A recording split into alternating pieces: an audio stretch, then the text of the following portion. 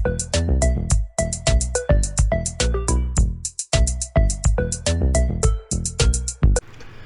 xin chào tất cả các bạn.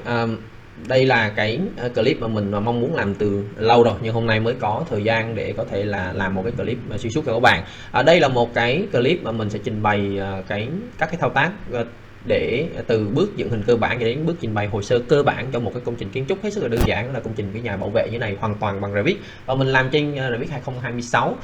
Mục đích của mình khi mình làm cái clip này là gì? Mục đích của mình đó là do có rất là nhiều bạn đang phân vân là không biết là muốn học Revit thì chúng ta sẽ học từ đâu và học như thế nào, tại vì nhìn vào thì các kênh nói chung và kênh mình nói riêng thì có rất là nhiều cái clip, thì các bạn hơi hoang mang một tí, cho nên mình muốn gói gọn tất cả mọi thứ cơ bản nhất ở trong một clip để các bạn xem một clip này thôi, từ đầu đến đuôi các bạn làm theo từng bước thì các bạn cũng có thể là làm quen và sử dụng được Revit ở mức độ tối thiểu để có thể ra được cái hồ sơ của cái nhà này. Ví dụ như hồ sơ của nhà này bao gồm phối cảnh này, rồi mặt bằng này, rồi có các cái mặt cắt như thế nào gọi là mặt cắt này, rồi thậm chí là có cả những cái chi tiết, ví dụ như là các bạn muốn trích chi tiết một cái xeno ra như thế nào thì tất cả đều có ở trong một clip duy nhất. Thì mong muốn của mình là mình làm một cái clip thôi, để làm gì? Để các bạn không phải nhảy lung tung nữa, các bạn cứ theo từ đầu đến đuôi clip, nó dài bao nhiêu thì các bạn làm bấy nhiêu, bạn làm từng bước được là sẽ ra được hồ sơ.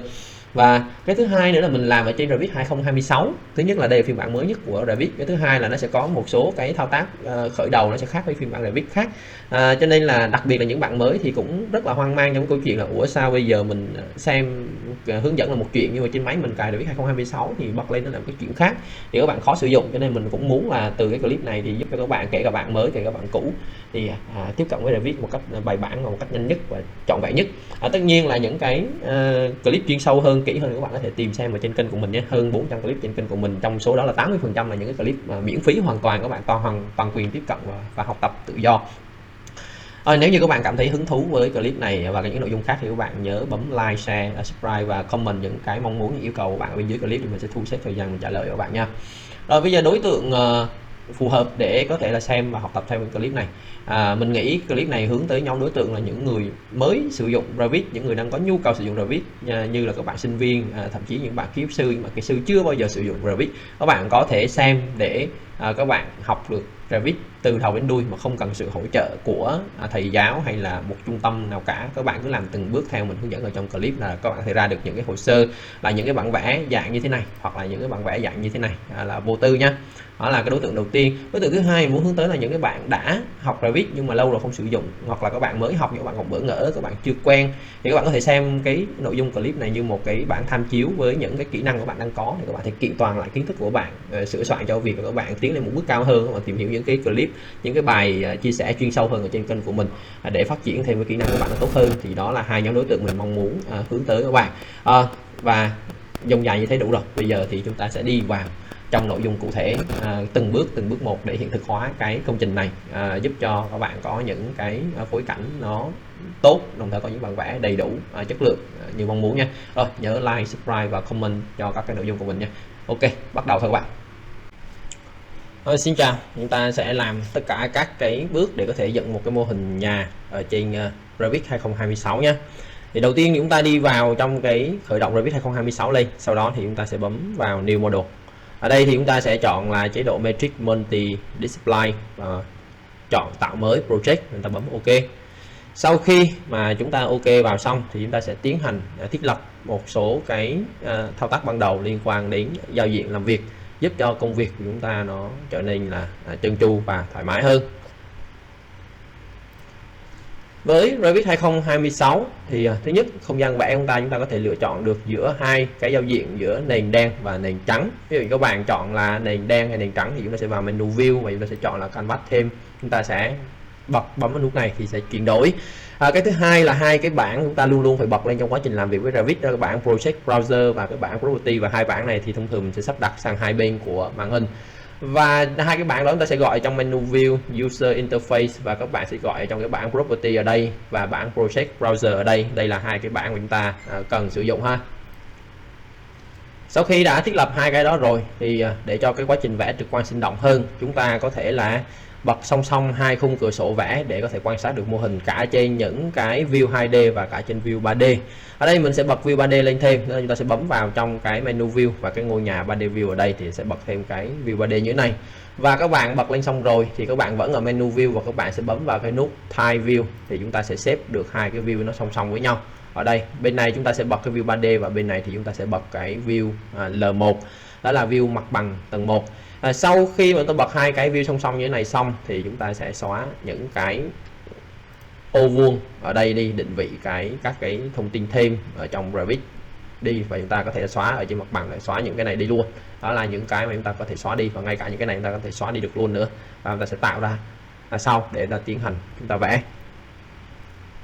Và nói thêm với các bạn chưa biết thì phần mềm Revit chúng ta sử dụng ở trong một view bất kỳ, tức là trong một khung nhìn bất kỳ, chúng ta có thể lăn chuột lên xuống để chúng ta có thể zoom to, zoom nhỏ cái mô hình chúng ta.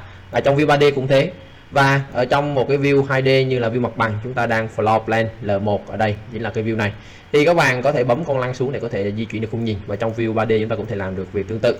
Trong view 3D chúng ta còn có thêm một thao tác nữa, các bạn bấm con lăn chuột kèm theo giữ phím shift trên bàn phím thì chúng ta có thể xoay được các cái góc nhìn 3D khác nhau của mô hình để chúng ta xem được cái góc cạnh khác nhau của mô hình. Và các bạn để ý là hiện nay là chúng ta chưa có mô hình, chúng ta có cái khối điều hướng nằm ở góc này xoay, thì các bạn có thể thấy được là các bạn đang nhìn ở cái view nào đó, front, right hay là top hay là left hay là bottom. Đó là những cái mà các bạn có thể là góc nhìn chúng ta có thể thấy được.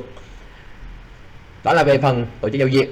Rồi bây giờ chúng ta sẽ đi qua phần vẽ. Đối với lại vẽ thì như mọi phiên bản khác, chúng ta có thể bắt đầu từ việc tạo lập đầy đủ các cái đường cao độ tương ứng với lại các cái tầng hay là các cao độ chuẩn của công trình. Thì công trình này chúng ta sẽ có 4 cao độ, đó là nền sân âm 450, cao độ chuẩn 00, cao độ chân mái 3200 và cao độ đỉnh mái là 4400. Như vậy thì chúng ta sẽ tạo cao độ. Để tạo cao độ thì chúng ta sẽ bấm chuột trái một cái sang bên view L1, và cái view 3D chúng ta không có động vào nha. View 3D chúng ta chủ yếu để xem cái mô hình chúng ta vẽ ra như thế nào thôi. Chúng ta sẽ vẽ ở trên cái nửa bên này. Và trong cái khung nhìn bên này thì chúng ta sẽ tìm đến cái mục Elevation ở bên thanh Project Browser. Ở bên này chúng ta sẽ tìm đến mặt đứng, và chúng ta sẽ đi vào một cái mặt đứng bất kỳ trong 4 mặt đứng có sẵn ở đây. Mình sẽ đi vào mặt đứng hướng nam là South Elevation. Trong South Elevation mình sẽ lựa chọn cái công cụ, đó là cái trong tab Architecture, và công cụ là Level, phím tắt của nó là LL. Ở đây cái công cụ này nó chỉ hiện lên khi các bạn ở trong view mặt đứng như cái này, hoặc là view 3D, hoặc là view mặt cắt. Đó là những cái mà nó có thể là hiển thị được. Còn nếu như các bạn ở trong view mặt bằng là L1 thì cái công cụ này nó không sáng lên cho các bạn bấm. Sau khi các bạn bấm vào cái này rồi thì các bạn sẽ bấm đại một đường từ đây qua đây. Chúng ta đã có 2 đường rồi, chúng ta cần thêm một đường nữa, chúng ta vẽ qua đây, và chúng ta lại tiếp tục bấm đại từ đây qua đây, và chúng ta sẽ có thêm một đường nữa ở bên dưới này. Bây giờ 2 cái đường có sẵn của phần mềm tạo cho các bạn tương ứng với đặt tên là L1 và L2. Đây là phần mềm đặt sẵn cho các bạn, thì bây giờ các bạn sẽ đổi lại cho cái tên cho nó phù hợp với nhu cầu của chúng ta. Ở đây thì mình sẽ chọn vào cái đường L1, mình bấm chuột trái một cái. Sau đó thì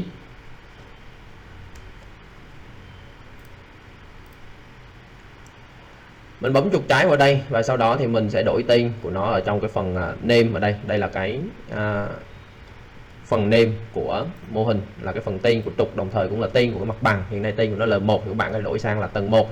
Elevation chính là cái cao độ chúng ta đọc ở trên bản vẽ, chúng ta muốn nó là bao nhiêu thì mình sẽ chỉnh cái con số vào cái chỗ này. Ở đây mình đổi cái tên này là tầng 1. Và elevation này mình đó là 0 thì mình để nó 0. Đấy là cái thứ nhất. Cái thứ hai, cái này tương tự như vậy, mình sẽ đổi tên nó là tầng mái. Và elevation của nó là 3200. Rồi, đến cái đường này, cái đường này chúng ta vừa mới, đường cao độ chúng ta mới tạo ra, thì chúng ta có thể thấy là đường bên dưới này nó có cái chữ mà đường này nó không có. Thì nguyên nhân đầu tiên của việc nó không có cái chữ ở đây chúng ta đọc, đó là cái loại của nó không giống với cái đường bên dưới. Các bạn chọn đường bên dưới, bạn thấy cái loại của nó là 8mm head, thì chúng ta loại này đang là no head. Chúng ta sẽ bấm vào đây và chúng ta sẽ chọn là 8mm head. Ở đây thì chúng ta sẽ có được cái hiệu như thế này. Nguyên nhân thứ hai đó là ở mỗi cái đường level nó sẽ có một cái dấu tích ở đây. Nếu các bạn muốn ẩn hiện cái chữ này thì các bạn sẽ đánh vào dấu tích ở đây nữa. Đây thì chúng ta sẽ đổi tên cho nó thành là đỉnh mái, và chúng ta có thể đổi tên được ở đây, và tương ứng với lại ở cái chỗ name này thì việc đổi tên ở đây với ở đây là giống nhau. Đó, ta sẽ bấm vào đây. Tương tự như vậy, đường đỉnh mái này mình sẽ cho nó là 4400. Ở bên dưới này mình cũng chọn nó đổi sang 8mm hết và mình đặt tên là sân vườn. Cao độ của nó là âm 450 mình đánh vào đây là trừ 450. Như vậy thì mình đã có được một cái hệ lưới cột như này. Và trong trường hợp mà các bạn thấy hệ lưới cột nó dính với nhau nhiều quá như thế này, các bạn không thấy được rõ ràng thì các bạn sẽ chọn cái đường này và các bạn sẽ bấm vào cái dấu khớp ở đây để cho nó di chuyển xuống. Sau khi di chuyển xuống như thế này, các bạn có thể là di chuyển cho cái tên này nó có thể xa ra một chút thì tùy các bạn nhé. Chúng ta đã tạo được 4 đường cao độ theo hồ sơ thiết kế. Bây giờ chúng ta còn làm thêm một cái việc nữa, đó là đảm bảo cái câu chuyện cứ mỗi một đường cao độ này nó sẽ có một cái mặt bằng tương ứng xuất hiện ở trong floor plan. Hiện nay trong floor plan đang có hai mặt bằng, đó là L1 và L2 tương ứng với lại hai cái đường chúng ta ban nãy chúng ta sửa, đó là tầng 1 và tầng mái. Thì bây giờ cái tên này nó cũng chưa khớp thì chúng ta có thể chỉnh lại. Chúng ta sẽ chọn là các bạn sẽ chọn vào cái bấm chuột trái một cái thôi vào cái L1 và các bạn kéo cái bảng property của cái view này xuống, các bạn nhìn xuống ở bên dưới này trong cái phần view name này đây, và chúng ta sẽ đổi tên cái này là sang là cái tầng 1 cho nó khớp vào đây nhé, đây là 1 đó. Tương tự như vậy đối với lại cái view L2 ban nãy chúng ta sửa nó thành là tầng mái thì bây giờ chúng ta sẽ bấm chuột trái một cái và chúng ta sẽ đổi cái dòng này là thành tầng 2. Xin lỗi các bạn, cái này chúng ta đổi thành là tầng mái cho nó khớp nha. Các bạn có để ý thấy là chúng ta có 1 2 3 4 đường cao độ nhưng trong này mới chỉ có hai cái floor plan. Như vậy thì trong trường hợp các bạn gặp cái trường hợp như thế này, số floor plan nó ít hơn số đường cao độ các bạn đã tạo ra, thì các bạn sẽ vào menu view, các bạn vào trong một plan view và các bạn sẽ vào trong một floor plan. Trong floor plan lúc này chúng ta sẽ có là hiện nay đang có hai cái mặt bằng này nó chưa được gọi ra ngoài cái bảng quản lý kia. Các bạn có thể thấy sân vườn và đỉnh mái và đảm bảo là cái dấu tích này đang được tích vào. Thì nếu như nó hiện ra bao nhiêu cái thì chúng ta sẽ dùng phím control, nó sẽ chọn nhiều đối tượng, nó bấm ok là chúng ta sẽ gọi ra được nha. Ở đây mình bấm control chọn thêm đỉnh mái, bấm ok. Như vậy thì ở ngoài floor plan mình đã có là sân vườn, tầng 1, tầng mái, đỉnh mái và những cái này thì nó khớp với lại cái mặt đứng ở đây.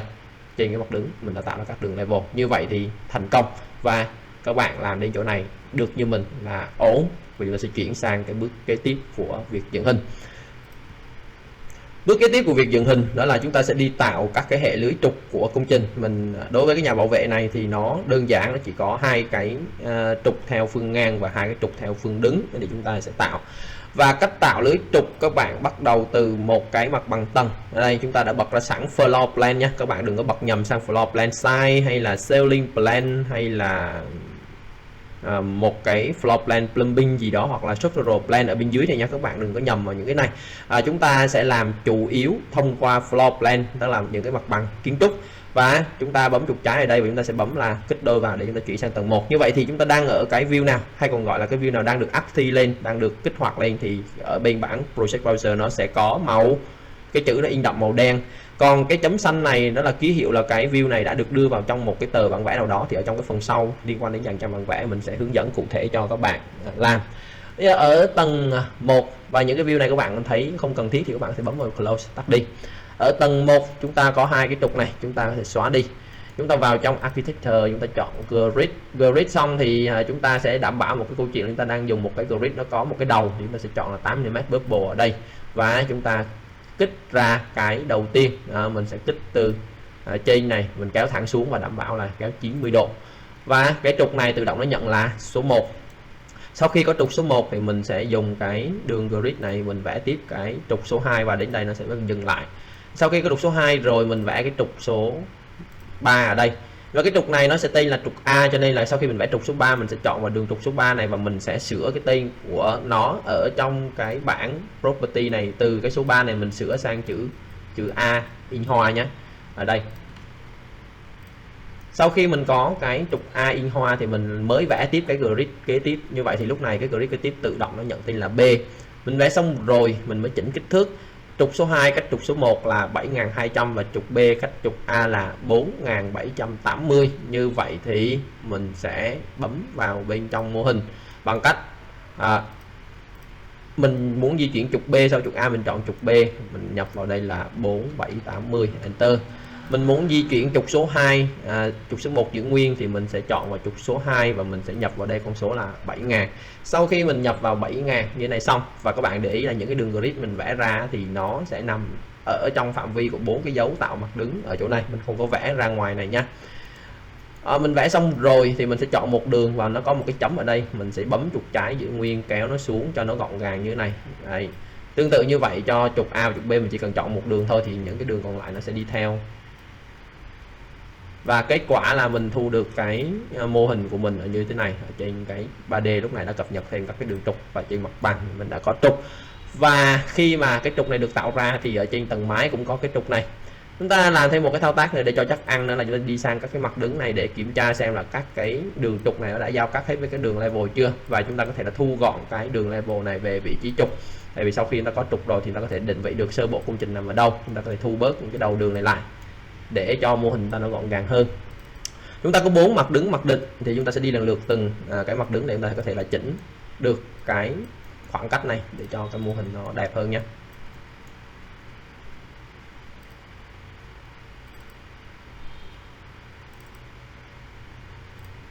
Làm xong câu chuyện đó rồi thì mô hình ở trong khung nhìn 3D nó gọn gàng như này, và ở trong các cái mặt bằng của chúng ta nó sẽ như thế này. Và để cho cái mô hình và cái quá trình làm việc ở trên Revit của các bạn nó sẽ được trơn tru hơn thì đối với Revit chúng ta có thể mở ra rất là nhiều view ở đây, nhưng mà khi chúng ta không cần dùng nữa thì chúng ta có thể là vào menu view, chúng ta sẽ chọn là close inactive view, những cái view mà chúng ta chưa cần dùng nó lại tự động tắt đi, trừ lại đúng 2 view này cho chúng ta nhé.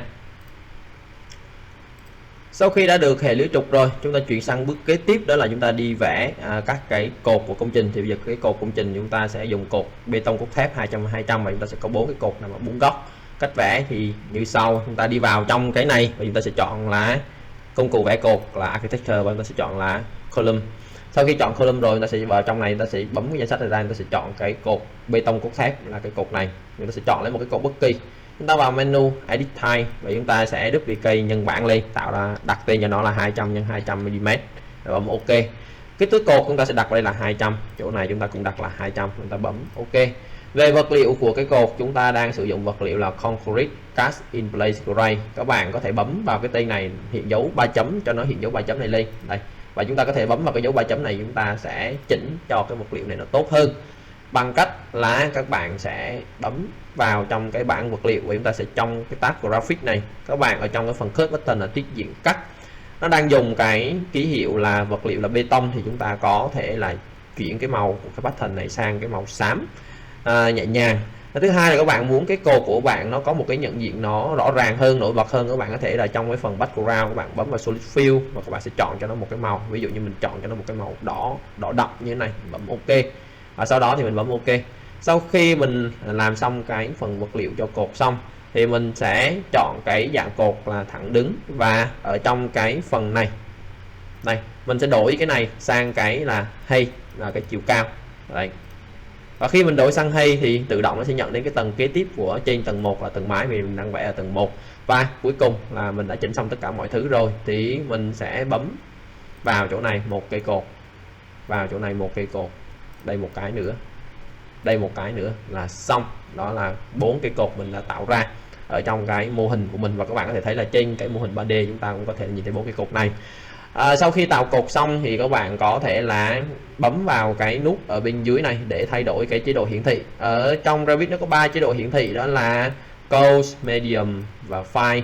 Thì chúng ta chọn cái chế độ là Medium cho hầu hết tất cả các cái view về trong hồ sơ và kiến trúc. Tại vì ở Medium thì các bạn sẽ hiển thị đầy đủ tất cả các hoa văn vật liệu nhất. Các bạn không nên để ở cái dạng Close nha. Close chỉ khi nào các bạn làm các hồ sơ phương án thì các bạn mới để, chúng ta sẽ để N2. Cái việc một số trang thiết bị thì phải hiển thị ở mức độ Fine F thì nó mới hiển thị hết tất cả các cấu kiện, nhưng mà cũng ít thôi, không có nhiều, cho nên là đa phần chúng ta sẽ để ở cấp thứ hai cho tất cả các view chúng ta làm việc. Ở đây mình đổi sang là Medium là chúng ta sẽ có được cái ký hiệu như thế này. Bên này là tỷ lệ bản vẽ, các bạn muốn hiển thị ở 1/50 hay là 1/100 thì các bạn sẽ bấm vào đây. Ví dụ như cái hồ sơ này các bạn sau này các bạn muốn trình bày 1/50 thì cho nhiều chi tiết thì các bạn sẽ chọn vào 1/50 cho cái phần mặt bằng, chúng ta sẽ có một cái hồ sơ như thế này. Đó.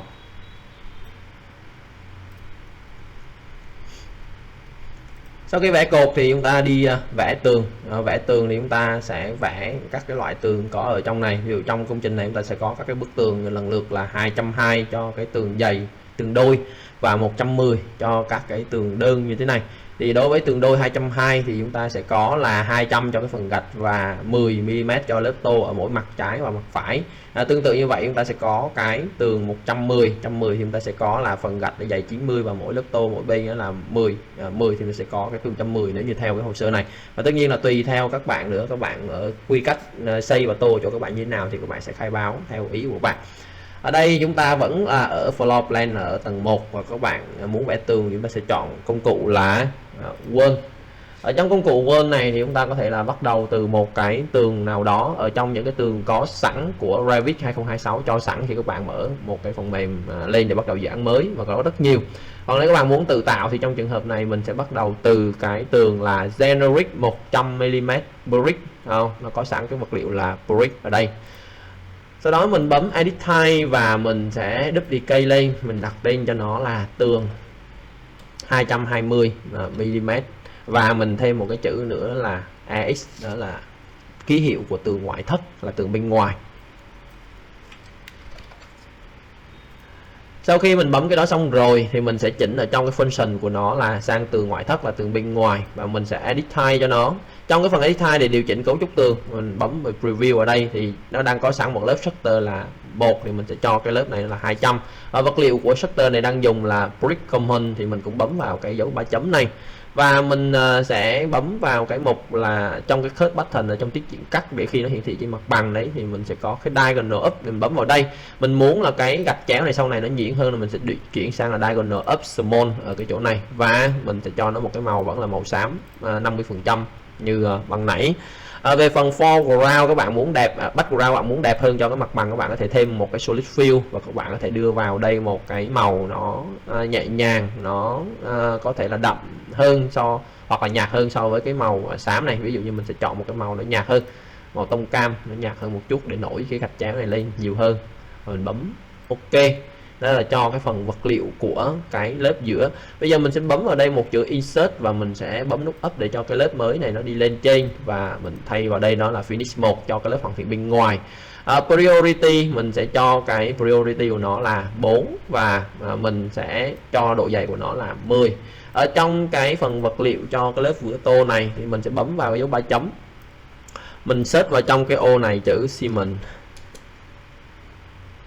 ở đây đó, để mình lấy một cái hỗn hợp mà vữa tô có sẵn ở trong cái list ở trên này hoặc là ở dưới này. Mình sẽ chọn là cái mình sẽ chọn xuống cái lớp hoàn thiện của nó là render bare smooth ở bên cái list bên dưới này. Mình bấm vào cái mũi tên nhỏ nhỏ để cho nó lên trên. Trong cái khay này mình bấm OK nhé. Sau khi OK rồi mình lại chọn cái lớp này, mình duplicate nó lên một lớp và mình sẽ bấm nút down cho nó xuống tận dưới cùng, và mình đặt tên cho nó là Finish 2 là cái lớp tô trong. Ở priority của Finish 2 là 5 và vật liệu với độ dày thì cũng y chang, mình bấm OK. Đây, OK. Sau khi mình bấm OK rồi thì mình sẽ tiến hành mình khai báo cái thông số của bức tường. Thì bây giờ cái thông số của bức tường thì chúng ta sẽ có khai báo ở đây. Thứ nhất là location line thì chúng ta sẽ vẽ theo cái core center line, mình sẽ vẽ theo cái core cho cái loại bức tường này. Cái thứ hai đó là cái base constraint là tầng 1 và top constraint thì mình sẽ cho nó lên đến tầng mái chứ không phải là unconnected nữa nhé. Như vậy thì con số này sau khi mình chỉnh xong nó sẽ lên theo. Và ở chỗ này mình đổi là core center line, cái này là sang tầng mái. Đấy, các bạn có thể thấy là chiều cao của nó sẽ thay đổi tự động lên là 3200. Và mình dùng cái đường thẳng là line này để mình vẽ cái tường, và mình sẽ đi từ tim này sang tim này, xuống tim này, qua tim này, và mình đi vòng về đây và khép kín một cái vòng nhà của mình. Sau khi mình khép kín như thế rồi thì các bạn có thể thấy là ở cái chỗ này thì chúng ta sẽ còn một cái bức tường giữa này, bức tường ngăn ở đây và một cái bức tường ngăn đây nữa, không có bức tường ngăn ở chỗ này. Thì với bức tường ngăn này thì chúng ta sẽ dùng cái tường là 110 để chúng ta vẽ. Như vậy thì thao tác nó cũng tương tự như vậy. Chúng ta cũng tiếp tục là dùng công cụ vẽ tường, và chúng ta đang có cái tường là 220mm AX ở đây. Chúng ta sẽ edit type, chúng ta duplicate nhân bản cái tường này lên và chúng ta đặt tên cho nó là 110mm. Bây giờ mình sẽ đặt tên cho nó là interior là IN. mình sẽ đổi cái function của nó ở đây sang interior, và trong cái phần edit này thì mình sẽ bấm con số này xuống còn 90 để tổng là 90 cộng 10 là tổng cái chiều dày của nó là 110. Bấm vào đây, bấm OK và mình cũng vẽ đại thôi. Thì đối với Revit thì các bạn chỉ cần là vẽ là vẽ trước, chúng ta có thể điều chỉnh sau. Thì chúng ta vẽ cái nhà này, chúng ta vẽ từ đây qua đến đây đó, đây chúng ta sẽ có được một cái như thế này ha. Bây giờ sau khi có cái này rồi, cái chỗ này các bạn không muốn, các bạn muốn loại bỏ cái đường này đi thì các bạn vào trong cái modify của Word này, trong tab modify này các bạn sẽ thấy một cái công cụ nó nhỏ nhỏ ở đây, đó là cái split element, là cái nút này, phím tắt của nó là SL. Các bạn bấm vào, các bạn sẽ cắt đại ở vị trí này một cái. Sau khi các bạn cắt đại xong, các bạn chọn công cụ modify, các bạn chọn cái đoạn tường này, các bạn bấm delete đi thì các bạn sẽ có được một cái mô hình ở dạng như thế này. Làm xong hết những cái này rồi, chúng ta sẽ chỉnh sửa kích thước sao cho nó phù hợp với lại cái mô hình. Đầu tiên cái bức tường này nó sẽ cách cái bức tường này là 2450 lọt lòng, thì chúng ta sẽ chọn cái bức tường này và nó có một cái đường kích thước ở đây, đường kích thước ở đây, và cái đường kích thước này thì các bạn nó hiện ra như thế này thì các bạn có thể thấy là cái điểm đo, các bạn kiểm tra kỹ nha, điểm đo của nó đúng cái mặt này thì là OK. Còn nếu nó chưa đúng, các bạn toàn quyền có thể là bấm vào cái chấm xanh này, các bạn kéo và các bạn rà con chuột xuống cái bề mặt này để đảm bảo nó bắt vào đúng cái bề mặt hoàn thiện. Chúng ta sẽ bấm vào đây là 2450, là bấm enter là xong cái bức tường này chính xác nha. Bây giờ bức tường này đó, cách bức tường này một khoảng lọt lòng là 1500. Bức tường này nó cách mép ngoài của mấy bức tường này, tính theo mép ngoài là 1100. Ta biết thông số như thế thì chúng ta có thể chọn bức tường này, không? Ta chỉnh cái này là 1500. Rồi cái bức tường này thì nó có một cái đường kích thước tạm nó xuất hiện ở đây, nhưng mà đường này thì một đầu đã đo vào mặt rồi, nhưng một đầu nó chưa có đo ra cái mặt ngoài của cái tường này, thì như vậy chúng ta sẽ kéo ra đây để cho nó đo luôn, và mình sẽ đánh vào đây là 1100. Chúng ta sẽ có cái tường nó chui vào bên trong như thế này. Đây là cái vị trí mà chúng ta đã vẽ được cái tường cho công trình rất nhanh, và chúng ta sẽ có được cái này. Và bước cuối cùng sau khi các bạn vẽ tường đó là các bạn sẽ phải xử lý cái chỗ mà trùng lắp giữa cột với tường để đảm bảo việc hiển thị mô hình nó chính xác nhất có thể. Thì cách xử lý thì chúng ta sẽ trong tab modify, chúng ta có công cụ join này, và chúng ta sẽ chọn cái bức tường, và chúng ta sẽ chọn cái cột để nó trừ ra cái phần mà hai cái này nó chồng lên nhau. Ở chỗ này chúng ta cũng chọn bức tường này, chúng ta trừ cái cột ra và bấm OK. Tương tự như vậy cho cái phần này chúng ta trừ ra, và cái phần này chúng ta cũng trừ ông này ra. Các bạn có thể thấy là hai lần mình bấm vừa rồi thì đến bức tường thứ hai nó báo một cái thông báo là cái này có thể join, nhưng mà do hai vật thể này không có dính vào nhau nên cái việc join này nó hơi khó khăn, không? Để xử lý cái câu chuyện này thì chúng ta làm quen thêm một cái công cụ nữa ở bên cạnh cái nút join, nó cái công cụ xử lý các cái mối nối giữa các bức tường với nhau. Chúng ta sẽ chọn vào cái này và chúng ta sẽ bấm vào cái vị trí nối giữa hai bức tường. Ở chỗ này thì chúng ta sẽ có thêm các cái tình trạng nối theo kiểu vuông góc hay là nối theo kiểu là cắt góc, thì các bạn có thể là nối theo kiểu là miter, cắt góc ở đây. Sau khi các bạn nối nó xong rồi, tiếp tục các bạn bấm qua đây, các bạn cũng chọn là miter, các bạn bấm qua đây, các bạn cũng chọn miter, các bạn rồi chỗ này không có bức tường nào giao hết thì cũng không cần phải bấm. Sau khi làm xong rồi chúng ta lại quay lại công cụ join ha, chúng ta sẽ chọn cái tường này, rồi chúng ta chọn cái tường này, các bạn thấy là nó gọn gàng ha. Tương tự như vậy đó. Rồi tương tự như vậy bây giờ mình làm cái này đó, cái này trừ ra thì nó sẽ không còn báo lỗi nữa, đó là do hai bức tường chúng ta đã giao theo cái kiểu đó là chúng ta giao theo kiểu là 45 độ, tức là cứ mỗi tường nó sẽ hình dáng một bức tường đi như này, và lúc này nó sẽ gặp được cái cột của các bạn ở đâu thì nó sẽ cắt ở đó. Nguyên nhân sâu xa nó là như vậy đó là cái việc mà chúng ta sẽ phải trừ lui ra. Rồi tiếp tục cái tường này thì chúng ta cũng phải giao với lại cái cột này. Ở cái tường này các bạn có thể thấy là cái tường này đến cái cột này nó dừng, nhưng mà chúng ta muốn bọc ra tới ngoài cái cột này luôn thì các bạn sẽ kéo cái này ra tới đây thì nó sẽ chạy ra tới đây cho các bạn. Đó là cái câu chuyện của cái tường với lại cái cột ở tại cái vị trí mép như này, và chúng ta đã xong cái phần tường của công trình. Các bạn có thể thấy là chúng ta vẽ ở bên này như thế nào thì ở bên 3D nó hiển thị mô hình chúng ta đầy đủ như thế. Các bạn cũng có thể đối với một view 3D các bạn cũng có thể là thêm một chút màu sắc hiển thị, thay vì các bạn không thích trắng đen như thế này, các bạn có thể bấm vào cái nút nhỏ nhỏ ở đây, đây là các chế độ hiển thị khác nhau. Trong chế độ hiển thị này thì nó lại có nhiều cái cho các bạn có thể lựa chọn. Cái thứ nhất là cái wireframe này là sẽ nhìn xuyên thấu vào một công trình. Cái hidden line chính là cái người ta đang dùng, nó chỉ có những nét rồi chúng ta thấy trước mặt mới thấy, còn những nét một khuất ở phía sau sẽ không thấy. Hai cái chế độ này nó sẽ hiển thị màu cơ bản của cái vật liệu chúng ta dùng cho mô hình chúng ta, màu cơ bản nha, màu đại diện, chính xác hơn nó là màu đại diện chứ không phải là màu ở trong thực tế. Thì tùy chúng ta setup xem là cái màu đại diện của gạch, màu đại diện của ngói, màu đại diện của này cái kia là bao nhiêu. Hai cái này đó là màu đại diện. Trong hai cái này thì cái màu đại diện mà hiển thị theo chế độ này, chế độ shade này thì nó sẽ có tương tác với lại ánh sáng một chút, không? Và nó sẽ làm cho mô hình của bạn có chỗ sáng chỗ tối, nhìn nó cũng sống động. Còn cái chế độ này là chế độ mà hiển thị tester, tức là hiển thị theo các cái map vật liệu theo đúng thực tế của bạn khai báo vào, và cuối cùng là chế độ hiển thị theo kiểu là realistic, là giống như thật ở bên ngoài. Thì đó là các cái chế độ.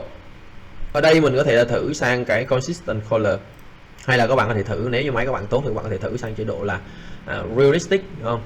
Với cái điều kiện là cấu hình và máy của bạn nó đủ tốt, tại vì cái này nó sẽ xử lý cho mô hình của bạn nhìn nó giống với lại trong thực tế nhất có thể. Còn nếu không, các bạn có thể chuyển xuống cái chế độ tester thôi để các bạn xem, nếu như vật liệu bạn đã thay đổi đầy đủ rồi. Ở đây thì mình sẽ bấm luôn realistic để tạo cảm hứng cho các bạn xem ha. Đây là cái mô hình của mình. Sau khi làm mấy cái chuyện nhỏ nhỏ được rồi thì chúng ta sẽ tiến hành là đi bước kế tiếp là chúng ta sẽ đi vẽ cái phần nền nhà, và xong đó vẽ cái phần nền nhà rồi thì chúng ta cũng tiện tay chúng ta vẽ luôn cái phần mà dìm mái ở xung quanh này, hay còn gọi là cái seno, cái đáy, phần đáy của seno đó. Ở trên này cũng được vì thao tác nó giống hệt nhau và công cụ giống hệt nhau. Đầu tiên đối với lại cái nền nhà thì chúng ta vẫn ở tầng 1. Đây là bấm chuột trái cái tầng 1, chúng ta vào tab Architecture, chúng ta sẽ chọn là Floor, công cụ này. Sau khi các bạn chọn công cụ Floor xong thì chúng ta sẽ chọn cái loại floor mà chúng ta muốn sử dụng ở trong cái trường hợp này. Thì chúng ta có thể bắt đầu từ một cái generic là 300 và chúng ta sẽ bấm Edit Type. Edit Type thì bây giờ mình sẽ duplicate lên, mình đặt tên đó là nền nhà 450 mm, ở trên là lát gạch nhé, lát gạch 600 x 600. Rồi trong cái phần edit này thì mình sẽ lựa chọn cái câu chuyện đó là thứ nhất, để mình có một cái nền nhà 450 lát gạch 600 x 600 thì mình sẽ cần một cái phần nền của nó dày khoảng 400 rồi, và đặt tên là structure priority là 1, và vật liệu của nó thì mình sẽ cho tạm thời mình vẫn tiếp tục mình dùng cái vật liệu concrete, là cái mà ban nãy chúng ta đưa vào trong cái cột chúng ta, chính là cái này, có đã chỉnh màu đỏ nha, mình bấm ok. Sau đó mình insert thêm một lớp và mình up nó lên ra khỏi core boundary này, mình cho nó là lớp substrate, là lớp liên kết với priority là 2, và mình sẽ cho cái lớp này nó dày khoảng 40, và mình cho nó một cái vật liệu tương tự như ở đây thì mình sẽ cho cái vật liệu là concrete lightweight, tức là vật liệu bê tông nhẹ, tạm thời mình sẽ cho nó là như thế nhé, để tự đại diện cho cái lớp vữa cắn này. Bấm ok. Trong trường hợp các bạn cảm thấy là các bạn cần phải có một cái vật liệu nó phù hợp hơn cái bê tông nhẹ, các bạn có thể search vào đây cái chữ là sand. Các bạn nhìn xuống bên dưới, các bạn chúng ta sẽ có một cái hỗn hợp đó là concrete sand cement concrete ở bên dưới này. Đó, chúng ta có thể là bấm vào cái này, bấm vào cái mũi tên lên cho nó nhảy lên trên này, và chúng ta có thể là sử dụng nó ở đây là 40 nha. Sau đó thì chúng ta lại insert thêm một lớp nữa và chúng ta đặt lên trên cùng, chúng ta sẽ cho nó là finish 1 và lớp hoàn thiện trên cùng, mình sẽ cho nó là priority là 4, và bây giờ cái lớp này chính là cái lớp gạch chúng ta 10 rồi thì mình sẽ vào trong cái phần material này và mình sẽ chọn là nếu như gạch thì mình sẽ search chung cái chữ tile này, những cái gạch mà lặp đi lặp lại này. Thì ở đây có cái acoustic ceiling tile 600 x 600, cái này thì các bạn thấy 600 x 600 thì có khi các bạn thấy thích đấy, nhưng mà thực ra nó là vật liệu cái tấm trần nha, acoustic ceiling tile chứ không phải là cái tấm nền nhà. Nên các bạn sẽ tìm xuống ở bên dưới này, ví dụ như bên dưới này chúng ta có các cái vật liệu tile là những vật liệu dạng lặp lại, tile 15 15, tile 25 25 chẳng hạn như thế. Chúng ta có thể lấy tạm một cái có sẵn ở trong Revit, đó là ceramic tile này, chúng ta up lên trên. Bây giờ để phân biệt với những ông khác thì chúng ta làm thêm một cái bước nữa là chúng sẽ rename ông này, và chúng ta sẽ đặt tên cho nó, đó là gạch ceramic 600 x 600. Sau đó thì chúng ta sẽ vào trong cái tab graphic của cái vật liệu này, chúng ta vào trong cái surface pattern này, và chúng ta trong cái phần foreground chúng ta sẽ bấm vào none thì là cái bảng này, chúng ta bấm sang cái thẻ model và chúng ta sẽ tìm đến cái chúng ta đang cần, cái gạch 600 x 600 đúng không? Các bạn sẽ bấm vào cái phần 600 x 600 ở đây, chúng ta bấm ok. Về màu sắc của cái hoa văn này chúng ta cũng chọn cái màu xám nhạt hơn một tí nhé, xám nhạt hơn một tí so với lại cái hoa văn mặt cắt, bấm ok. Chúng ta sẽ có được một cái lớp ceramic 600 x 600 ở chỗ này, bấm ok. Xong cái phần là thiết lập nha. Thiết lập xong rồi thì chúng ta sẽ đi vẽ, chúng ta vẽ bằng cái boundary line, chúng ta vẽ bằng cái line này, và các bạn có thể là vẽ liên tục. Từ đây chúng ta sẽ vẽ qua đây, dùng cái line chúng ta vẽ nha. Chúng ta vẽ theo cái đường bao phủ, trong trường hợp này ta vẽ theo cái đường bao phủ của cái lớp tô hoàn thiện của cái nhà của bạn luôn. Ở đây mình sẽ vẽ qua đây, mình vẽ luôn qua đây nữa, mình vẽ luôn qua đây.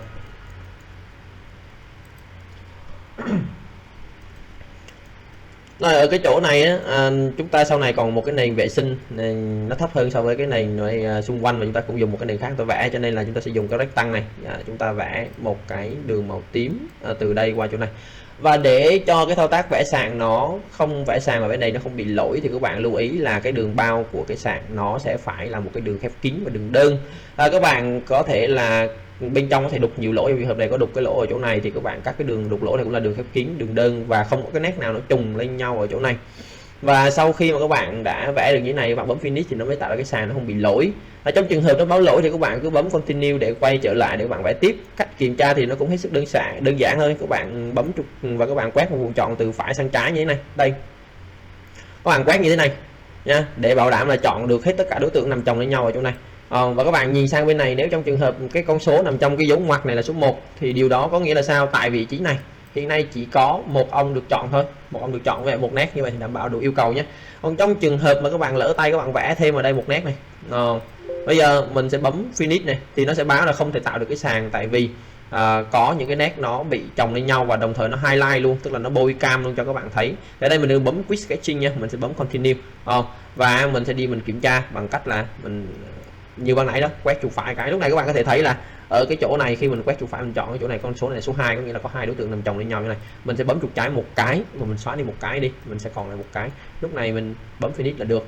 Về cao độ của tấm sàn này thì mình vẽ theo cao độ chuẩn của tầng 1 và xuống đến sân vườn, cho nên mình mới chọn độ dày là 450, tương ứng với cao độ từ tầng 1 xuống sân vườn là âm 450 đó. Mình bấm finish nên mình sẽ có được một cái đây là cái sàn mình vừa vẽ ra. Đấy, ở trên này nó sẽ như thế này và bên dưới này nó sẽ như thế này. Rồi. Bây giờ tương tự như vậy thì mình sẽ làm cho cái phần ở bên trong nhà vệ sinh, đúng không? Nhà vệ sinh thì mình tiếp tục là dùng cái floor. Bây giờ nhà vệ sinh nền nhà nó sẽ thấp hơn, các bạn có thể thấy là bạn vẽ nó thấp hơn so với trung bình, so với bên ngoài là 50. Thì trước mắt chúng ta cứ vẽ thấp hơn 50 trước nha. Thì 50 thì chúng ta sẽ có là 450 cho cái đáy nó phẳng với nhau, thì cái bề mặt nó thấp hơn 50 thì độ dày nó chỉ còn là 400 thôi. Thì chúng ta sẽ edit type duplicate, chúng ta đặt tên cho nó là 400 nhé. Và bây giờ chúng ta cho nó là gạch 400 nhân với lại 400. Nó vào trong cái phần này chúng ta sẽ giảm cái này đi xuống còn 350 để tổng là cộng lại là 350 ở đây 350 nhé. Đây chúng ta sẽ có 350 cộng này là tổng là 400.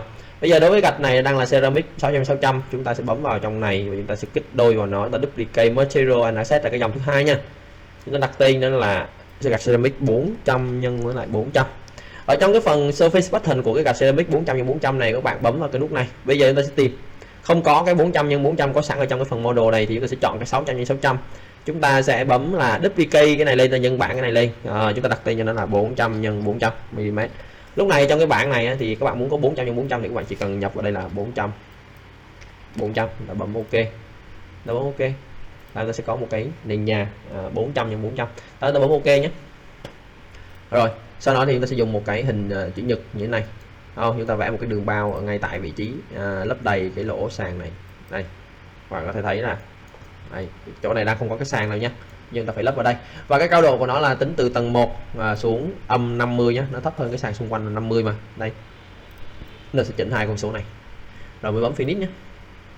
Rồi chúng ta có được một cái sàn. Đấy, nó thấp hơn này, các bạn có thể thấy nó thấp hơn ở bên ngoài này. Rồi tiếp tục tương tự như vậy đối với lại cái sàn cái nền ở ngoài hiên. Nền ngoài hiên thì ở trong cái thiết kế này của nhà bảo vệ này, cái nền ngoài hiên thì thực ra nó cũng không cần phải thấp hơn ở trong nhà bao nhiêu về cách nước hết. Như vậy thì chúng ta sẽ vẽ luôn nó bằng mặt. Nhưng mà bây giờ bằng mặt thì ở cái chỗ này nó có 3 bậc cấp thì 1 2 này, các bạn có thể là 1 2. Như vậy thì cái bậc cuối cùng ở đây là chúng ta sẽ có là 600 là cái nền hiên. Chúng ta sẽ có hai cách vẽ. Cách thứ nhất là các bạn sẽ làm cho cái nền hiên nó đi ra đây 600 bằng cách là các bạn có thể là vẽ thêm một cái miếng nền 450 chỗ này nữa, hoặc là các bạn có thể là lựa chọn cái ông này.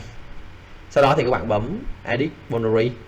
Edit boundary xong thì các bạn có thể là dời cái này ra khoảng 600 thì các bạn sẽ có một cái nền nó nằm ở đây.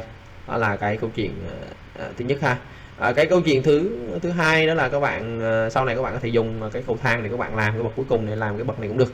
Ở đây thì trước mắt mình cứ sửa cái này sang là 600 nữa nha, là cái cách làm thứ nhất nữa nha. Còn sang cái bài cầu thang thì nó sẽ nói chuyện sau. Bấm finish rồi chúng ta sẽ bấm save project. thì nó sẽ có được một cái sản phẩm như thế này. Đó là cái sàn, cái nền nhà là đã vẽ đầy đủ. Sau khi vẽ xong rồi thì các bạn có thể thấy là ở đây thì chúng ta trong cái view, trong cái mặt bằng này chúng ta có khai báo các cái gạch 600 x 600, 400 x 400, nhưng mà hiện nay chúng ta không có thấy. Cái cách để chúng ta có thể thấy được nó thì các bạn vào trong cái bảng VG, là cái bảng này, bấm VG sẽ ra, hoặc là các bạn nhìn sang bên cái bảng property này, chúng ta sẽ có cái visibility graphic override ở cái chỗ này. Đây chính là cái bảng này. Chúng ta vào trong cái bảng VG này và chúng ta sẽ tìm đến cái mục, trong cái tag model này chúng ta sẽ tìm đến cái mục là floor. Trong cái floor này các bạn có thể thấy là nó quản lý là projection surface, có nghĩa là những cái người ta nhìn thấy ở trên mặt bằng hoặc là trên mặt đứng đó, những cái gì nó nhìn thấy là projection hoặc là surface. Còn cái phần kết này chính là những cái hiển thị trong cái mặt cắt. Thì các bạn có thể thấy là cái pattern chính là cái hoa văn. Pattern hiện nay nó đang có chữ hidden, như vậy thì chúng ta không thấy được cái ron gạch. Các bạn có thể bấm vào cái nút này, các bạn chọn là nhanh nhất là clear override, bấm ok, đó nó sẽ không còn hidden, bấm ok. Các bạn có thể thấy là đây phòng này là 600 x 600, phòng này 600 x 600, này 600 x 600, các bạn thấy cái ron gạch này đúng 600 x 600 nha, và cái này là 400 x 400. Lý do vì sao mình biết là nó là đúng 600 x 600 thì các bạn có một cái công cụ, đó là trong menu view modify, chứ chúng ta có một cái thước màu vàng ở đây, và chúng ta có thể là chọn cái thước màu vàng, chúng ta có thể bấm chuột trái ở đây một cái, bấm chuột trái ở đây cái nó sẽ có cái này nó sẽ đo thử cho các bạn, chứ phải đo thiệt nha, đo thiệt là sẽ hiện ra được cái thước luôn. Đây đo thử 600 nhé. Tương tự như vậy, từ đây qua đây 400 nhé, đúng y nhé. Tương tự như cách làm này thì chúng ta sẽ lên đến tầng mái, chúng ta vẽ nốt cái sàn Seno. Thì trước khi vẽ sàn Seno chúng ta phải kiểm tra một chút ở trên mặt cắt là xem cái sàn Seno nằm ở đâu.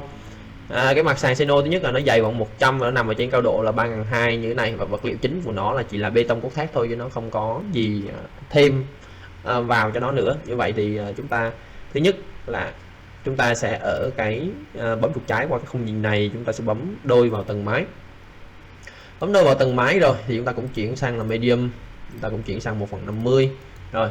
Sau đó thì chúng ta sẽ dùng công cụ là floor xong thì chúng ta sẽ ở đây kiểm tra lại mặt cắt một chút xíu là nó sẽ băng ngang, tức là nó sẽ tạo một cái sàn mà nó băng ngang qua luôn, xong rồi trên nó mới lập tôn nhé, chứ không phải nó và cái độ vương của nó tính từ tim đi, hoặc là tính từ ở đây thì chúng ta sẽ tính từ tim ra, thì từ tim ra đến cái độ vương này của nó là từ tim này ra là 710, tính ra tới mặt ngoài nữa các bạn này.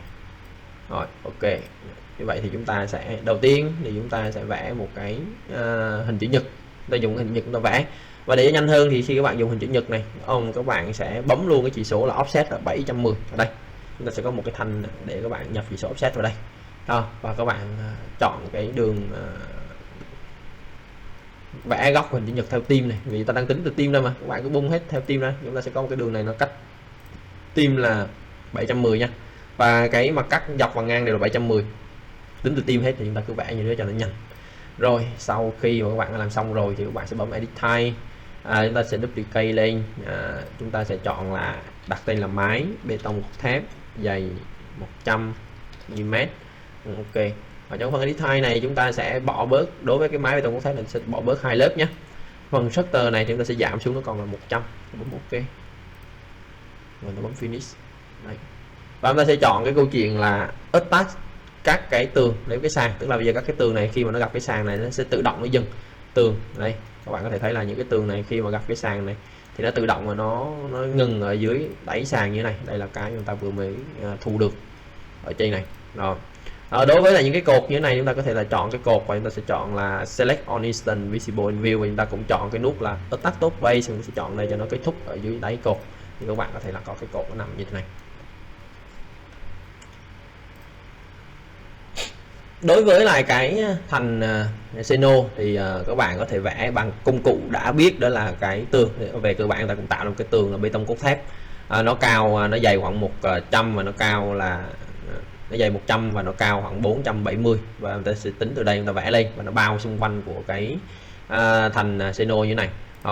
Chúng ta tiếp tục vẫn ở tầng mái, các bạn dùng công cụ vẽ tường. Vẽ tường xong thì chúng ta sẽ bấm vào edit type, chúng ta duplicate lên, chúng ta đặt tên là tường 100 mm bê tông cốt thép, và ở đây là AS nhé, tường ngoại thất. Nó sẽ đổi cái này là sang exterior này, và trong phần edit này chúng ta bỏ đi cái phần tạm thời, ta bỏ đi cái phần finish 1 và chúng ta bỏ đi lớp finish 2. Đối với lớp này chúng ta sẽ đẩy lên 100, và cái vật liệu của nó thì chúng ta sẽ thay sang cái concrete nhé. là cái này, đã bấm ok. Ok, sau khi concrete xong rồi, bây giờ cái này nó cao là 470, cho nên chúng ta sẽ vẽ theo cái kiểu thứ nhất, đó là chúng ta sẽ vẽ bằng cái location line, nó sẽ chỉnh sang là core face exterior, là cái mặt lõi ở bên ngoài. Tầng chân là tầng mái, và cái top content chúng ta sẽ cho nó là unconnected, để chúng ta sẽ chỉnh cho nó là 470, thì lúc nào nó cũng cao 470 hết. Công cụ vẽ nó sẽ chọn hình chữ nhật cho nó nhanh, tại vì cái chu vi này là hình chữ nhật, và chúng ta sẽ bắt vào điểm này, chúng ta sẽ bắt qua điểm này. Rồi chúng ta đã có xong một cái tường như thế này. Đây là cái tường chúng ta đã vẽ, và các bạn có thể thấy là nó đang hở ra như thế này không, thì chúng ta sẽ kiểm tra lại một chút là xem thử là nguyên nhân hở vì sao. Thứ nhất là cái chân này là đúng rồi, như vậy thì nguyên nhân hở có khi là do cái này. Cái này chúng ta vẽ sau khi ta vẽ cái sàn vệ sinh, cho nên nó sẽ nhận cái thông số trước đó là từng tầng mái âm 50, nó sẽ chỉnh từ tầng mái là âm, không còn âm nữa nhé, thì nó sẽ khít lại với nhau như này. Đây là kết quả chúng ta thu nhặt được khi mà chúng ta đã vẽ xong.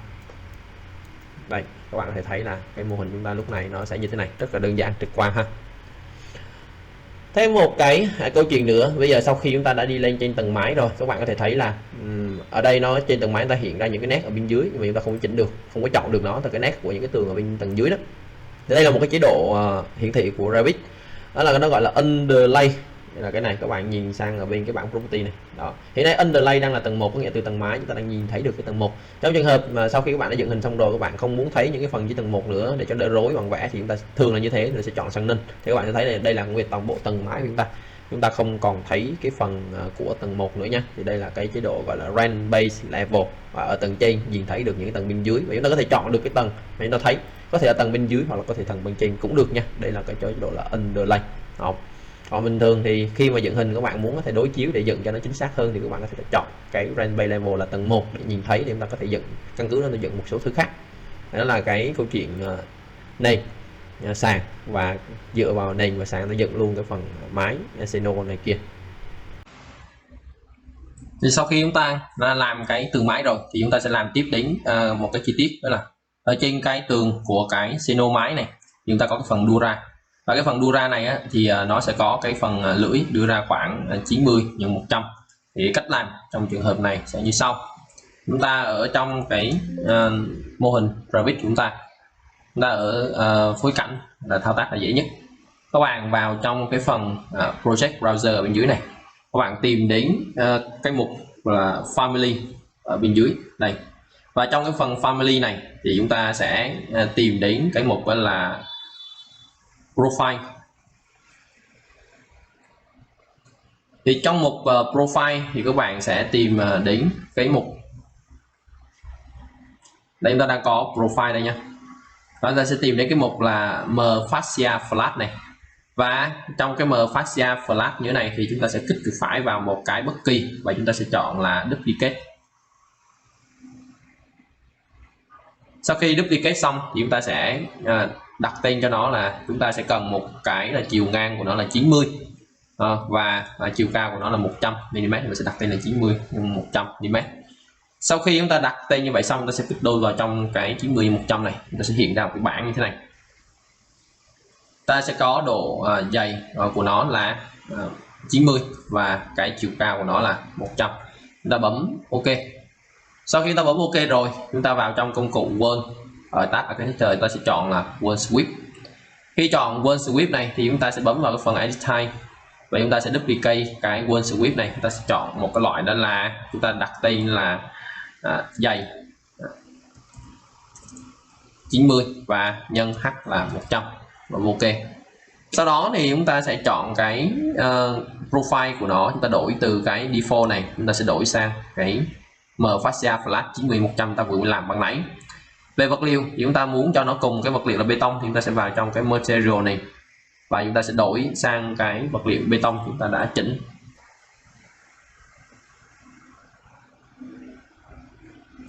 Chúng ta đã chỉnh ra cái vật liệu là concrete, chúng ta sẽ đánh vào đây cái ô search, đây là concrete ha.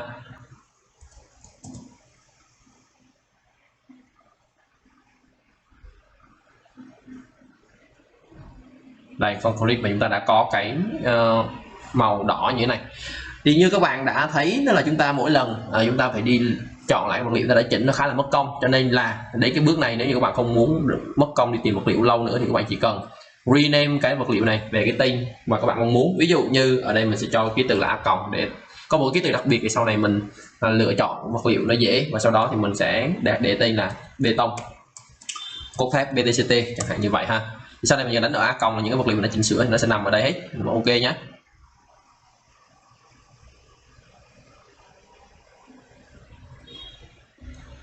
Sau đó thì chúng ta bấm ok rồi thì chúng ta sẽ dùng cái one sweep này và chúng ta sẽ chọn tùy chọn là tạo những cái G theo phương ngang là horizontal, và chúng ta sẽ đưa vào trong cái bức tường của chúng ta.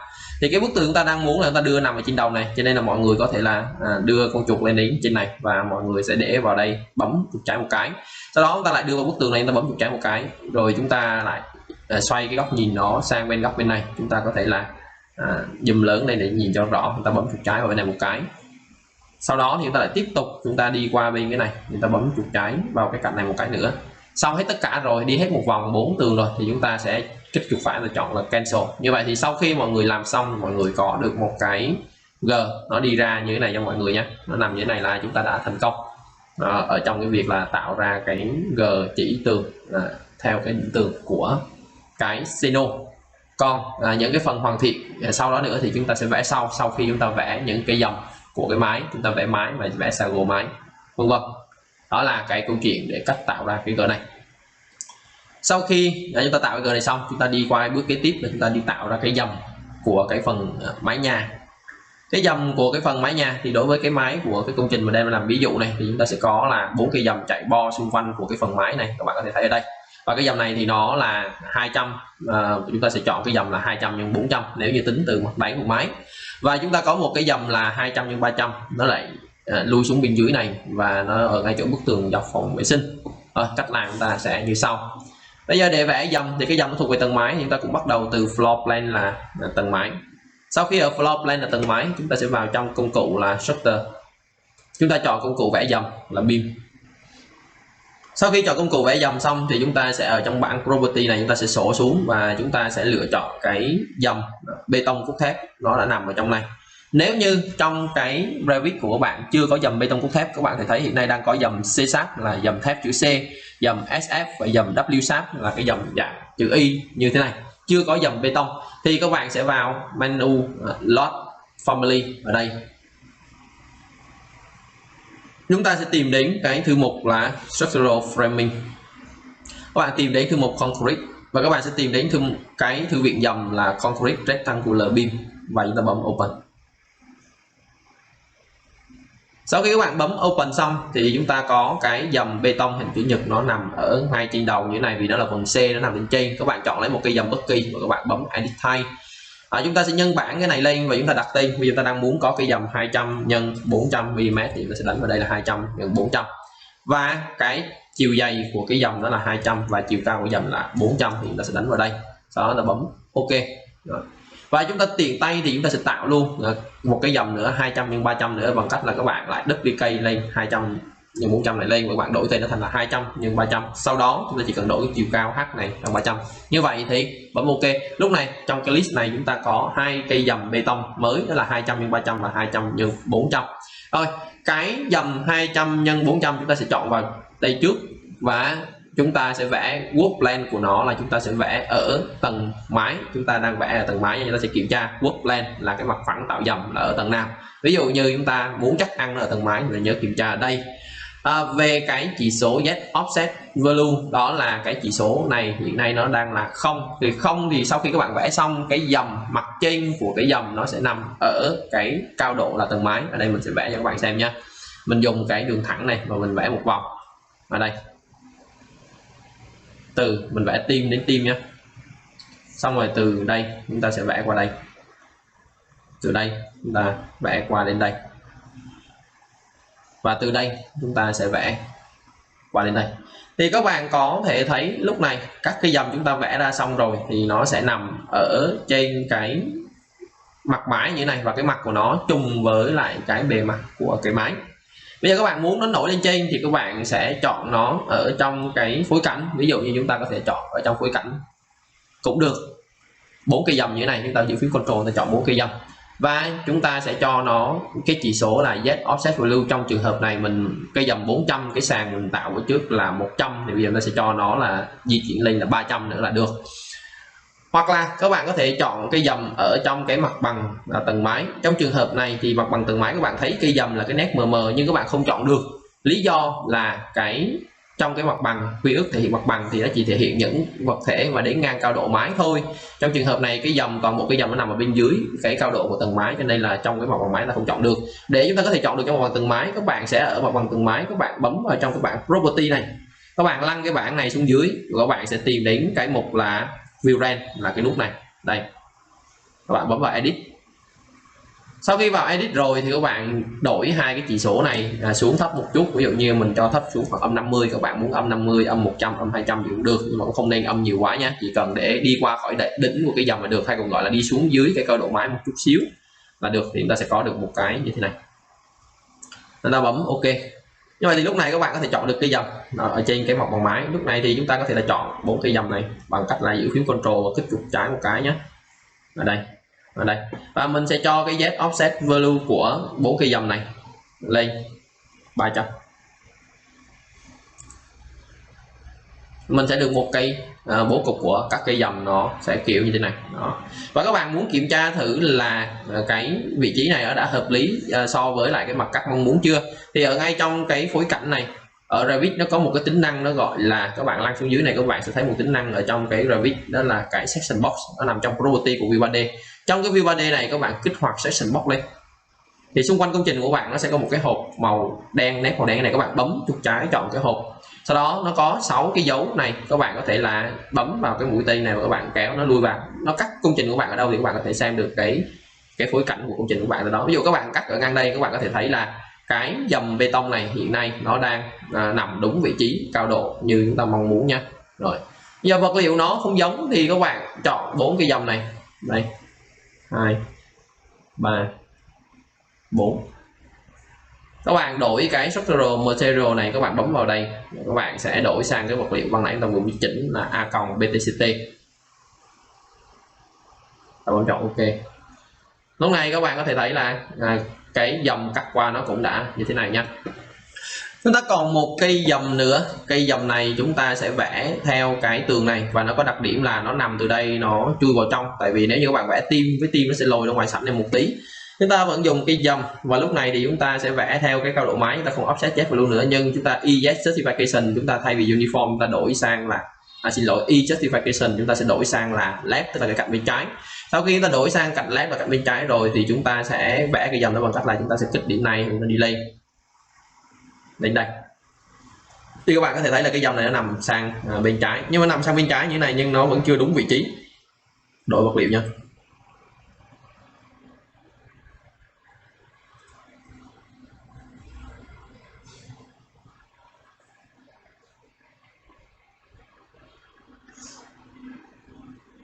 Chúng ta cho nó nằm vẫn chưa đúng vị trí, tại vì sao? Tại vì cái tường chúng ta có lớp vữa tô và cái dầm này đang nằm ở trên cái lớp vữa tô này, cái dầm này nó sẽ nằm ở trong cái phần lõi gạch ở giữa mới đúng. Như vậy thì cái lớp vữa tô ở trước chúng ta khai báo nó là 10 mm, như vậy thì chúng ta sẽ chọn cái dầm này và chúng ta sẽ dùng cái công cụ di chuyển, chúng ta di chuyển nó sang bên phải 10 mm. Như vậy thì lúc này cái dầm nó sẽ nằm đúng vị trí, đó là cái câu chuyện của dầm. Sau khi các bạn vẽ dầm xong hết rồi thì chúng ta còn làm thêm một cái bước nữa, đó là chúng ta sẽ tiến hành xử lý những cái phần giao hai vật thể nó chồng lên nhau. Ví dụ như cái dầm này nó trùng với lại cái sàn ở ngay tại vị trí này, các bạn thấy có cái hiện tượng nó xuất hiện răng cưa, hoặc là cái dầm này nó giao với cái tường này, các bạn thấy có sự xuất hiện răng cưa như thế này nha. Thì chúng ta sẽ dùng công cụ là modify và chúng ta sẽ có công cụ ở đây là choice geometry, là cái công cụ này. Chúng ta chọn công cụ choice geometry, modify, chọn choice. Sau đó thì để cho đỡ mất công bấm nhiều lần thì chúng ta sẽ chọn là multiple choice. Ở đó chúng ta sẽ chọn cái sàn này. Sau khi chọn cái sàn xong thì chúng ta sẽ đi, chúng ta bấm với cái giao giữa cái sàn này với lại cái tường này, giao với cái dầm này thì các bạn có thể thấy là nó cắt bớt cái dầm đi. Rồi xung quanh này giao với cái dầm này. Rồi, chúng ta chạm vào cái vật thể gì chúng ta nhớ bấm cho cái vật thể đó luôn, ví dụ bức tường này, rồi giao luôn cả với lại cái dòng này. Đó, chúng ta đã làm xong. Ở đây chúng ta sẽ còn một cái dòng nữa, ta có thể kết hợp với lại trên mặt bằng, tại vì trên phối cảnh chúng ta cắt bớt cái phần phía trước để chúng ta theo dõi. Chúng ta cũng giao với lại cái này nữa, đó là, và cái công cụ này sau khi các bạn làm xong bạn bấm modify để các bạn kết thúc cái câu chuyện là giao với cái sàn này với lại cái dòng. Bây giờ đến cái câu chuyện là giữa cái tường với cái dòng này, chúng ta sử dụng công cụ join này và chúng ta sẽ chọn cái tường và chúng ta sẽ chọn cái dòng. Như vậy thì các bạn thấy là mô hình chúng ta nó sẽ sạch sẽ. Các bạn có cái trường hợp giữa cái G này với G này, chúng ta có thể bấm công cụ là join cái này với lại cái tường này để các bạn có thể thấy là chúng ta sẽ mất đi cái lằn ranh giữa cái tường và cái G chỉ. Thực ra thì cái này chúng ta có thể là làm lúc này, hoặc là khi chúng ta đi vào chi tiết mô hình chúng ta làm sau cũng được, hoặc là chúng ta cũng có thể trong trường hợp cái chỗ này chúng ta cũng không nhất thiết phải làm, tại vì sau đó thì chúng ta cũng có thể là chúng ta còn cái lớp mà hoàn thiện bên ngoài nữa. Ở đây thì cái bức tường này chúng ta còn phải thay đổi cái chất liệu cho nó nữa. Ở đây bê tông cốt thép rồi, nó thay đổi rồi. Và các bạn trong cái phối cảnh 3D các bạn muốn quay lại cái phối cảnh nguyên bản thì các bạn có thể bấm bỏ cái section box này đi để các bạn có thể quay ngược trở lại và xem xét cái mô hình của bạn ở cái dạng như thế này đầy đủ. Đây là mô hình mà chúng ta đã làm từ nãy giờ sau khi có cái hệ dầm ha. Sau khi mà có cái tổ hợp dầm với lại Xeno như thế này thì chúng ta sẽ làm cái lớp tô trong hoàn thiện bên trong và kèm theo những gờ chỉ móc nước ở bên ngoài như thế này cho các cái vị trí lòng trong Xeno nhé. Thì cách làm chúng ta sẽ làm như sau. Đầu tiên thì ở mặt bằng máy, tầng máy, chúng ta sẽ vào trong cái tab Architecture này, chúng ta sẽ vào trong cái công cụ là Component, nhưng mà chúng ta sẽ vào trong cái mũi tên ở đây, chúng ta chọn là Model in Place sẽ là dừng tại chỗ. Sau khi mà Model in Place rồi thì chúng ta sẽ lựa chọn cái nhóm của nó là World, nó ok, chúng ta đặt tên cho nó là hoàn thiện Xeno, bấm ok. Sau khi hoàn thiện Xeno rồi thì chúng ta chọn cái công cụ là Sweep và chúng ta sẽ chọn Sketch Path để đây vẽ cái đường dẫn, và chúng ta sẽ dùng hình chữ nhật để chúng ta vẽ ra một cái đường dẫn bo hết xung quanh của cái thành Xeno như thế này. Sau đó chúng ta bấm dấu tích xanh để finish và chúng ta sẽ bấm vào cái nút là Edit Profile để chúng ta có thể điều chỉnh. Các bạn để thấy là cái profile nó nằm ở vị trí của cái này, nó sẽ tương đương với một trong hai cái mặt đứng này, chúng ta có thể quan sát được. Chúng ta sẽ chọn lấy một mặt đứng bất kỳ, chúng ta bấm Open View ở trong hai mặt đứng và đề xuất. Sau khi vào đây rồi thì chúng ta sẽ thấy là profile nó sẽ vẽ ở quanh cái vị trí chấm đỏ này, nó sẽ vẽ vương ra bên ngoài như thế này. Và để quan sát nó rõ hơn thì chúng ta có thể là đổi chế độ hiển thị Visual Style này sang Wireframe để các bạn có thể thấy được là cái thành của Xeno này, cái phần cái dòng ở chỗ này. Và chúng ta sẽ vẽ profile. Nguyên tắc của profile nó phải là một cái đường đơn và khép kín, như vậy thì chúng ta sẽ bắt đầu vẽ dùng công cụ vẽ line này và chúng ta sẽ vẽ ra. Ở đây thì mình sẽ bắt đầu mình vẽ cái đường ôm sát ở bên trong trước nhé. Ở đây mình sẽ ôm sát vào trong cái phần thành của cái Xeno này trước, mình làm một vòng. Rồi sau khi đến đây xong thì bây giờ tương ứng như mình có cái lớp tô là 10, tô tường ở đây là 10 thì mình cũng tô xuống dưới này là 10. Sau đó thì mình sẽ vẽ đi ra. Đến ngang đây về mặt cấu tạo thì nó có một cái G móc nước, thì mình sẽ vẽ nó xuống đây khoảng 15 đến 20 để làm G móc. Và bây giờ mình sẽ vẽ đi ra ngoài này. Bây giờ đến đây là 35 thì mình vẽ đây là 45 để có mình có cái lớp tô ngoài như thế này, và mình sẽ đi lên đây. Và ở đây về mặt cấu tạo và kết hợp với trang trí thì có thêm cái G chỉ, G dìm này kia khoảng một nấc chỉ nữa. Đây chúng ta có thể xem lại cái bảng này cho bạn thấy, ở chỗ này có một cái G chỉ để giảm bớt cái độ thô ở chỗ này đó. Thì chúng ta có thể là vào đây, chúng ta sẽ vẽ qua đây, rồi chúng ta sẽ vẽ lên đây, rồi chúng ta vẽ qua đây, rồi chúng ta lại tiếp tục lên đây, lên đây. Và lên đây thì chúng ta lại có một cái G chỉ nghiêng lên để cũng lại tạo cái G chỉ trang trí, và chúng ta có thể đi lên đến trên này. Rồi lên đến trên này thì chúng ta có thể là vẽ vào bên trong này, và chúng ta sẽ đi vào trong này. Ví dụ như từ đây chúng ta sẽ đi vào đây, rồi chúng ta có để đi xuống dưới. Thì các bạn có thể canh chính xác, hoặc là các bạn có thể là vẽ trước rồi các bạn chỉnh sau cũng được, vì đặc trưng của Revit này cho phép chúng ta có thể là vẽ trước để chúng ta chỉnh khoảng cách nó sau theo ý của chúng ta. Chúng ta vẽ thành một cái vòng khép kín như thế này là tuyệt vời, nó không có nét nào trùng với nhau. Sau đó chúng ta chỉnh nhé. Ví dụ lớp tô đây là chỉ cần là 10 thì chúng ta sẽ chọn cái nét này và chúng ta sẽ di cái đường đo này sang đây, chúng ta sẽ chỉnh con số này là thành là 10. Ở lớp tô này chúng ta cũng cần là 20 chẳng hạn như thế. Tô đáy thì chúng ta sẽ cần nó dày dày hơn một tí, thì chúng ta có thể là di chuyển nó lên xuống để có thể là thấy được cái đường này. Đây chúng ta sẽ có cái đường kích thước ở đây, mình sẽ cho nó lên là 20. Rồi sau đó thì cái lớp này chúng ta sẽ cho nó là 10, nếu như nó đang là không phải là 10 thì chỉnh lại. Tương tự như vậy cho cái khoảng cách giữa đường này, nó sẽ cho nó dày lên. Rồi tương tự như vậy ở đây, nếu như lớn quá, nếu đây là 10 rồi thì chúng ta bấm ok. Thì đó là cái cách chúng ta vẽ trước mà chúng ta có thể là chỉnh sau được đối với lại Revit. Và sau cùng thì khi mọi người đã xong rồi thì chúng ta bấm finish.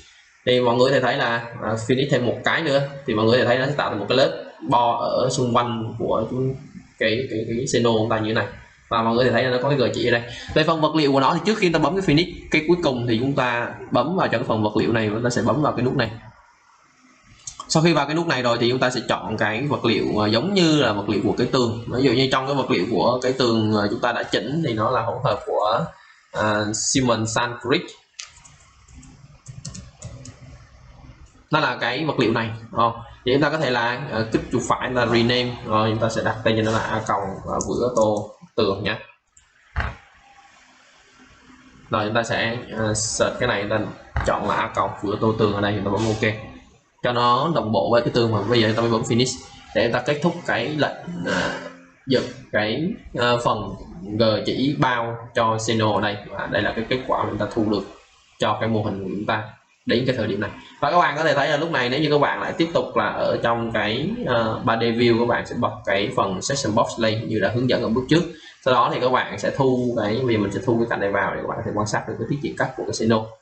Thì các bạn có thể thấy là chúng ta có một cái tiết diện cắt, nó có một cái lớp hoàn thiện nó bọc từ trong này bọc qua như này và tạo G chỉ này cho các bạn thấy nha.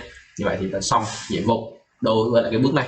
Đối với lại cái khối mà ta đã tạo ra như này rồi thì chúng ta muốn điều chỉnh nó, vì một lý do chúng ta muốn quay lại điều chỉnh nó, chúng ta sẽ bấm chọn nó, chúng ta bấm chọn edit in place. Sau đó thì chúng ta sẽ lại tiếp tục chọn cái cục này và chúng ta có thể là edit script để chúng ta có thể điều chỉnh được cái đường dẫn hoặc là cái profile, hoặc là nó thay đổi được cái vật liệu trong cái phần material của nó. Và xong xuôi chúng ta bấm finish thì chúng ta sẽ kết thúc cái việc điều chỉnh và chúng ta chuyển sang cái công việc kế tiếp. Sau khi chúng ta đã xử lý mô hình đến bước này rồi, chúng ta sẽ làm công việc kế tiếp là dựng cái mái nhà cho cái nhà này. Sau khi dựng mái nhà xong thì chúng ta sẽ dựng cái kết cấu đỡ mái ở bên dưới. Đối với cái nhà này thì cái mái nhà của nó là mái tôn và độ dốc của nó là 39%, độ dốc của mái tôn như thế này. Và cái chu vi của cái mái nhà thì chúng ta sẽ có cái hai cái cạnh biên đưa ra một khoảng, và cái cạnh theo chiều dọc nhà này thì nó tổng cộng là 7380, tổng độ dài của nó là 7380. Đó là những cái thông số mà chúng ta cần nắm. Thì cách vẽ thì sẽ như sau. Thứ nhất, chúng ta cũng bắt đầu từ mặt bằng tầng mái.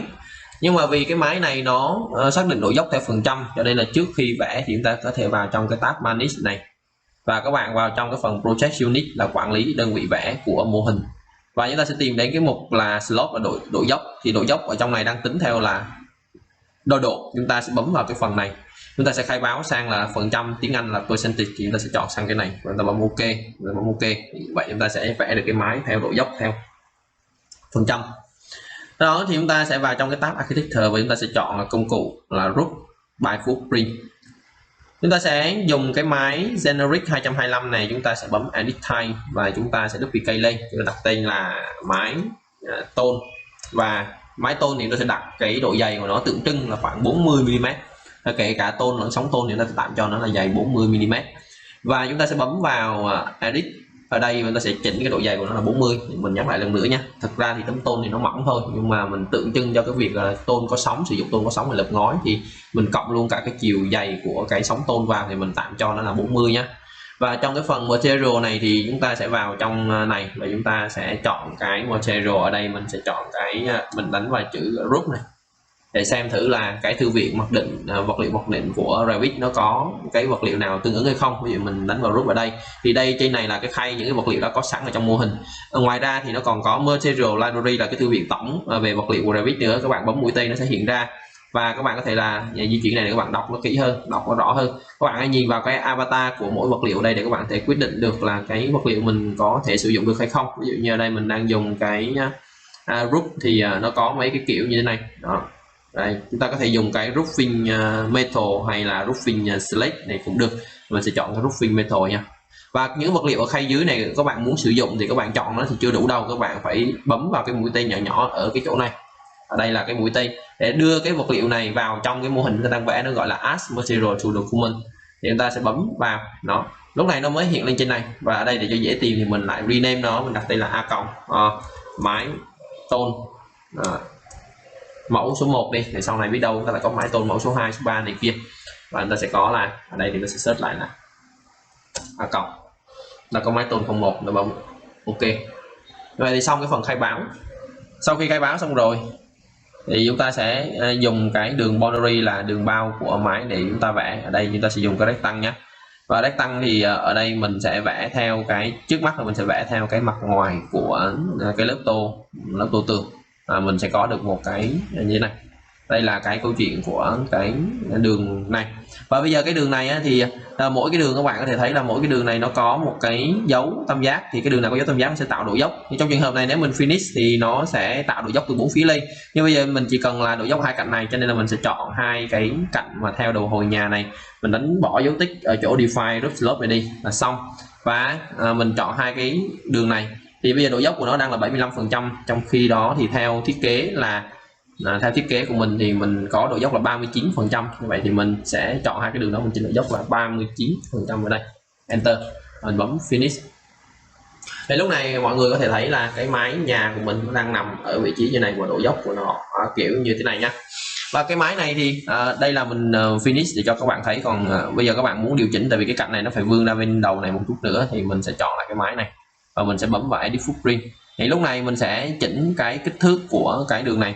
Thì đối với là kích thước của cái đường này thì chúng ta sẽ có cái kích thước ở trên cái mặt bằng hoặc là trên cái mặt đứng, thì chúng ta có thể tìm xem thử là cái mặt nào cho chúng ta cái kích thước nó rõ ràng nhất để chúng ta có thể vẽ. Thì chỉ có cái kích thước trong trường hợp của hồ sơ bản vẽ này thì có cái kích thước ở trên cái mặt cắt là từ cái tim này đi ra, là từ tim cột đi ra là 300 cho hai đầu hồi, còn hai đầu hai bên thì đi ra như thế này, mình đoán đi ra theo kiểu tượng trưng để cho nó chờm ra khoảng 50 để cắt nước thôi, 50 đến 100 để cắt nước. Vậy thì mình quay ngược lại cái mô hình của mình và mình sẽ chỉnh cho nó. Cạnh này đi ra từ tim là 300, cạnh này đi ra từ tim này cũng 300,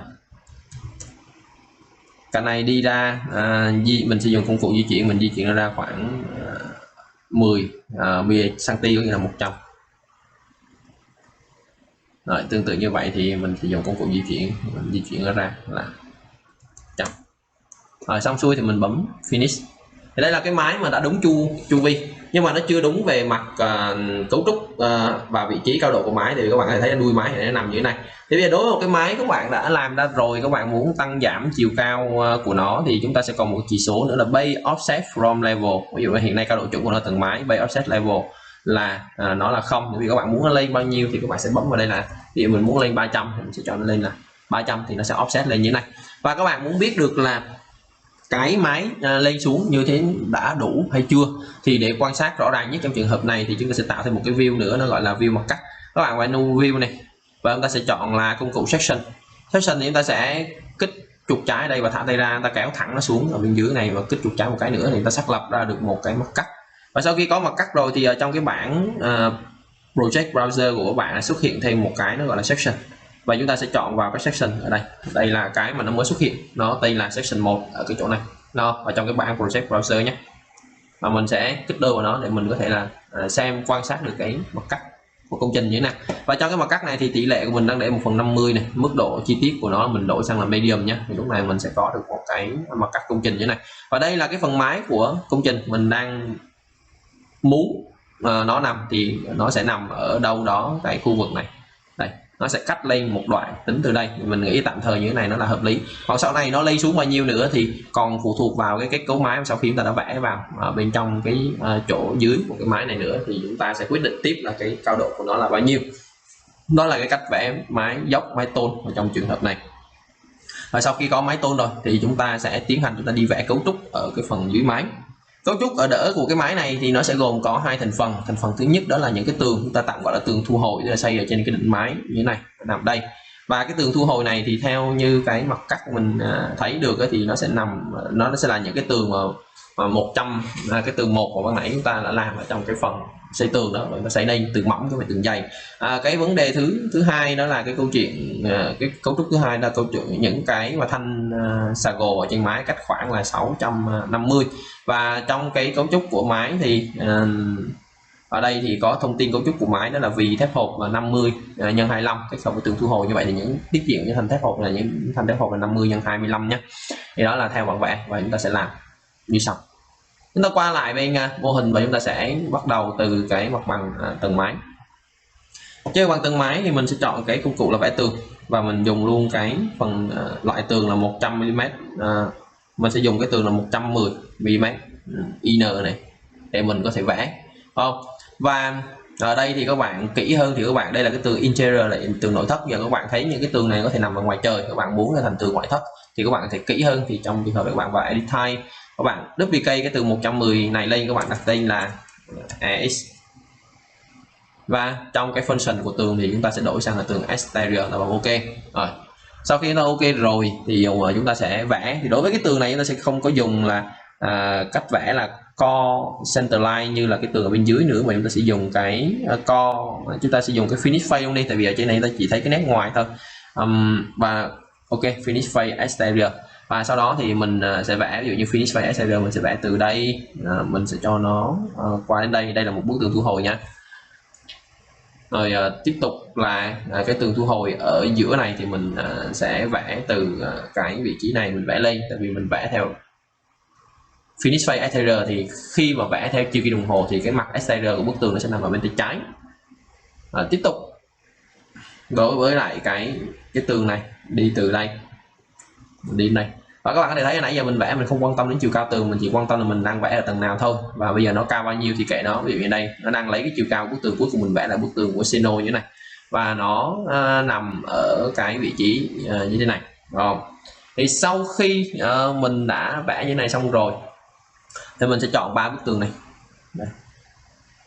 Mình dùng công cụ là attack, mình chọn attack top này, và mình sẽ chọn cái máy làm điểm đến. Như vậy thì chỉ cần bấm một cái nút như vậy thôi là cái phần tường công trình của mình đã đi lên tới tận ở trên cái đỉnh mái đó. Và các bạn có thể thấy là kiểm tra trong cái phần mặt cắt này, cái phần tường xây của mình đã đi lên tới nơi rồi. Đây là cái mà chúng ta có thể nhìn thấy được. Và lúc này các bạn trong cái phối cảnh 3D các bạn muốn ẩn cái máy đi để nhìn rõ phần tường bên dưới để quan sát nó tốt hơn, thì các bạn có thể là vào trong cái bảng Visibility Graphic Override của View3D, là cái nút này, phím tắt của nó là VG, và chúng ta ở trong cái tab đầu tiên này chúng ta tìm đến cái phần R, và chúng ta sẽ có cái phần group là mái nhà. Đây các bạn bỏ cái dấu tích ở cái chỗ cái group này đi và bỏ OK, thì cái phần mái nhà nó sẽ được ẩn đi ở trong cái view này, ẩn đi trong view này thôi nha, chứ còn view này nó không ẩn nha, và view tầng mái nó không ẩn. Thì các bạn có thể quan sát được cái tường của các bạn ở trong trường hợp ở đây. Thì mục đích quan sát là để chúng ta thực hành lại cái việc là chúng ta sẽ phải xử lý giao giữa bức tường này với cái dòng này và với cái dòng này đó. Rồi với cả cái phần này nữa và cả cái phần này nữa, đó là cái bức tường này. Và tiếp tục đối với lại cái bức tường này thì chúng ta cũng phải xử lý giao giữa bức tường này với lại cái dầm ở bên dưới nó. Rồi với cả cái phần mô hình này, cái mô hình mà chúng ta vẽ vào để chúng ta hoàn thiện cái này, đó là cái câu chuyện của cái bức tường bên đấy. Đó là tiếp tục chúng ta dùng công cụ join này với lại cái này, với cái phần hoàn thiện này, tức là những cái chỗ nào mà chúng ta thấy là về mặt hình học nó chồng lấn lên nhau thì các bạn sẽ xử lý giao cho sạch sẽ, thì chúng ta mới thu được một cái mô hình nó gọn gàng theo đúng ý đồ để chúng ta mong muốn được. Đó là kết quả chúng ta thu nhặt được ở trong trường hợp như này. Sau khi mà có cái phần tường này rồi thì chúng ta sẽ đi vẽ những cái dầm ở trên để đỡ cái phần mái ở bên dưới này bằng cái xà gồ 50x25 đấy. Thì trong trường hợp này chúng ta lại tiếp tục sang ở bên này, chúng ta sẽ sang cái view mặt cắt nha. Chúng ta phải dùng đến một cái công cụ nữa, đó là cái mặt phẳng làm việc tạm. Thì chúng ta sẽ vào trong cái tab Architecture và chúng ta sẽ dùng cái công cụ là Reference Plane để ta vẽ thêm hai cái mặt phẳng nghiêng theo cái độ dốc mái. Và cách vẽ chuẩn nhất là các bạn có thể dùng công cụ Pick Line này, và các bạn sẽ pick vào cái đường line mặt dưới của cái phần mái này, mặt dưới của phần mái này đó, và cứ mỗi lần pick line thì chúng ta sẽ có được một cái mặt phẳng ở đây. Và bây giờ chúng ta sẽ chọn mặt phẳng đó bằng cách là chúng ta để con chuột vào đây, chúng ta bấm tab đến khi nào mà chúng ta chọn được cái mặt phẳng như thế này. Đây là cái mặt phẳng chúng ta đã chọn được, thì chúng ta đổi tên cho nó. Ví dụ như ở đây là chúng ta đổi tên là theo cái kiểu này nha, mặt phẳng bên A và mặt phẳng bên B theo trục để các bạn dễ tìm. Ví dụ như là mặt phẳng MP nhé, bên A, tại cái máy nó có hai dốc mà sau này khó tìm lắm. Rồi bên này chúng ta lại để đây, chúng ta bấm tab đến khi nào chúng ta sẽ chọn ra được cái đường đứt như thế này đó, mình có thể đổi tên là mặt phẳng B. Rồi sau khi chúng ta có hai cái mặt phẳng đó rồi thì chúng ta lại quay sang cái mặt bằng mái. Thì các bạn có thể nhớ lại là ban nãy chúng ta vẽ mấy cái dòng này á, là chúng ta không có chỉnh cái mặt phẳng nghiêng thì nó sẽ nằm ở trên mặt phẳng nằm ngang như này. Các bạn nhìn thấy cái dòng này nằm trên mặt phẳng nằm ngang. Bây giờ chúng ta muốn vẽ trên mặt phẳng nằm nghiêng thì chúng ta sẽ phải set, tức là chúng ta sẽ phải chỉnh cái mặt phẳng làm việc sang cái mặt nghiêng để chúng ta vẽ. Nhưng mà trước đó thì chúng ta cũng phải đi lâu một cái thư viện dầm thép hình chữ nhật vào trước đã đó. Còn nếu các bạn không muốn rườm rà thì các bạn cũng có thể dùng ngay cái dầm bê tông này để các bạn thay sang cái vật liệu là thép thì cũng có thể sử dụng được. Còn nếu như các bạn muốn kỹ càng thì các bạn thể vào menu insert, các bạn chọn low family, các bạn sẽ sang cái mục là bây giờ structural framing, chúng ta sẽ chọn sang là steel. Steel rồi chúng ta sẽ đi tìm cái dầm mà nó có tiết diện hình chữ nhật đơn giản, ví dụ như là cái flat bar này cũng là một cái có thể sử dụng được, hoặc là các bạn có thể dùng là hollow structural section, đó là cái thép hộp như thế này đó. Chúng ta bấm open ha, và trong cái tiết diện này thì chúng ta có thể là ở đây chúng ta bấm ok nhé. Rồi sau đó thì sau khi đã có cái dầm đó rồi thì chúng ta sẽ vào trong cái phần structure này đó. Và trước khi chúng ta bấm vào cái công cụ là vẽ beam ở trên tầng mái nhé, thì chúng ta sẽ set cái mặt phẳng, ví dụ như mặt phẳng bên A trước nha. Chúng ta sẽ set mặt phẳng này, chúng ta sẽ set mặt phẳng và chúng ta sẽ bấm vào là mặt phẳng bên A, tức là cái mặt phẳng ở bên này, chúng ta bấm ok. Sau khi set mặt phẳng bên A rồi chúng ta dùng công cụ là vẽ beam và chúng ta sẽ chọn cái hollow này và chúng ta sẽ bấm là edit type cái dầm này để chúng ta sẽ tạo ra một cái dầm, như chúng ta tạm gọi duplicate là 50 nhân với lại 25 mm. Rồi trong này để chỉnh được cái kích thước của cái dầm thì chúng ta sẽ có một loạt thông số, họ đặt tên là HT, BKR, T như thế này. Các bạn muốn biết cái thông số này nó điều chỉnh như thế nào thì các bạn phải bấm vào cái ô preview, nó sẽ hiện ra một cái dầm ở đây. Chúng ta bấm thử con chuột vào trong cái phần này thì các bạn sẽ thấy là cái đường đo màu xanh xanh này nó ký hiệu, chúng ta thấy nó đo đây là chiều cao dầm, như vậy thì cái này chúng ta đang cần là 50, nó chỉnh là đây 50. Cái B này thì đây chiều rộng dầm thì chúng ta đang cần là 25, nó chỉnh là 25. Để chúng ta thấy cái KR này, cái KR này không biết nó là cái gì, nếu như trong này nó không có hiển thị thì các bạn có thể thử một vòng là các bạn sẽ chuyển sang là floor plan xem nó có hiện cái đường đo nào cho chúng ta hay không, hay là các bạn chuyển sang là elevation from hay là elevation left right để các bạn xem thử là cái con số này nó có ý nghĩa gì không. Nếu như nó không có chú thích gì thì chúng ta không có căn cứ gì thì chúng ta có thể tạm đoán là ví dụ như là cái thanh mà thanh thép hộp này nó có bo góc này, nó có độ dày này, thì chúng ta tạm hiểu nha, tạm đoán nha, cái T này nó chính là cái độ dày của cái thành thép này, và cái KR này nó chính là cái bán kính bo này. Thì bây giờ các bạn cũng để ý một chút xíu nha, bây giờ cái B này nó đang là 25, nên là tổng cái chiều ngang ta đang muốn là 25, mà bây giờ để cho cái thép này nó dày quá thì nó không tốt. Như vậy thì chúng ta để cho nó dày xuống đâu đó khoảng tầm 2 mm chẳng hạn, như thế khoảng cỡ đó thôi. Nếu như bạn nào rành về cơ khí thì bạn chỉnh các chỉ số này nó về nó khớp hơn thì tốt hơn, ví dụ như 1 hay là 1 mấy gì đó thì mình tạm chỉnh là 2 nha. Cái KR này là cái bán kính bo thì nó có thể là nó đi theo cái câu chuyện này, nếu nó đi theo luôn nha thì đỡ phải chỉnh thì xong. Ok, chúng ta bấm ok nhé, chúng ta sẽ có được một cái dầm 50 x 25. Và sau khi 50 x 25 rồi thì chúng ta sẽ vẽ bằng cái đường line này, chúng ta cũng vẽ đơn giản thôi, chúng ta vẽ từ bên này đó. Chúng ta vẽ từ bên này, chúng ta vẽ sang cái tận đầu mái bên này đó. Các bạn có thể thấy là cái dầm này nó xuất hiện ở đây một thanh rồi. Đó là cái câu chuyện để vẽ được một cái dầm trên mặt nghiêng. Sau khi mình vẽ một thanh rồi thì mình sẽ không vẽ tiếp nữa, mà mình sẽ phải chuyển sang để chính xác nha, tại vì nó muốn chính xác mình sẽ chuyển sang một các section. Và lúc này thì các bạn có thể thấy là trong cái section này các bạn thấy cái dầm chúng ta đang nằm ở đây, và chúng ta kiểm tra lại bằng vẽ này. Bây giờ cái dầm của các bạn nó sẽ đi từ trên này nó canh xuống bên dưới này đó, ở trên này nhé, bắt đầu ở khoảng cách là 650 thì mình sẽ di chuyển cái dầm này và dùng công cụ di chuyển. Lúc này thì các bạn cứ yên tâm là vì cái dầm này tạo trên mặt phẳng nằm nghiêng, cho nên là các bạn di chuyển là kiểu gì cũng chỉ di chuyển ở trên cái mặt phẳng nằm nghiêng này thôi. Đây là cái dầm mà mình vừa mới làm, sau đó thì mình sẽ di chuyển nó ra một chút xíu để cái dầm bên kia đây, từ đây nhé. Để khi chút nữa mình làm cái dầm ở bên này thì nó sẽ không có bị dính qua, tức là nó khi mà mình lấy đối xứng từ đây qua thì nó sẽ không có bị đấu nhau ở giữa này. Sau khi mình làm như thế này rồi mình sẽ copy ra ở đây, mình cứ copy ra nhập vào đây là 650 nhé. Rồi lại tiếp tục từ đây mình kéo vào đây là 650. Rồi mình cứ thế mình copy đến khi nào hết cái máy thôi, 650. Rồi lại đây là 650 cái nữa. Thì đó, mọi người có thể thấy là cái dầm cuối cùng của mình nó sẽ nằm ở đâu đó ở khu vực này đó. Và cuối cùng đó là trong trường hợp này mình có thể thử chọn các cái dầm này, đúng không? Mình dùng một cái công cụ là mirror rồi mình chọn là copy mirror để vẽ trục nha, và mình sẽ vẽ một cái trục từ trên này xuống dưới này đó. Mình thấy là các cái dầm nó đi qua được bên này nữa là ok. Như vậy thì mình vẽ một cái dầm mà mình sẽ có được hai cái dầm hai bên không, dầm một bên.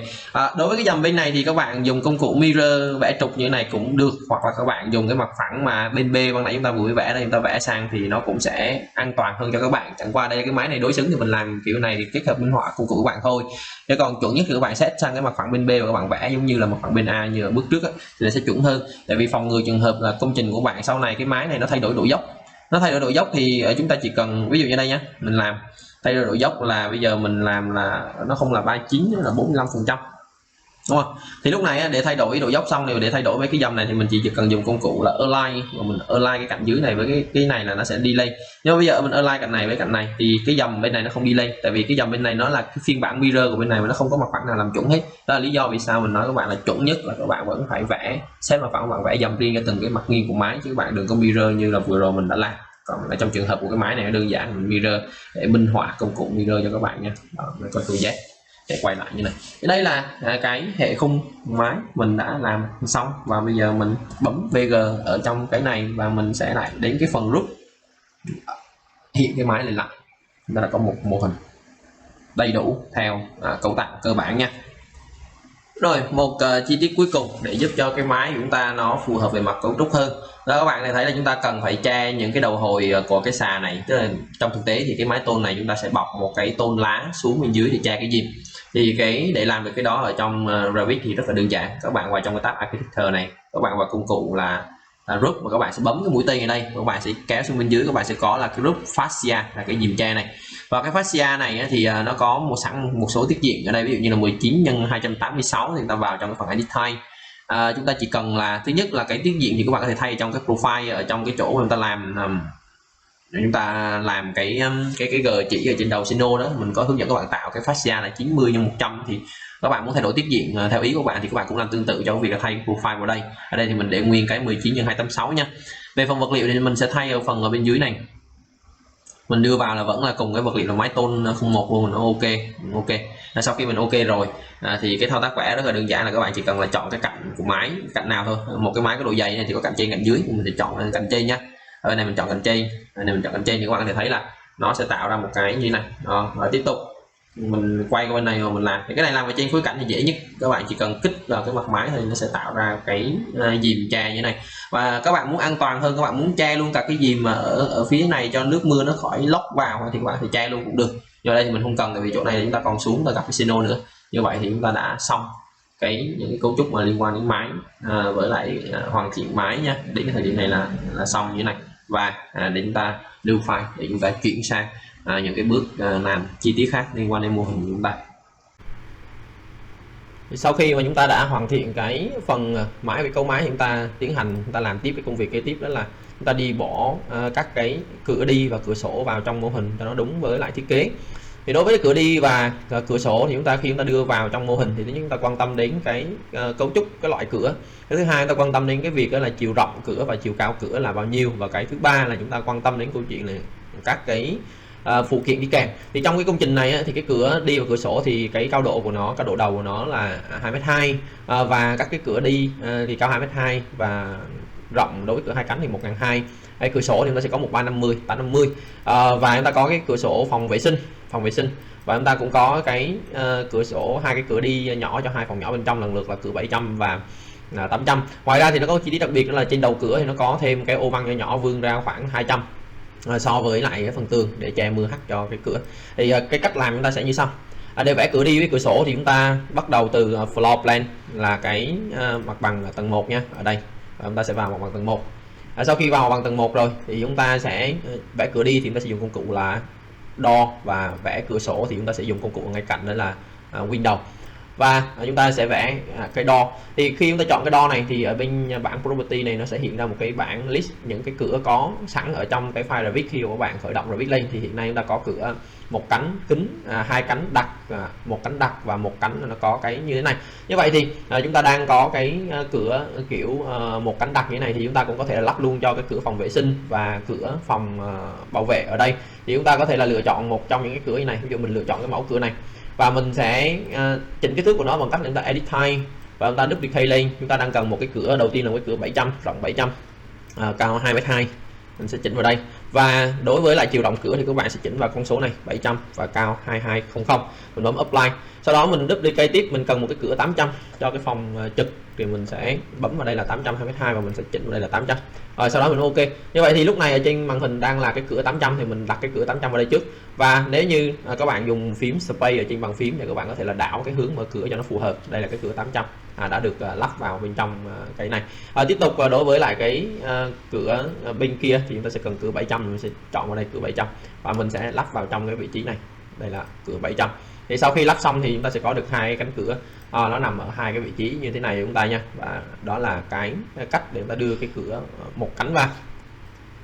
Rồi đối với Revit 2026, khi các bạn đưa cửa đi vào, các bạn thấy là cái tường của bạn nó vẫn liền một mặt như thế này và nó không có tự động cắt khoét cái lỗ tường dành cho cái cửa đi. Thì nguyên nhân chủ yếu là không phải là do cái cửa bị lỗi hay file các bạn bị lỗi, mà nguyên nhân chủ yếu đó là do cái chỉ số đối với mặt bằng. Hiện ta sẽ có chỉ số là view rend. Ở trong cái phần mà vẽ dầm thì mình đã hướng dẫn các bạn chỉnh cái view rend để thấy dầm rồi. Bây giờ trong cái mặt bằng tầng các bạn bấm vào cái view rend ở đây, đây là cái con số này, và phím tắt của nó mình nhắc lại lần nữa đó là VR nhé. Đây là quản lý về cái trường nhìn, cái phạm vi nhìn thấy của một cái mặt bằng. Nó bấm edit ở đây thì các bạn có thể thấy là trong cái view rend này thì cái chỉ số cut plane này hiện nay nó đang là 2m6, tức là nó mặt phẳng cắt của nó cao hơn cái đầu cửa. Cái đầu cửa chúng ta chỉ có 2m2 thôi, đây là 2m6 nha. Như vậy thì bình thường thì cái con số này nó sẽ là 1200 theo quy chuẩn của vẽ kỹ thuật. Như vậy thì các bạn gặp trường hợp không thấy cửa như này, các bạn phải kiểm tra này đầu tiên, và các bạn thấy 2m6 thì các bạn chỉnh xuống là 1200, các bạn apply nhé, các bạn bấm ok. Các bạn có thể thấy được là cái cửa của chúng ta đã nằm ở đúng vị trí như thế này và cái tự động nó cắt khoét bức tường cho các bạn. Rồi tiếp tục một cái chi tiết nữa đối với lại cái cửa đi ở trong Revit 2026, đó là các bạn khi các bạn lắp vào xong rồi thì các bạn có thể thấy là đối với một cái cấu trúc cửa thì chúng ta sẽ có cái gì? Chúng ta có cái thứ nhất đây, cái phần này nó gọi là cái khung ngoại hay còn gọi là cái khung mà lắp của tường, là cái này. Và cái phần thứ hai đó là cái phần cánh cửa. Thì các bạn có thể thấy đối với Revit 2026 thì các bạn lắp cái cửa này vào nó sẽ bị hở ra một đoạn ở đây, nó bị dư một đoạn, và cái đoạn này thì nó bị hụt vào so với mặt trong một đoạn như này. Thì trong trường hợp này đó là lý do nguyên nhân ở chỗ đó là cái cửa ở trong Revit 2026, thư viện mặc định Revit 2026 nó làm kỹ hơn so với cái phiên bản trước, và cái chỗ nó có thêm chỉ số của độ dày khung và cái độ offset. Cái chỉ số này tạm gọi chúng ta tạm hiểu là offset là độ dời theo cái phương ngang khi mà lắp vào khung tường nha. Còn cái phiên bản Revit trước thì nó không có chi tiết cỡ như thế này. Thì sau đó thì chúng ta hiểu như thế rồi, chúng ta sẽ đi tìm. Nguyên tắc cơ bản đối với những người dùng mới là chúng ta cứ hiểu xong rồi chúng ta đi tìm thông số. Thì bây giờ mình sẽ có cái gì? Đây là cửa 700 nhá, 700 và 2m2 chúng ta đã tính rồi. Thickness là độ dày của cánh cửa. Cái con số này nó là cái này. Đây. Đây, cái này là độ dày của cái cánh cửa. Chúng ta sẽ có cái độ dày cánh cửa là 45 mm. Như vậy thì chúng ta sẽ có cái gì đây? Masonry frame depth, đó chính là cái độ dày của khung mình nó ban nãy. Và như vậy thì cái khung này 150, trong khi cái tường của mình nó chỉ có là 100 cộng 2 lớp phủ tô 120. Như vậy thì chúng ta muốn vừa khít cái tường này thì chúng ta có thể là chỉnh là 120. Còn nếu như các bạn muốn là mỗi phía nó dư ra một tí để sau này các bạn làm các cái phụ kiện che cái bí cửa thì các bạn có thể cho nó dày hơn tường một chút xíu. Trong trường hợp này mình sẽ chỉnh cái con số này về 120 nhá. Đây, cái con số này là độ dày khung là 120 này. Ở tiếp tục mình lăn xuống bên dưới, các bạn nhìn thấy là cái thông số để chúng ta tìm xem là chúng ta có cái thông số nào liên quan đến độ dời của cái khung cửa so với tường không. Nếu như không có ở trong này thì nó sẽ nằm ở trong cái bảng property của từng cái cửa, tức là cái thông số riêng từng cửa. Như vậy đến cái chỗ này mình chỉ chỉnh cái con số này 120 và ok. Thì các bạn thấy là cái cửa này bắt đầu cái khung nó mỏng lại rồi này. Rồi bây giờ ta nhìn sang cái bảng property, cái thông số riêng của từng cái cánh cửa này thì các bạn có thể thấy là Masonry insert ở đây. Thì các bạn có nhìn thấy cái chữ nguyên tắc là có nhìn thấy chữ inset là 1 này. Rồi với lại là offset là 2 này, đó là những cái chỉ số mà chúng ta cần lưu tâm đối với cái độ dời ngang dời dọc của một cái cấu kiện so với lại cái điểm gốc của nó. Như vậy thì các bạn thấy cái số này 25. Như vậy thì 25 chính là cái khoảng này mình vừa mới giải thích cho các bạn đó. Như vậy thì chúng ta muốn là nó khít về cái tường thì các bạn chỉ cần chỉnh này là 0. Chúng ta sẽ có được cái tường nó sẽ nằm đúng như thế này. Cái tường này bây giờ chúng ta đang chỉnh là 110, tường này 110 thì như vậy thì chúng ta sẽ vào chỉnh cái khung này là 110 nhé, 110. Rồi enter, ok nha. Thì chúng ta sẽ có được một cái khung cửa nó sát như thế này. Tương tự như vậy đối với lại cái cửa bên này mình cũng edit height, mình chỉnh cái khung của nó là 110, cũng ok. Sau đó thì đối với lại cái phần inset của cái khung so với tường mình chỉnh là 0 nữa thì chúng ta sẽ có được một cái cửa như thế này. Và trong Revit thì các bạn muốn quan sát nhanh cái phối cảnh liên quan đến cái những một cấu kiện nào đó thì các bạn chọn những cấu kiện đó và các bạn sẽ vào trong cái mục là modify này, các bạn sẽ có một cái nút nhỏ nhỏ ở đây nó gọi là section box.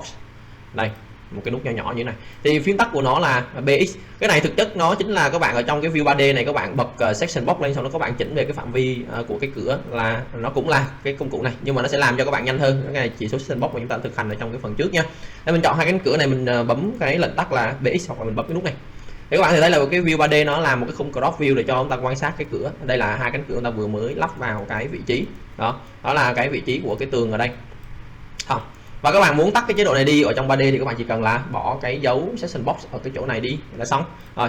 Ở trong cái cửa đi thì nó còn một cái thông số nữa, đó là các bạn thấy cái chữ siêu hay ở đây. Siêu hay này chính là độ cao cách nền chuẩn. Bây giờ cái nền này đang ở tầng 1 thì nó nằm ở nền tầng 1 như này, các bạn vì một lý do gì đó các bạn muốn có cái chân cửa nó cao hơn thì các bạn sẽ chỉnh lên. Ví dụ siêu hay các bạn chỉnh là 500 thì cái chân cửa này nó sẽ cách tầng 1 chuẩn là 500 và cái cửa bạn nó sẽ cao lên như thế này. Đây là cái chỉ số của siêu hay khi mà chúng ta chỉnh lên là 500 ha.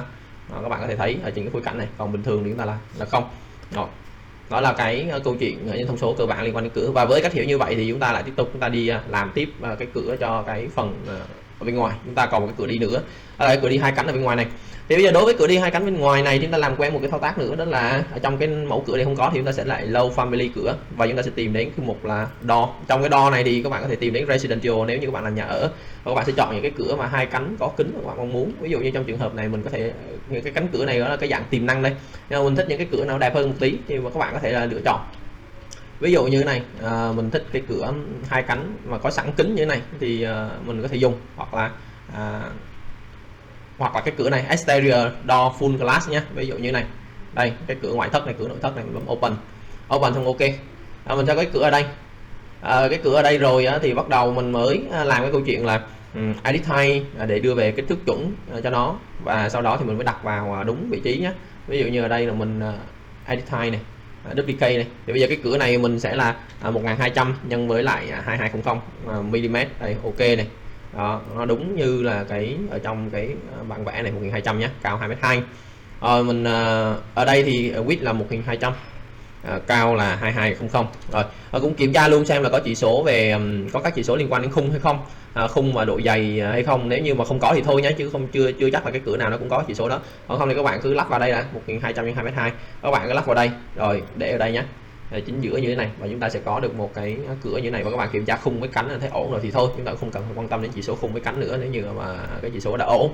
Và các cái cửa này thì mình cũng lưu ý luôn là tùy theo chế độ hiển thị nữa. Ví dụ như là medium, các bạn có thể thấy là nếu như trong chế độ hiển thị là fine là tốt nhất thì các bạn có thể thấy là có thêm cả cái đố này, có cả thêm cả cái tay nắm cửa này đó. Và cái cửa bên trong nhà cũng thế nha, có thêm tay nắm cửa khi chúng ta chỉnh cái chế độ hiển thị là fine là tốt nhất. Còn medium thì có thể là tay nắm cửa nó không có này, và một số cửa nó không có song ngang nữa. Cái này là cái chế độ hiển thị do cái thư viện cửa nói riêng và tất cả những thư viện khác nói chung, khi mà tạo thư viện người ta sẽ set up cái chế độ hiển thị này để làm cho mô hình của chúng ta nó nhẹ nhàng hơn khi mà nó có nhiều đối tượng. Tức là bình thường chúng ta hay triển khai mô hình ở chế độ medium để vừa đủ để chúng ta có thể là thể hiện các kích thước chi tiết. Thì chỉ có một số ít view chúng ta cần cái độ chi tiết cao chúng ta mới hiển thị cái file lên và có những cấu kiện nó hiện lên, thì giúp cho cái sự hiển thị mô hình ở trên máy tính của bạn nó nhẹ nhàng hơn, thay vì là lúc nào cũng đầy đủ tất cả mọi chi tiết thì chúng ta thao tác trên mô hình lớn nó sẽ rất là giật và lag. Đó là cái việc mà minh họa luôn cho các bạn biết, đó là tại vì sao mà có ba cái chế độ hiển thị này nhé. Như vậy thì chốt lại với nhau là bình thường chúng ta sẽ làm ở medium tất cả các view, còn khi nào các bạn cần một cái phối cảnh cuối cùng để hiển thị tất cả mọi thứ hay là một cái chi tiết cấu tạo phóng to lên thì các bạn để ở chế độ file nha. Rồi tương tự như cái cửa đi thì chúng ta sẽ tiến hành là chúng ta đưa các cái cửa sổ vào. Thì đầu tiên chúng ta sẽ có là Windows xong thì chúng ta cũng đi tìm xem là có những cái cửa sổ. Đây là những cái cửa sổ mặc định đã có ở trong mô hình, và bao gồm có một cái cửa sổ casement là cửa sổ theo kiểu mở cánh quay đấy, hai cánh này, một cái double hung là một cái cửa sổ mà theo kiểu là trượt lên, hai cánh nhưng mà trượt lên, và một cái cửa sổ dạng fix là ô kính, tạm gọi là ô kính cố định. thì chúng ta sẽ có một cái cửa sổ vệ sinh ở đây, một cái cửa sổ 4 cánh là nằm ở đây. Như vậy thì không có cái cửa nào chúng ta đang cần thì chúng ta sẽ chọn là low family, và chúng ta sẽ vào trong cái thư viện cửa sổ mặc định của Revit 2026. thì cửa sổ tiếng Anh đó là Windows. Các bạn có thể vào trong này các bạn tìm. Ở đây thì mình có thể đi qua một vòng. Những cái skyline này là những cái cửa sổ mái nằm ở trên mái, nó sẽ đặt ở trên cái mặt mái nếu trong trường hợp các bạn muốn làm cửa sổ trời cho cái công trình của bạn. Ở đây mình đang cần một cái cửa sổ là một cánh mở. Đây ví dụ như một cánh mở là mình có thể lấy cái này, open là một cái nha, ok. Và mình cần thêm một cái cửa sổ 4 cánh nữa thì mình lại tiếp tục mình low family và mình mở thêm. Thì vì các bạn muốn tìm nhanh các bạn có thể bật cái chế độ thumbnail của Windows lên.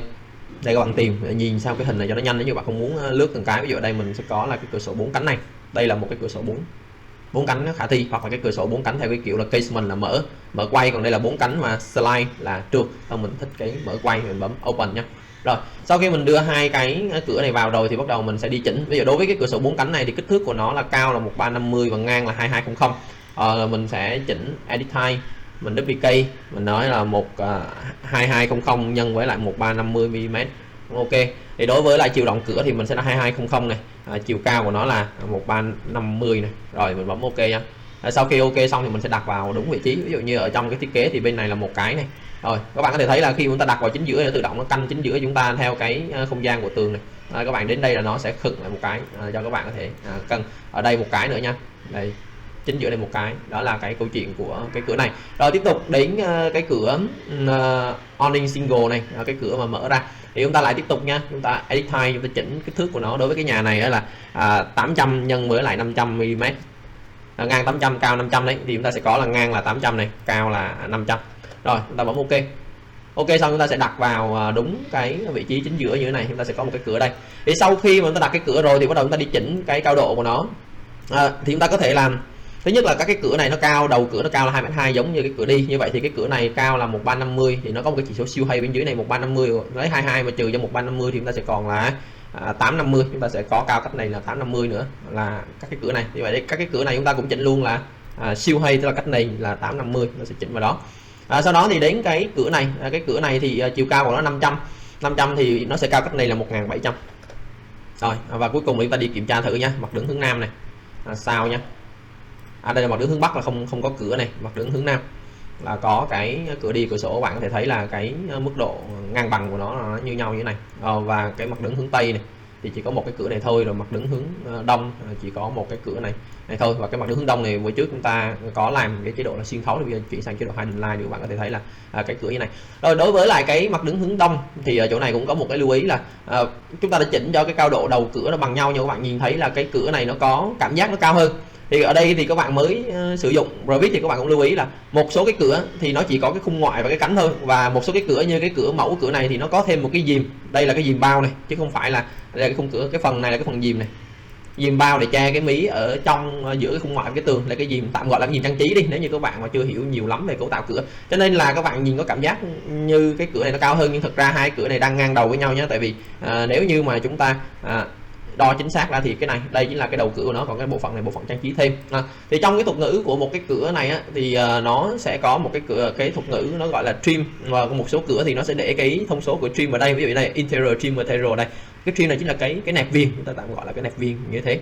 Thì đó là giải thích cho các bạn. Thì một số cái cửa thì sẽ cho các bạn kích thước của trim, hoặc là các bạn cũng có thấy ở trong này ví dụ exterior trim visibility, tức là những cái nẹp viền ở bên ngoài. Nếu như các bạn không muốn thấy nó thì các bạn cứ đến tìm xem thử cái này nằm bên trong hay nằm bên ngoài.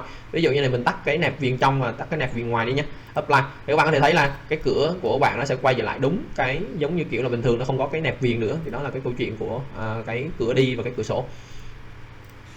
Đấy. Ok, và cái cửa nó cũng giống như cái tường, tức là nó sẽ có cái mặt exterior là mặt ngoài và mặt trong. Đây mặt ngoài nó sẽ có ký hiệu của cái này, cái tường cũng vậy, cái tường mà cái mặt ngoài của nó thì nó sẽ có cái ký hiệu như này, và cái mặt còn lại là mặt trong. Đó là cái câu chuyện mà chúng ta đưa cái cửa vào. Rồi kế đến là cái câu chuyện chúng ta trên đầu cửa chúng ta sẽ có một cái chúng ta sẽ có cái ô văn. Thì cái ô văn đó thì bằng cái công cụ mà chúng ta đã thực hành ở phía trước chúng ta làm cũng được, đó là cái công cụ mà Word Sweep với chỉnh kích thước. Thì giống như hôm trước, bây giờ chúng ta cũng dự định là dùng Word Sweep, thì chúng ta lại vào trong cái phần family này, chúng ta lại tiếp tục vào cái mục là profile và tiếp tục là dùng cái profile fascia flat này. Bữa trước chúng ta đã tạo ra cái 90/100, chúng ta sẽ duplicate cái này lên một chút và chúng ta sẽ đặt tên cho nó. Bây giờ là độ dày của nó là 100 và độ vuông của nó thì bây giờ vuông ra khỏi tường 200. Các bạn lưu ý nhé. Thì chúng ta tính một chút xíu, ví dụ mình tạm đặt ở đây là x đi, để rồi mình nói chuyện với trao đổi với bạn tí. Đây bây giờ chúng ta sẽ có cái section đi, và chúng ta sẽ đặt một cái section đi qua cái vẽ thêm một cái section nữa, chúng ta sẽ làm thêm một cái section nữa đi qua đây. Thì đối với mô hình Revit thì các bạn đã vẽ được mô hình đẹp rồi thì bao nhiêu section cũng được hết, thì chúng ta sẽ chọn là go to view. Rồi ở trong cái section như thế này thì chúng ta sẽ tính toán một chút xíu. Ví dụ như chúng ta có cái cửa như thế này, và ở trong cấu tạo thì trong cái bản vẽ chúng ta sẽ cần một cái ô văn đi ra từ đây đến đây. Đó. Đi ra như thế này thì cái khoảng này là từ đây đến đây là 200 và nó ngập vào trong tường một khoảng bằng cái chiều dày một lớp vữa tô cộng với lại chiều dày của lớp gạch này. Như vậy thì cái lớp gạch này chúng ta ban nãy chúng ta khai báo là 200 và lớp vữa tô này là 10 nữa. Như vậy tổng cộng của cái profile chúng ta đang cần đó là như vậy thì cộng hết tất cả lại là 200 cộng 200 cộng với 10 là 410. Như vậy tôi sẽ cần một cái profile 410 và chiều dày là 100. Sau đó thì chúng ta sẽ làm quen thêm một cái thông số nữa đối với lại wall sweep là cái độ inset vào trong tường, tức là cái độ offset theo phương ngang đấy. Rồi như vậy thì đây chúng ta sẽ rename nó là 100 nhân với lại là 410 mm. Rồi chúng ta lại tiếp tục là vào trong cái này và chúng ta sẽ chỉnh nha. Bây giờ độ dày của nó là 100 và cái chiều xin lỗi, cái độ dày của nó là 410 và cái chiều cao của nó là 100. Chúng ta bấm ok. Ok, xong rồi thì chúng ta dùng cái architecture, chúng ta dùng cái wall và wall sweep này, chúng ta edit type, chúng ta duplicate lên, chúng ta đặt đây nghĩa là D 100 nhân với D là 410 nhân với là H là 100 mm, là bấm ok. Sau đó thì chúng ta sẽ đổi cái profile này sang là 100 nhân 410, vật liệu là bê tông cốt thép. Rồi và chúng ta sẽ bấm ok nhé. Ok, xong thì chúng ta cũng ở trên cái khối cạnh đi, chúng ta sẽ đặt vào trong cái vị trí của tường, ta đổi nó sang cái này đây, chúng ta đặt vào trong cái vị trí của cái bức tường như thế này. Đây là cái mà chúng ta vừa mới tạo ra. Và ở trên cái này thì nó sẽ nằm ở trên cái mặt cắt này cho các bạn này. Đây, chúng ta nhìn trên mặt cắt nó sẽ nằm đây. Đây là cái miếng chúng ta vừa mới tạo. Bây giờ chúng ta muốn cho nó ngập vào trong tường thì chúng ta sẽ có một cái chỉ số là offset from wall, hiện nay đang là 00 này. Cái chỉ số này bây giờ chúng ta muốn cho nó ngập vào thì các bạn ngập vào âm 210 giống như ban nãy chúng ta vừa mới trao đổi với nhau, âm 210, enter nhé. Đấy, nó vừa nằm đây. Và cuối cùng là các bạn có thể là dùng công cụ di chuyển này, các bạn di chuyển xuống sát cái đầu cửa sổ của các bạn, đó là nó sẽ nằm đúng vị trí này. Còn về kích thước chiều ngang thì các bạn sẽ sang cái mặt đứng ở bên này, các bạn điều chỉnh. Ví dụ mặt đứng bên đó là mặt đứng hướng tây thì các bạn sẽ thấy cái này. Thì để chỉnh kích thước theo chiều ngang của một cái wall sweep thì đầu tiên các bạn chỉnh chính xác nhé. Thì các bạn có thể là đầu tiên các bạn sẽ nắm vào trong cái chấm để điều khiển cái chiều dài, các bạn chích vào đây. Bây giờ cái cửa này chúng ta rộng 2m2 đúng không? Thì chúng ta muốn mỗi bên nó đi ra 100 thì các bạn bắt đầu các bạn mới kéo này ra và các bạn sẽ nhập vào đây, qua đây là 2.200 cộng 100 là 2.300. Rồi tiếp tục bên này chúng ta lại kéo ra là thành là 2.400. Như vậy thì bằng cách này chúng ta sẽ có một cái ô văn ở trên đầu này, nó sẽ dư ra ở mỗi cạnh là 100. Chúng ta kiểm tra lại bản vẽ một chút xíu ha. Rồi ok, hợp lý. Đó là chúng ta đã hoàn thành.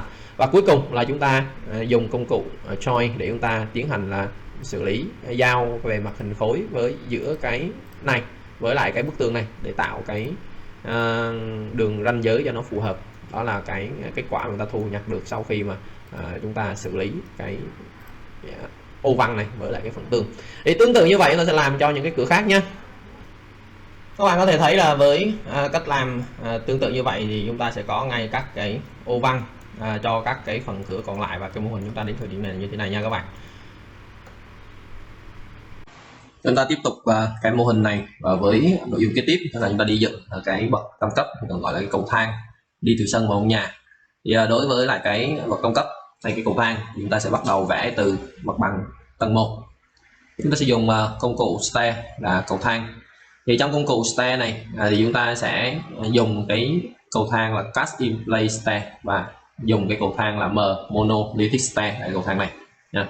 Thì trong cái cầu thang này chúng ta sẽ bấm vào trong cái phần edit type để chúng ta duplicate lên, chúng ta sẽ tạo ra một cái loại cầu thang chúng ta sử dụng. Ví dụ như ở đây mình đặt tên là bậc cấp, rồi bấm ok. Về cái chức năng của thang thì mình sẽ cho chức năng của nó là ở ngoài nhà là exterior. Ở trong cái bảng thông số này có hai cái thông số, đó là run type là vế thang và landing type là cực chiếu nghỉ. Thì đối với lại vế thang thì mình sẽ vào trong này, mình cũng duplicate lên nữa, mình sẽ tạo ra là vế thang phẳng dày 450 mm. Và đối với lại cái vế thang dạng phẳng như thế thì với độ dày mình sẽ cho nó là độ dày là 450 ở bên dưới này. Về cái phần mà bảng thang thì mình sẽ cho nó cái vật liệu là bê tông cốt thép BTCT. Ok. Đối với lại cái cầu thang này thì nó có cái cấu trúc, đó là nó có cái phần mặt bậc dày lát đá dày khoảng 20 và cái mũi bậc này nó còn bo tròn nữa. Thì để làm được cái câu chuyện đó thì chúng ta cũng vào trong này nó khai báo muốn có mũi bậc, cái mặt bậc bên trên thì nó là treat material này, và chúng ta sẽ phải kích hoạt cái treat là cái mặt bậc lên, chúng ta sẽ kích hoạt vào đây. Với tấm đá lát bề mặt cái cầu thang thì nó dày khoảng 20 thì nó sẽ nhập vào đây là 20, thì tùy theo vật liệu của các bạn sử dụng để lát mặt cầu thang là cái gì thì chúng ta sẽ lựa chọn cái loại tương ứng người ta làm. Ở đây thì nó là mình dự định làm đá dày 20 nhé. Và cái phần mà mũi bậc đưa ra đấy là đưa ra bao nhiêu thì chúng ta sẽ nhập vào đây. Ví dụ như trong cấu tạo này đang đưa ra là 30 thì chúng ta sẽ nhập vào đây cái mũi bậc là 30, ta bấm Thì đó là cái thông số ta nhập vào. Và khi mà có cái bậc ở đây rồi thì trong cái phần vật liệu mới cho phép chúng ta là sử dụng cái vật liệu đưa vào. Thì bây giờ chúng ta có thể sử dụng luôn cái vật liệu mà chúng ta đã làm cho cái vật liệu nền nhà. Ví dụ như là chúng ta đã có là 600 nhân với lại 600, tức là đã có cái gạch ceramic 600 này rồi, thì chúng ta sẽ lấy luôn cái vật liệu này, chúng ta làm luôn cho cái bề mặt. Thì cái này thì tùy theo các bạn, nhưng mà ở trong cái trường hợp này nếu như mà đưa ra cái, ở đây mình giả dụ thôi nha, ở đây là đang là cái cấu tạo này là cấu tạo của đá, nhưng mình đang muốn là để cho đơn giản dễ hiểu thì mình làm cho cùng cái ron gạch ở trong này thì mình sẽ dùng cái gạch là ceramic 600 nhưng mà cái gạch này thì độ dày của nó không được là 20 như ta mong muốn đâu. Còn nếu chi ly ra hơn thì các bạn phải tạo ra một cái vật liệu mới. Ví dụ như ở đây mình sẽ search luôn một cái vật liệu là ví dụ như là marble. Đấy, mình search luôn cái vật liệu đá marble như thế này, mình đưa lên đó. Hoặc là mình dùng cái vật liệu, mình search cái vật liệu granite, chúng ta có thể dùng cái granite hoặc là marble. Ví dụ như là granite thì chúng ta sẽ có cái stone màu hồng hay là cơn chạm kết như thế này, thì mình có thể đưa lên. Thì mình lấy cái này mình đưa lên nha, và mình có thể rename nó, ví dụ như là a cộng granite mặt bậc rồi mình lấy cái này mình đưa ra. Ok, thì đối với lại cái vật liệu và đá như này thì chúng ta mới làm được cái độ dày là 20. Ở đây thì chúng ta về mặt kỹ thuật vẽ và đồng thời chúng ta phải nắm một số cái thứ cơ bản liên quan đến thực tế. Ta bấm ok, thì sau khi chúng ta khai báo ok rồi thì chúng ta sẽ khai báo cái cao trình của cái cầu thang hay cầu bậc cấp này. Thì bậc cấp này sẽ đi từ sân vườn lên đến tầng 1, cho nên là cái base level của nó là sân vườn và top level của nó sẽ ở tầng 1. Đó là cái câu chuyện về cao trình, và tổng cộng là 450. Như vậy thì tổng số bậc của nó sẽ là 3 bậc. Chúng ta định thiết kế là 3 bậc và mỗi bậc nó sẽ có cao độ là chiều cao là 150 là tự tính ra. Cái số xám này chúng ta không nhập vào được tại vì số xám này tự tính. Và cái chiều rộng của mặt bậc là 280 thì nó bằng 250 cộng với 30. Còn nếu như các bạn thiết kế khác thì các bạn sẽ nhập vào con số đây. Sau khi các bạn chốt con số đó rồi thì các bạn có thể là vẽ ra bằng cái run và bằng cái vế thẳng ở đây, và chúng ta có thể vẽ thoải mái tự do bên ngoài trước khi chúng ta di chuyển vào. Ví dụ như là các bạn bấm và các bạn đưa ra thì các bạn sẽ có được một cái bậc cấp nó nằm như thế này. Và sau khi các bạn vẽ xong rồi thì các bạn có thể là dùng công cụ di chuyển để các bạn ghép nối nó vào đúng vị trí. Ví dụ như là cái vị trí này nó sẽ ghép nối, các bạn muốn là cầu thang của bạn nó nằm ở đây, thì bạn ghép nối nó vào và các bạn sẽ kéo cái mũi tên này sang bên trái bên phải để các bạn có thể là điều chỉnh cái chiều dài của cái bậc thang. Và cuối cùng là chúng ta finish. Rồi trước khi finish ấy, thì chúng ta bấm vào cái mục Railing để chúng ta xác nhận là nếu như các bạn muốn tự động tạo ra cái lan can đi kèm bậc cấp này thì các bạn sẽ để nguyên mặc định như thế này. Còn nếu như các bạn không muốn tạo, trong trường hợp mình không muốn tạo lan can đi kèm thì mình sẽ chọn cái này sang nâng, mình bấm ok, sau đó mình bấm finish. Thì mình có một cái bậc thang nó như thế này. Đây là cái bậc thang mình đã đưa vào trong mô hình của chúng ta, và nó có cái phần mặt bậc đá này và nó có cái phần đá đưa ra như thế này. Thì ở cái chỗ này lúc mà vẽ cái nền nhà mình có nói các bạn là mình vẽ tạm cái phần nền hiên như thế này, chờm ra một chút. Nhưng mà bây giờ cái nền hiên này với lại cái nền của cái thang này chúng ta xem thử mặt cắt nha. Cái này kích chuột phải go to view, các bạn có thể thấy là cái cầu thang của chúng ta sau khi khai báo xong thì nó ngập vào như này. Đồng thời một cái câu chuyện nữa là cái trong nhà thì chúng ta dùng cái gạch ceramic gạch lát dày khoảng 7mm đến 10mm để làm gạch lát nền, trong khi cái hiên ta đang dùng cái đá để chúng ta có được một cái cấu tạo cái mũi bậc đưa ra cái kiểu như thế này. Như vậy thì hai chênh lệch giữa hai cái vật liệu như này thì mình nghĩ là đây là cái nền hiên này chúng ta có thể thu hết vào đây và để dành cho cái cầu thang này, xử lý dùng cái cầu thang này để làm luôn cái mặt hiên này luôn thì nó sẽ đồng bộ. Thì cách xử lý nó sẽ như sau. Chúng ta sẽ ở mặt bằng tầng 1, chúng ta chọn cái nền này, chúng ta bấm edit boundary. Sau khi edit boundary xong thì chúng ta sẽ đưa cái ông này di chuyển cái cạnh này về với sát tường này, hoặc là chúng ta sẽ dùng công cụ là align. Ở đây chúng ta bấm vào cái này, xong rồi chúng ta bấm vào cái đường này. Như vậy cái đường màu tím của cái sàn nó sẽ đi vào trong sát mép tường, chúng ta bấm finish để kết thúc cái sàn này. Sau đó đối với lại cái cầu thang này thì chúng ta sẽ chọn vào cái cầu thang, chúng ta bấm vào edit stand. Bây giờ đối với cầu thang bình thường ấy thì muốn có 3 bậc thì bao giờ cầu thang Revit nó cũng tính mặc định của nó là 1, 2 và cái mặt ở trên cùng là cái mặt sàn kết nối gì đó thì nó sẽ là bậc thứ 3, cho nên nó chỉ vẽ có 2 bậc thôi và chúng ta sẽ không có vẽ bậc thứ 3. Trong trường hợp các bạn muốn vẽ luôn cái bậc thứ 3 thì các bạn sẽ chọn vào cái vế thang này và các bạn sẽ bỏ cái dấu tích ở cái chỗ là end with riser đi, tức là kết thúc bằng một cái cổ bậc đi. Như vậy thì cầu thang chúng ta sẽ kết thúc bằng một cái mặt bậc. Lúc này thì chúng ta có thể là sử dụng cái ông này. Đây chúng ta sẽ dùng cái ông này và chúng ta bấm vào cái chấm tròn này, chúng ta sẽ kéo thêm một cái bậc nữa thì chúng ta sẽ có được một bậc như thế này. Đây là cái bậc cuối cùng. của chúng ta để chúng ta có thể là sử dụng. Như vậy thì đây là cái cầu thang mà dạng end with. Chúng ta sẽ không kết thúc bằng một cổ bậc, mà kết thúc bằng một mặt bậc thì chúng ta sẽ có được một cái cầu thang nằm ở đây. Còn cái khoảng còn lại ở đây thì chúng ta sẽ có là hai cách xử lý. Cách xử lý thứ nhất là các bạn lại vẽ thêm một cái floor nữa để fill, tức là để lấp đầy vào cái vị trí này, hoặc là các bạn lại tiếp tục là chọn cầu thang này edit stair. Chúng ta sẽ chọn cái cầu thang này. Sau khi chúng ta đã ổn định về cấu trúc bậc tất cả mọi thứ rồi, chúng ta không có thêm thắt gì nữa, thì chúng ta sẽ convert cái cầu thang này sang dạng sketch base là dạng phác thảo. Và sau khi convert sang dạng sketch base dạng phác thảo xong, chúng ta sẽ bấm vào phần edit sketch. Edit sketch rồi thì chúng ta sẽ lại dùng cái công cụ là align. Chúng ta align cái nét màu đen của bậc cuối cùng này, chúng ta đi lên. Cái đấy đối với lại cái nét mà màu xanh này thì chúng ta cũng kéo lên để chạm cái nét màu đen này và chúng ta bấm finish rồi. Và chúng ta cũng dùng cái lệnh là fillet để chúng ta đưa cái nét màu xanh lá này gặp cái nét màu đen nếu như nó bị tách ra như này. Và cái cấu trúc cuối cùng chúng ta thu được đó là cái tổ hợp nét xanh lá là nét đường biên của cầu thang, nét màu đen là nét bậc của cầu thang, và nét màu xanh đậm này là chính là cái hướng đi của cầu thang. Chúng ta bấm finish. Ta bấm finish nữa thì lúc này các bạn có ngay một cái bậc cấp mà kết hợp với bậc cuối cùng chính là cái bậc hiên cho công trình của chúng ta theo cái kiểu như thế này. Và chúng ta sẽ kiểm tra ở trên mặt cắt nhé. Thì trên mặt cắt lúc này các bạn sẽ được một cái tổ hợp. Đây chúng ta có một cái này đi tới đây và chúng ta sẽ kết hợp với lại cái nền nhà. Thì đây là cái mô hình mà chúng ta có được sau khi chúng ta vẽ và chỉnh cái cầu thang.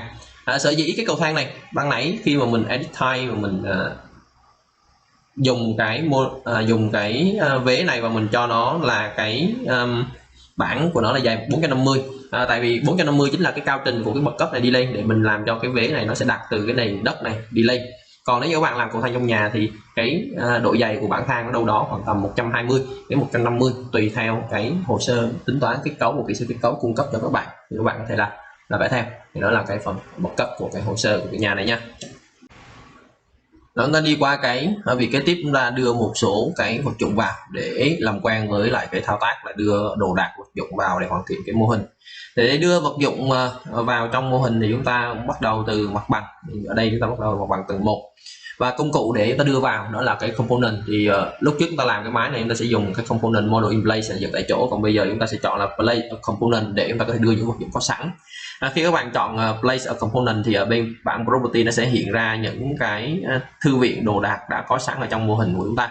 Ví dụ như là Revit 2026 khi khởi tạo mô hình mới thì nó có rất là nhiều cái đồ đạc có sẵn ở đây. Thì các bạn muốn biết là chúng ta có những cái gì thì chúng ta có thể là lăn con chuột lên xuống để tìm vào trong cái list này để có thể tìm được vật dụng mong muốn, hoặc là các bạn sẽ search bằng những từ khóa tiếng Anh. Ví dụ như bây giờ mình muốn có một cái bàn để ở cái phòng trực bảo vệ thì mình cứ search thử cái chữ table để xem có này không, hoặc là nếu như không có table thì mình search thử cái chữ desk.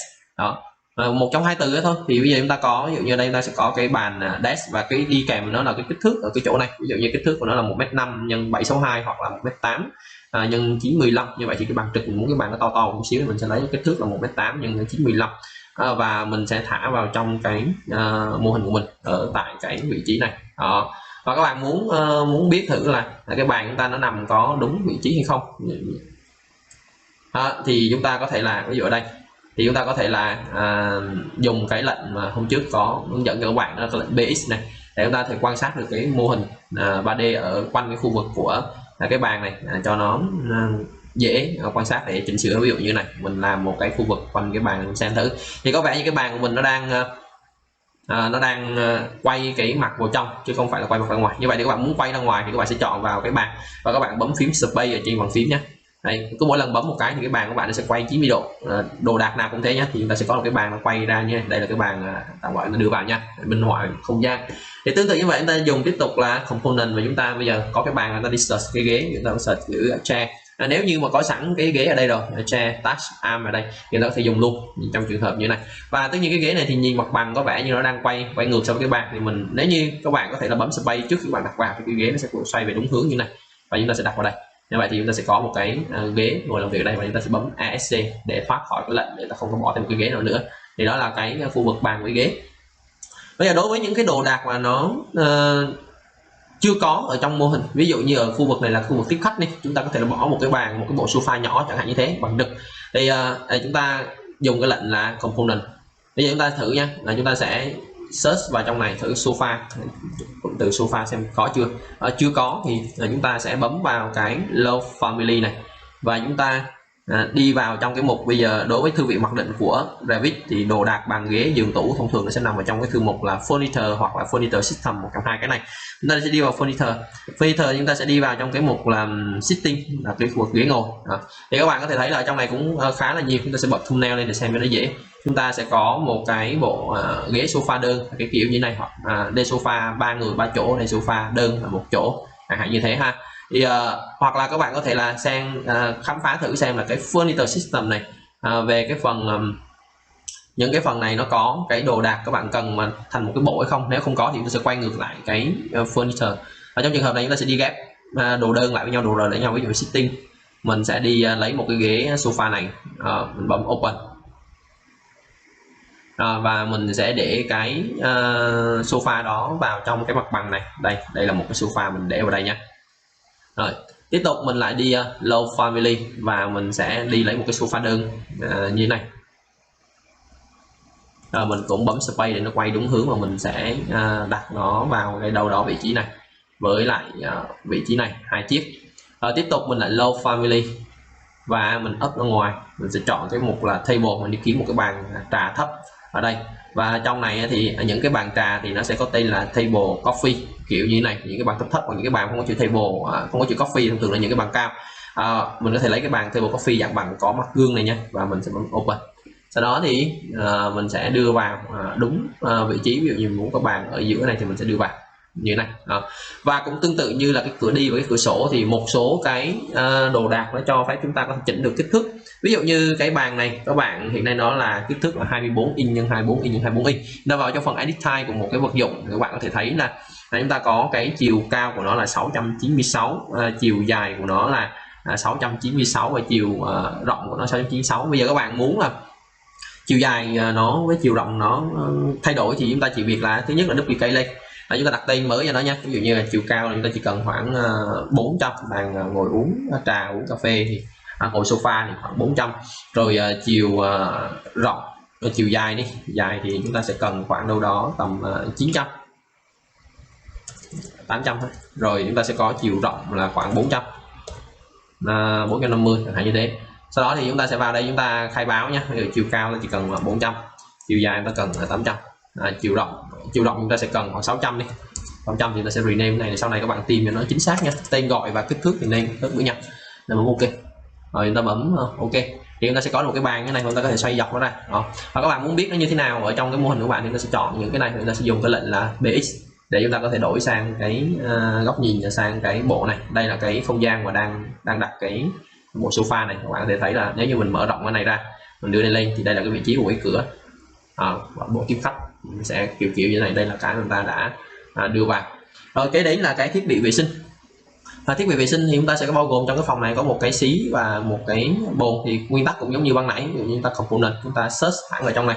Ví dụ như là các bạn search toilet có hay không, hay là các bạn search có là sink là cái bồn rửa, chúng ta có những cái bồn sink như thế này là đưa vào. Ví dụ như bồn rửa của bếp, bồn rửa đi kèm đấy là cái đây. Hoặc là các bạn muốn là Love Family và đi tìm đồ đạc ở trong thư viện mặc định của Revit thì đối với các cái thiết bị vệ sinh thì nó sẽ nằm ở trong cái mục là thư mục là Plumbing ở đây.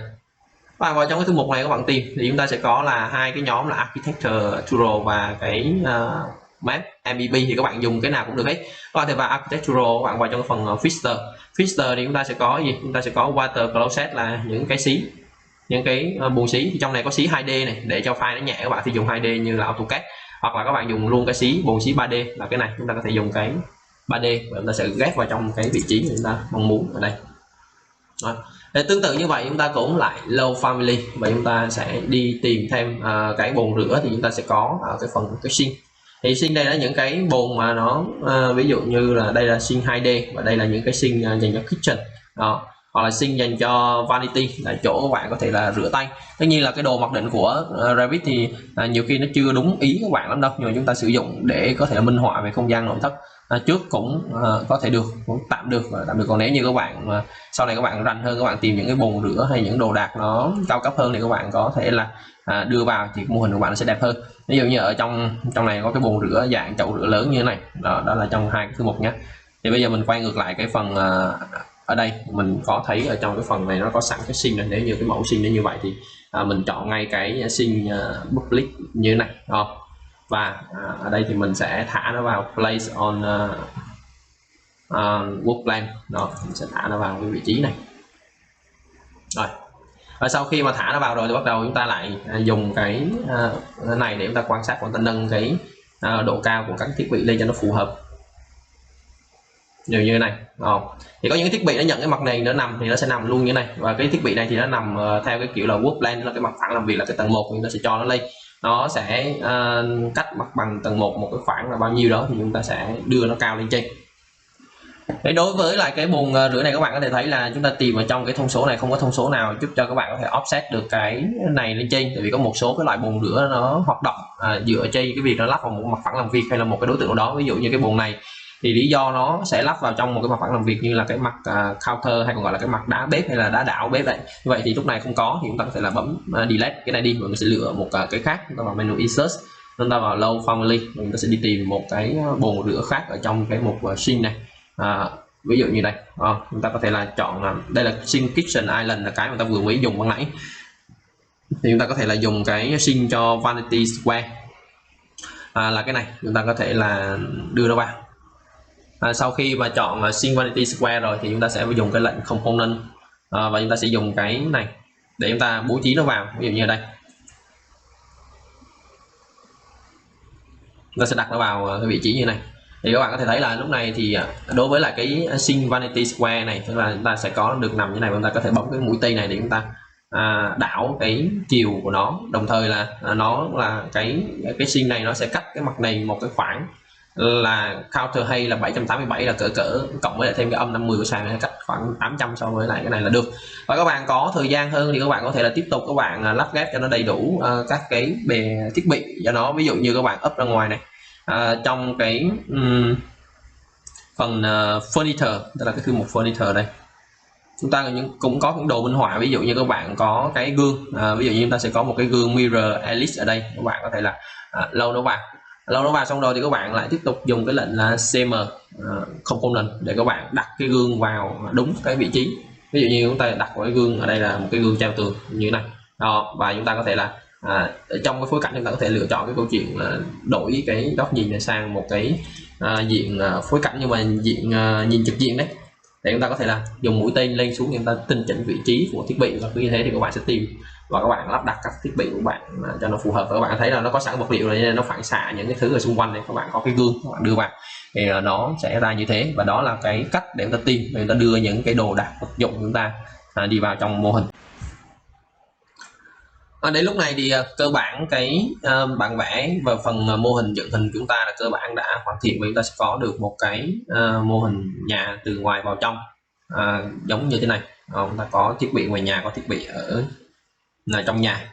Thì chúng ta còn thêm một số thứ nho nhỏ nữa để hoàn thiện mô hình nó tốt hơn. Ví dụ như là cái phần đầu tường tự do như thế này, chúng ta sẽ tạo thêm một cái lớp vữa tô để đi ngang qua, hay là chúng ta muốn là ở trong cái phần ở trên trần này thì chúng ta sẽ ví dụ cái đoạn trần từ đây đi vào, chúng ta có một cái lớp tô đây rồi nhưng mà chúng ta chưa có cái lớp ở bên trong này hoàn thiện, ở trong này thì chúng ta cũng hoàn thiện luôn. Thì cái cách làm những cái chi tiết nhỏ nhỏ đó thì chúng ta sẽ làm như sau nha. Thì đối với lại cái lớp tô ở đầu tường ấy, thì chúng ta sẽ đi vào trong cái mặt bằng. Lúc này lớp tô ở đầu tường này thì các bạn cũng có thể là khai báo được ở trong cái phần edit type của bức tường, và chúng ta sẽ có một cái công cụ, đó là chúng ta khai báo theo cái kiểu là wrapping at end, tức là cái lớp tô ở phía cuối là cái gì. Thì chúng ta sẽ chọn wrapping at end, chúng ta sẽ dùng cái lớp hoàn thiện exterior để chúng ta cắt tô, hoặc là interior. Thì exterior hay interior nó là cái lớp này, và cái đó thì nó sẽ tùy thuộc vào câu chuyện là cái lớp đó nó có được kích hoạt cái tính năng là wrap end hay không. Mình bấm ok.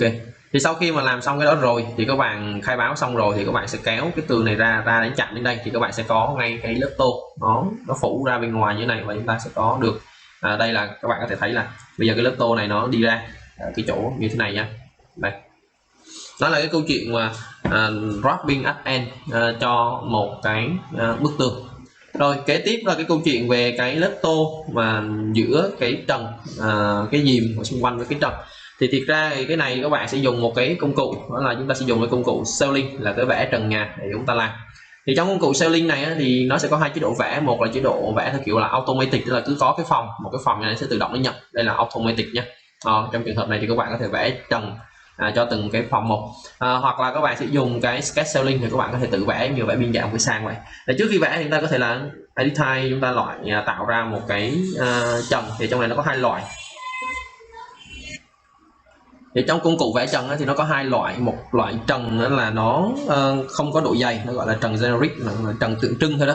Còn nếu như các bạn muốn có trần có độ dày thì các bạn sẽ dùng cái trần ở cái nhóm là combo Ceiling. Thì trong cái nhóm này nó có sẵn mấy thứ như này, chúng ta sẽ chọn đại một cái là 16 mm này, mình bấm edit type nha. Edit type xong mình duplicate lên, mình chọn là trần thật cao hoặc là trần tô đi. Chúng ta đây không có đóng trần thật cao, chúng ta coi như dùng công cụ trần để chúng ta vẽ cái lớp tô trần, tô mặt dưới của cái sàn đấy. Thì chúng ta sẽ vẽ vào đây là tô trần, tô sàn, lớp tô trần, chúng ta bấm OK. Thì trong cái lớp tô trần này chúng ta sẽ bấm edit xong rồi chúng ta thể là vào cái lớp structure này chúng ta bỏ đi, chúng ta cho cái lớp finish này up lên trên và cho tô nó dày khoảng, lớp tô khoảng dày khoảng 10 thôi, nó bằng với cái lớp mà mình làm cái bọc ở chỗ Sino. Về cái phần material thì mình sẽ làm cái vữa tô tường màu be giống như là cái màu tường, mình bấm OK, mình bấm OK. Và sau khi OK rồi thì nếu như các bạn vẽ theo kiểu automatic Ceiling thì các bạn sẽ vẽ như thế này. Và đồng thời chúng ta sẽ có cái cao độ hay offset from level, là cao độ của trần đây. Mình cứ vẽ trước rồi mình sẽ chỉnh sau cho các bạn xem nhé. Ví dụ như chúng ta vẽ theo cái kiểu là như thế này, rồi chúng ta cứ cái phòng nào chúng ta kích một cái như 3 phòng là kích 3 cái thôi nhé, đừng kích nhiều. Và ở đây nó có một cái thông báo là cái trần nó được tạo ra, nhưng mà chưa có cái gì nó hiện ra ở trong này, tại vì do view quy định về cái trường nhìn của view thôi. Chúng ta đang ở mặt bằng mà, chứ không phải ở mặt bằng trần, nên là sẽ không thấy trần là đúng rồi, tại vì mặt bằng này chúng ta từ 1m2 chúng ta nhìn xuống bên dưới. Còn các bạn muốn thấy được cái mặt trần đó thì chúng ta sẽ vào trong cái mục là Ceiling Plan ở đây, chúng ta sẽ xem thử cái trần của tầng 1. Thì đây là cái phần trần chúng ta đã vẽ vào, cái chỗ chấm chấm này cái phần bê tông chúng ta chưa vẽ trần, còn ở đây là chúng ta đã có trần rồi. Đây là cái khu vực trần. Và các bạn muốn thấy rõ hơn nữa thì một là các bạn dùng section box của View 3D, hai là các bạn vào trong các cái mặt cắt, ví dụ ta vào section 1 này thì các bạn thể thấy là cái trần chúng ta vừa mới tạo ra nó nằm ở đây này, đây nhá, đây là cái trần chúng ta tạo ra rồi của cái phòng ở phía ngoài tạm gọi phòng khách nhé. Thì chúng ta muốn là thay đổi cao độ của nó để nó sát lên trên thì các bạn có thể dùng công cụ là AL hoặc là di chuyển được. Các bạn sẽ bắt vào cái mặt dưới của cái sàn và các bạn sẽ đưa cái lớp trần này lên, thì lúc này cái trần của bạn nó sẽ nằm đây, và các bạn thấy là cái cao độ của nó là 3090 ở cách mặt này, đó là cao độ của cái trần đến cái thời điểm này. Chúng ta sang cái mặt cắt số 2 để chúng ta chỉnh cái trần luôn. Đây, cái trần này, ví dụ như cái trần của mặt cắt số 2 này thì nó có cái dầm ở đây nữa. Nếu như các bạn muốn che cái dầm này thì các bạn sẽ nhảy lên dưới đáy dầm thôi, và các bạn chấp nhận là trần thật cao. Còn nếu bạn không muốn đóng thật cao, các bạn muốn lên luôn thì các bạn sẽ dùng tiếp tục chúng ta dùng công cụ Align, chúng ta vẫn cho nó lên thẳng lên trên cái khu vực này, đó là cái trần ở section 2, đó là cái trần của cái khu vực này. Còn cái khu vực này thì chúng ta ví dụ như ở đây chúng ta vào trong cái view 3D, chúng ta bật cái section box lên để chúng ta quan sát cái trần. Đây, mình sẽ kéo cái section box về đây, các bạn có thể thấy là cái trần mà chúng ta đã tô nó nằm ở đây rồi nha. Còn cái trần của khu vực vệ sinh thì các bạn chưa tô thì nó nằm ở đây, thì chúng ta có thể dùng Align ở ngay trong cái phối cảnh. Chúng ta chọn cái mặt dưới của cái sàn này và chúng ta sẽ chọn cái mặt trên của cái trần này, như vậy thì chúng ta sẽ có ngay cái mặt trần vào đây. Đó là cái câu chuyện của cái trần. Và ở cái chỗ cái dầm này, nếu như các bạn muốn hoàn thiện cái mô hình của bạn nó tốt hơn thì các bạn sẽ tạo lớp vữa tô bằng cách là các bạn sẽ cho một cái mặt ngang là một cái mặt trần ở đây, và các bạn sẽ cho một cái mặt dựng là một cái lớp tô khoảng 10 mm để các bạn tô hết, vẽ một cái tường từ đây qua đây để các bạn tô kín lại. Thì đó là cái thao tác các bạn có thể là làm thêm trên cơ sở là các bạn đã nắm được tình hình. Rồi bây giờ chúng ta còn một cái miếng trần ở bên ngoài này. Miếng trần bên ngoài này chúng ta có thể bắt đầu từ cái mặt bằng là Ceiling Plan L1 là cái mặt bằng này. Các bạn thấy cái ô này là cái ô mà đang thiếu thì chúng ta lại vẽ trần tiếp, vẫn là công cụ trần. Bây giờ minh họa cho các bạn cách là chúng ta vẽ Sketch Ceiling thì chúng ta vẽ như vẽ sàn thôi. Chúng ta sẽ chọn cái này và chúng ta chỉ cần vẽ một cái hình chữ nhật từ đây qua đây, và các bạn nhớ là cái loại này là tô trần nha. Và chúng ta biết luôn cái cao độ rồi, nó là 3090, chúng ta nhập luôn, chút nữa chúng ta đỡ phải chỉnh ở trong cái mô hình. Thì đây là cái trần chúng ta đưa vào. Đó, vậy chúng ta sẽ có được một cái đây là cái phần lớp tôi này, và cái phần này thì các bạn lưu ý là những cái trần này thì chúng ta có thể join được với nhau, ví dụ như là cái này với lại cái này chúng ta có thể là join được với nhau để ta xóa cái nét lằn ranh giữa hai này đi. Và nếu như hai cái này nó dùng chung một cái vật liệu với nhau nha các bạn, thì đó là cái thao tác để các bạn có thể là vẽ chân. Thì sau khi chúng ta có trần xong thì chúng ta có thể là lắp một số thiết bị in trần, ví dụ như đèn. Thì tương tự như là các cái thiết bị khác thì chúng ta muốn lắp thiết bị in trần như là đèn thì chúng ta có thể là dùng cái component này. Và trong component này chúng ta có thể search những cái từ khóa như line để xem thử là trong mô hình này đã có cái line nào chưa. Ví dụ như ở trong này đã có sẵn là downline này, ở cái dạng ống nhé, downline dạng ống này, rồi có downline dạng cái hộp đèn rectangle này, rồi có một số cái lighting appliance panel board này, đó là một số cái thứ có thể sử dụng được. Hoặc là các bạn muốn đưa thư viện vào thì các bạn có thể là chọn low family và các bạn sẽ tìm đến cái thư mục đó là electrical lighting nhé. Và trong lighting này thì các bạn có thể architectural, các bạn ví dụ internal thì chúng ta sẽ có những cái đèn trong nhà, và trong này chúng ta sẽ có nhiều cái đèn hơn, ví dụ như đèn ceiling light loại như thế này, hoặc là loại như này, hoặc là downlight reset chẳng hạn như thế, hoặc là downlight như này. Ví dụ như mình muốn là cái đèn ceiling light theo cái kiểu như này thì mình sẽ lâu nó vào trong cái mô hình của mình. Và sau đó thì cái đèn này thì các bạn ví dụ như ở trong này nó có các cái volt và các cái watt khác nhau, thì tất nhiên đây chỉ là cái thông số để các bạn phục vụ cho cái việc sau này các bạn tính toán năng lượng nếu có. Còn thực ra thì trong hồ sơ kiến trúc là chỉ quan tâm xem là cái đèn này nó to hay nó nhỏ và kích thước nó khoảng bao nhiêu. Thì các bạn thể vào thử trong edit type của nó và các bạn xem thử các cái thông số ở trong này theo các thông số nào có thể điều chỉnh được cái độ lớn, cái độ to của cái đèn hay không. Còn nếu như những cái đèn nó không có điều chỉnh được cái độ kích thước của nó thì chúng ta sẽ dùng nguyên luôn như thế này, và miễn là phù hợp là được. Ví dụ như là phòng này thì mình để khoảng 4 bóng ha, rồi phòng này thì mình để 1 bóng, rồi phòng này mình để khoảng 2 bóng chẳng hạn như thế. Đó. Và sau khi mình đặt nó vào xong rồi thì để cho cái đèn nó ngay ngắn hơn thì thông thường mình sẽ dùng cái công cụ là align để mình và kết hợp với lock luôn để làm gì, để mình khóa giống dọc giống ngang những cái đèn này với nhau, vì những cái đèn này nó sẽ có trục dọc trục ngang này. Đó, sau đó thì mình sẽ lại khóa cái trục ngang của đèn này với lại cái này, xong mình khóa trục dọc của cái đèn này với lại cái đèn này. Nó trong một cái phòng thì thông thường nó sẽ những cái đèn nó thẳng hàng với nhau. Đó, ví dụ như phòng này có một đèn này thôi, và đây mình sẽ có khóa cái trục này với lại cái trục này, sau đó thì mình sẽ khóa cái đèn này với lại cái này không cần nha. Rồi thì như vậy thì cái đèn này nó sẽ thẳng hàng với nhau, và còn các cái phòng khác nhau thì không nhất thiết là phải thẳng. Sau đó thì mình sẽ chỉnh sao cho cái đèn nó sẽ nằm ở giữa phòng một xíu như này, đúng không? Chúng ta có thể là di chuyển, lúc này thì chúng ta có thể di chuyển cái đèn của chúng ta, ví dụ như này các bạn có thể thấy là chúng ta di chuyển một cái thì những cái còn lại nó sẽ di chuyển theo, ví dụ như là cái này mình sẽ di chuyển nó lên một chút xíu thì những cái còn lại nó sẽ di chuyển theo, và giúp cho cái phòng ta cân đối hơn. Và ở ngoài hiên chúng ta cần thêm 2 cái nữa thì mình có thể là copy 2 cái đèn này mà mình thả ra bên ngoài hiên này. Thì lúc này các bạn có thể thấy là trong cái mô hình chúng ta sẽ có đây có những cái đèn như này, đây là những cái đèn mình mới lắp vào. Các bạn có thể thấy là cứ có mặt trần này nó sẽ có đèn cho các bạn, và kết thúc cái câu chuyện là lắp các cái thiết bị lên trên trần. Ở đây là các bạn chỉ cần bỏ thời gian các bạn đi tìm thiết bị và lắp. Mô hình của chúng ta đã tương đối hoàn chỉnh rồi, chúng ta chuyển sang cái bước kế tiếp, đó là chúng ta sẽ đi ghi chú kích thước và trình bày các bản vẽ kỹ thuật liên quan đến cái mô hình chúng ta. Thì trước tiên chúng ta sẽ đi trình bày các cái bản vẽ mặt bằng trước. Thì để trình bày bản vẽ mặt bằng thì chúng ta sẽ sang mặt bằng tầng floor plan ở đây, và chúng ta sẽ chọn là tầng 1. Và các bạn nhớ là đừng có nhầm là mặt bằng trần là ceiling plan, và các mặt bằng về kết cấu là structural plan nha. Chúng ta đang dùng floor plan, chúng ta bắt đầu từ tầng 1. Thì việc đầu tiên khi các bạn tiến hành trình bày các cái bản vẽ mặt bằng thì chúng ta sẽ làm gọn gàng cho cái mặt bằng lại. Gọn gàng nghĩa là sao? Hiện nay cái khung nhìn của chúng ta công trình chúng ta đây, chúng ta có 4 cái dấu để tạo 4 cái mặt đứng nó nằm ở đây. Đồng thời đây là một cái không gian bản vẽ nó tương đối là rộng. Thì chúng ta sẽ vào trong cái bảng property của overview tầng 1, chúng ta sẽ tìm đến cái mục đó là crop view, và chúng ta sẽ chọn là crop region visible. Khi các bạn kích hoạt 2 cái nút này lên thì chúng ta có một cái khung màu đen để chúng ta thu gọn bớt cái view lại. Thì thông thường nếu như không có vấn đề gì đặc biệt, chúng ta sẽ thu gọn cái khung này về gần cái phạm vi của công trình của chúng ta. Tất nhiên chúng ta không cần phải gần quá sát, mà chúng ta chỉ cần vừa phải thôi, như thế này để cho nó gọn gàng, sau này chúng ta đưa vào trong bản vẽ nó sẽ nhẹ nhàng hơn. Sau khi chúng ta đã thu gọn về phạm vi cần trình bày rồi thì chúng ta sẽ tắt cái dấu tích thứ 2 đi, đó là không cho cái viền màu đen nó hiện lên nữa, còn cái crop view vẫn hiện hành để cái chế độ mà crop này nó vẫn có tác dụng, và chúng ta chỉ cần ẩn cái khung đó thôi. Đó là xong cái việc thứ nhất. Rồi việc thứ hai, sau khi chúng ta đã xong việc thứ nhất rồi, việc thứ hai thì chúng ta sẽ đi ghi chú cái tên của các cái phòng có trong công trình của chúng ta. Thì cách ghi chú tên phòng thì chúng ta sẽ dùng cái công cụ đó là trong tab architecture, chúng ta sẽ chọn là công cụ là room. Thì trong cái room này thì chúng ta có các cái chế độ như là ghi tên phòng thôi, hoặc là ghi tên phòng kèm theo diện tích phòng, hoặc là ghi tên phòng kèm theo thể tích phòng. Chúng ta có thể sử dụng cái ghi tên phòng theo diện tích phòng. Ở đây chúng ta sẽ chọn cái thứ hai và chúng ta sẽ đưa vào trong các cái phòng công trình chúng ta muốn ghi tên. Ví dụ như chúng ta đưa vào phòng thứ nhất, chúng ta sẽ đưa vào phòng thứ hai và chúng ta sẽ đưa vào phòng thứ ba. Đây là những cái phòng mà được giới hạn bởi 4 bức tường đầy đủ thì nó sẽ tự động nó hiểu đây là một cái phòng. Nếu như các bạn muốn ghi ở đây là một cái hiên thì chúng ta sẽ đặt nó ở bên ngoài này, và các bạn để ý là đối với khu vực hiên này thì chúng ta chỉ có 3 bức tường, còn cái khu vực này nó không có cái tường cho nên nó sẽ đổi tên là not enclosed, là không khép kín.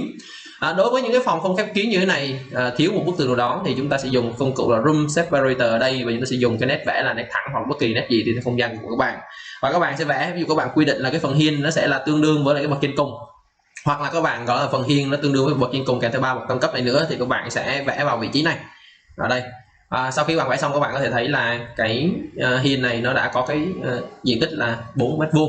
Rồi sau khi chúng ta đưa các cái phòng này vào rồi thì chúng ta sẽ bấm chuột trái một cái vào cái room name này, xong rồi bấm chuột trái một cái nữa để chúng ta có thể thay đổi được tên. Ví dụ ở đây chúng ta sẽ thay đổi sang là phòng khách. Kế đấy thì chúng ta sẽ sang bên này là phòng, ở đây chúng ta sẽ phòng trực nha. Cái nhà này nhà bảo vệ thì mình sẽ để tên là phòng trực. Và cái phòng này thì cái này là phòng WC. Đó là cái cách mà các bạn thay đổi tên của một cái phòng.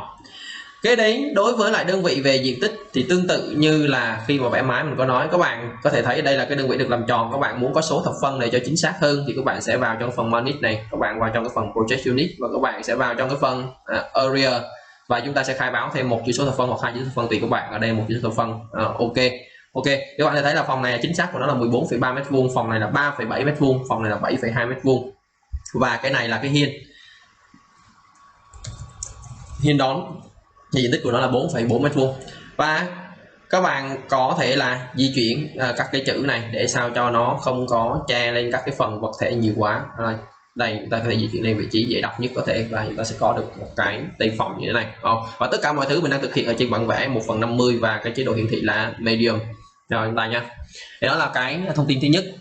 Cái thông tin thứ hai đó là thông tin về cao độ của dự án, cao độ của nền, thì chúng ta sẽ ghi bằng cách là chúng ta vào trong cái phần annotate, và annotate này và chúng ta sẽ chọn công cụ là support elevation, đó là cái ghi cao độ. Thì khi chúng ta chọn công cụ là support elevation thì trong này nó cũng có nhiều cái tùy chọn cho các bạn. Ví dụ như các bạn muốn đo cao độ dầm, các bạn muốn dùng cái loại crosshair, rồi các bạn muốn dùng là cái target thì các bạn có thể lựa chọn ở đây. Ví dụ như mỗi mẫu nó sẽ có mỗi kiểu khác nhau.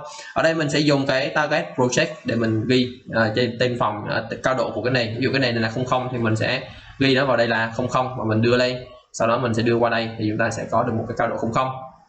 Cái nền này thì chúng ta sẽ có cái cao độ của nó là ví dụ như là -50 thì các bạn sẽ đưa qua đây, và các bạn đưa qua đây nó sẽ có -50 nhá. Và cái phòng này thì nó là 00 thì chúng ta không cần phải ghi nữa. Còn ngoài hiên ngoài sân thì các bạn có thể ghi thêm nếu các bạn muốn. Thì đây là cái cao độ mà dùng cái kiểu target project. Các bạn có thể đổi sang cái crosshair project, là cái kiểu như thế này. Đó là những cái mà chúng ta có thể sử dụng. Ở đây mình sẽ chuyển lại cái dòng là target project nhé. Và ở đây nó có hai cái kiểu chính, một cái kiểu các bạn có thể thấy là project và một cái kiểu có chữ mở ngoặc là relative. Thì project đó là chúng ta sẽ ghi cao độ nền theo cái cao độ chuẩn của dự án. Có nghĩa là sao? Chúng ta sẽ tầng 1 thì các bạn sẽ là 00, tầng 2 thì các bạn 36 hoặc 39, xong tầng 3, tầng 4 thì các bạn cứ cộng dồn lên tính từ cao độ 00 thì nó gọi là theo project.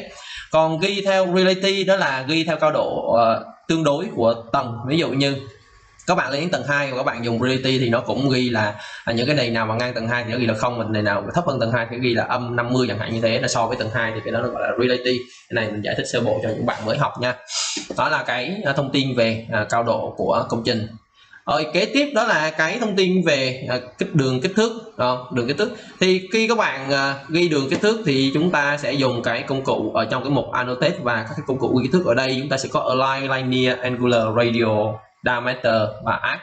Thì mỗi loại như thế này thì theo nguyên tắc của Revit là khi các bạn sử dụng thì các bạn điều chỉnh hết. Thì cái loại mà hay dùng nhất và mình sẽ chỉnh mẫu cho các bạn một cái đó là cái loại align. Đây là cái loại ghi kích thước mà hay dùng nhất. Align cho phép các bạn sẽ ghi đôi kích thước từ cạnh đến cạnh của vật thể. Còn cái linear này ít dùng, nó ngược với lại bên các cái phần mềm khác mà các bạn hay sử dụng. Ở đây mình dùng align nhé. Align xong rồi thì đây là cái kiểu ghi kích thước của Align. Chúng ta sẽ dùng cái linear 2.25 mm, tức là cái chữ số ghi kích thước nó sẽ cao 2.25 kiểu bạn in ra. Thì các bạn bấm vào trong cái phần edit type, ở trong cái này á, cái kiểu ghi này thì hầu hết tất cả các chỉ số chúng ta có thể giữ nguyên cho nó đơn giản đối với các bạn mới học. Mình chỉ đổi một số thứ như sau. Thứ nhất đó là cái câu chuyện cái width line control này mình sẽ không chỉnh là gap to element nữa, mà mình sẽ đổi sang là fix dimension line, và mình sẽ chọn cái chiều dài cho nó là 7 mm đó, sau khi mình chọn là fix nha. Rồi cái chỉ số thứ hai đó là dimension line snap distance, mình cũng chọn là 7 mm. Đó là những cái mà mình đã thay đổi ở đây, và cuối cùng là mình bấm OK. Sau khi OK xong thì công việc của bạn hết sức là đơn giản. Các bạn muốn ghi kích thước ở cái cạnh này đúng không, thì chúng ta chỉ việc là đầu tiên các bạn kích chuột trái vào trong cái cạnh tường ngoài, các bạn kích chuột trái vào trong cái cạnh tường này, sau đó các bạn kích chuột trái đến đây, các bạn kích chuột trái đến cạnh cửa này, rồi đến cái bức tường giao này, cái đến bức tường này, và các bạn kích ra đến cái nét ngoài cùng này, và các bạn sẽ kéo ra đến cái vị trí nó phù hợp. Ví dụ như là mình thấy đến ngang đây là đẹp rồi thì mình sẽ dừng. Rồi kế tiếp nữa thì các bạn sẽ làm thêm một cái đường, ví dụ như chúng ta sẽ làm thêm một cái đường đến cái đường tiên trục này, rồi xong rồi đến cái đường tiên trục này, rồi đến cái cạnh này rồi mình sẽ kéo ra đó, và các bạn thấy kéo ra đây là đến ngang 7 mm, sẽ khựng lại một cái, và cuối cùng là mình sẽ đi một cái đường tổng cho cái cạnh này. Và đối với lại cái đường kích thước như thế này ấy, giả sử như các bạn lỡ tay các bạn đặt sai một vị trí, hoặc là đặt thiếu, bạn muốn đặt thêm hoặc là bớt, thì các bạn sẽ chọn vào đường kích thước này và các bạn sẽ bấm vào edit width line, và sau đó thì các bạn, ví dụ như các bạn muốn bỏ bớt cái điểm đo ở đây thì các bạn sẽ bấm vào đây, thì các bạn thấy là đường kích thước của bạn sẽ tự động nó ngắt như thế này. Hoặc các bạn muốn đo lại thì đây, hoặc là các bạn muốn thêm một cái đường vào giữa này thì các bạn có thể bấm vào đây, hoặc là các bạn bỏ đi ở đây, và sau khi xong rồi các bạn sẽ bấm chuột trái vào một cái khoảng trống bất kỳ để xác nhận. Đó là các bạn đã có một cái đường đo kích thước như thế này nhé. Thì đây là cái cách đo kích thước, ghi chú kích thước. Bây giờ cách thứ hai, Revit cho phép các bạn là ghi chú kích thước nhanh. Rồi chúng ta sẽ dùng tiếp tục công cụ là Align. Các cái thông số này đã chỉnh rồi, chúng ta sẽ không có chỉnh nữa. Ở đây thì mình sẽ đổi cái bảng tùy chọn này từ pick individual, tức là đi từng điểm một, sang cái mục là anti-wall là đầy nguyên một bức tường. Sau đó thì mình có click vào option. Option này thì mình xác nhận là bây giờ những cái vị trí opening là những cái lỗ cửa thì mình sẽ đo theo chiều rộng của lỗ cửa. Ở đây opening là width. Có những bức tường mà nó giao ngang vào nữa thì mình cũng đo luôn. Rồi giao với lại cái trục thì mình trong trường hợp này mình không cần thì mình sẽ không có tích vào, mình bấm OK. OK xong mình chọn bức tường này và mình kéo ra, thì các bạn thấy mình chỉ cần bấm một cái thôi là chúng ta có thể kéo ra được nguyên một cái bức tường như này. Rồi tiếp tục vẫn anti-wall và mình sẽ bỏ cái opening đi, mình làm cái đường thứ hai. Bỏ cái intersecting wall đi, mình chỉ còn intersect with grid thôi, mình bấm OK nhé. Rồi mình sẽ đưa ra ở đây thì các bạn có thể thấy là ra đây chúng ta có thể khựng lại một cái như thế này, và tiếp tục là option, rồi chúng ta bỏ hết luôn, chúng ta không làm gì hết thì chúng ta sẽ có nguyên một cái bức tường từ đây qua đến đây. Đó là cái tính năng mà đo tự động cho toàn bộ các cái cho toàn bộ nguyên một bức tường. Tất nhiên là tính năng này nó chỉ hoạt động ở trên một bức tường nguyên, còn một bức tường của bạn đã cắt đôi các ba ra, như trong trường hợp này thì chúng ta lại không có sử dụng được cái câu chuyện đó, và chúng ta lại là chắc ăn nhất là các bạn nên đo theo kiểu là các cái bức tường đơn như thế này. Ta sẽ đo qua đây, rồi chúng ta sẽ đo qua ô cửa, ta sẽ có đo qua ô cửa như thế này, và qua đây tiếp.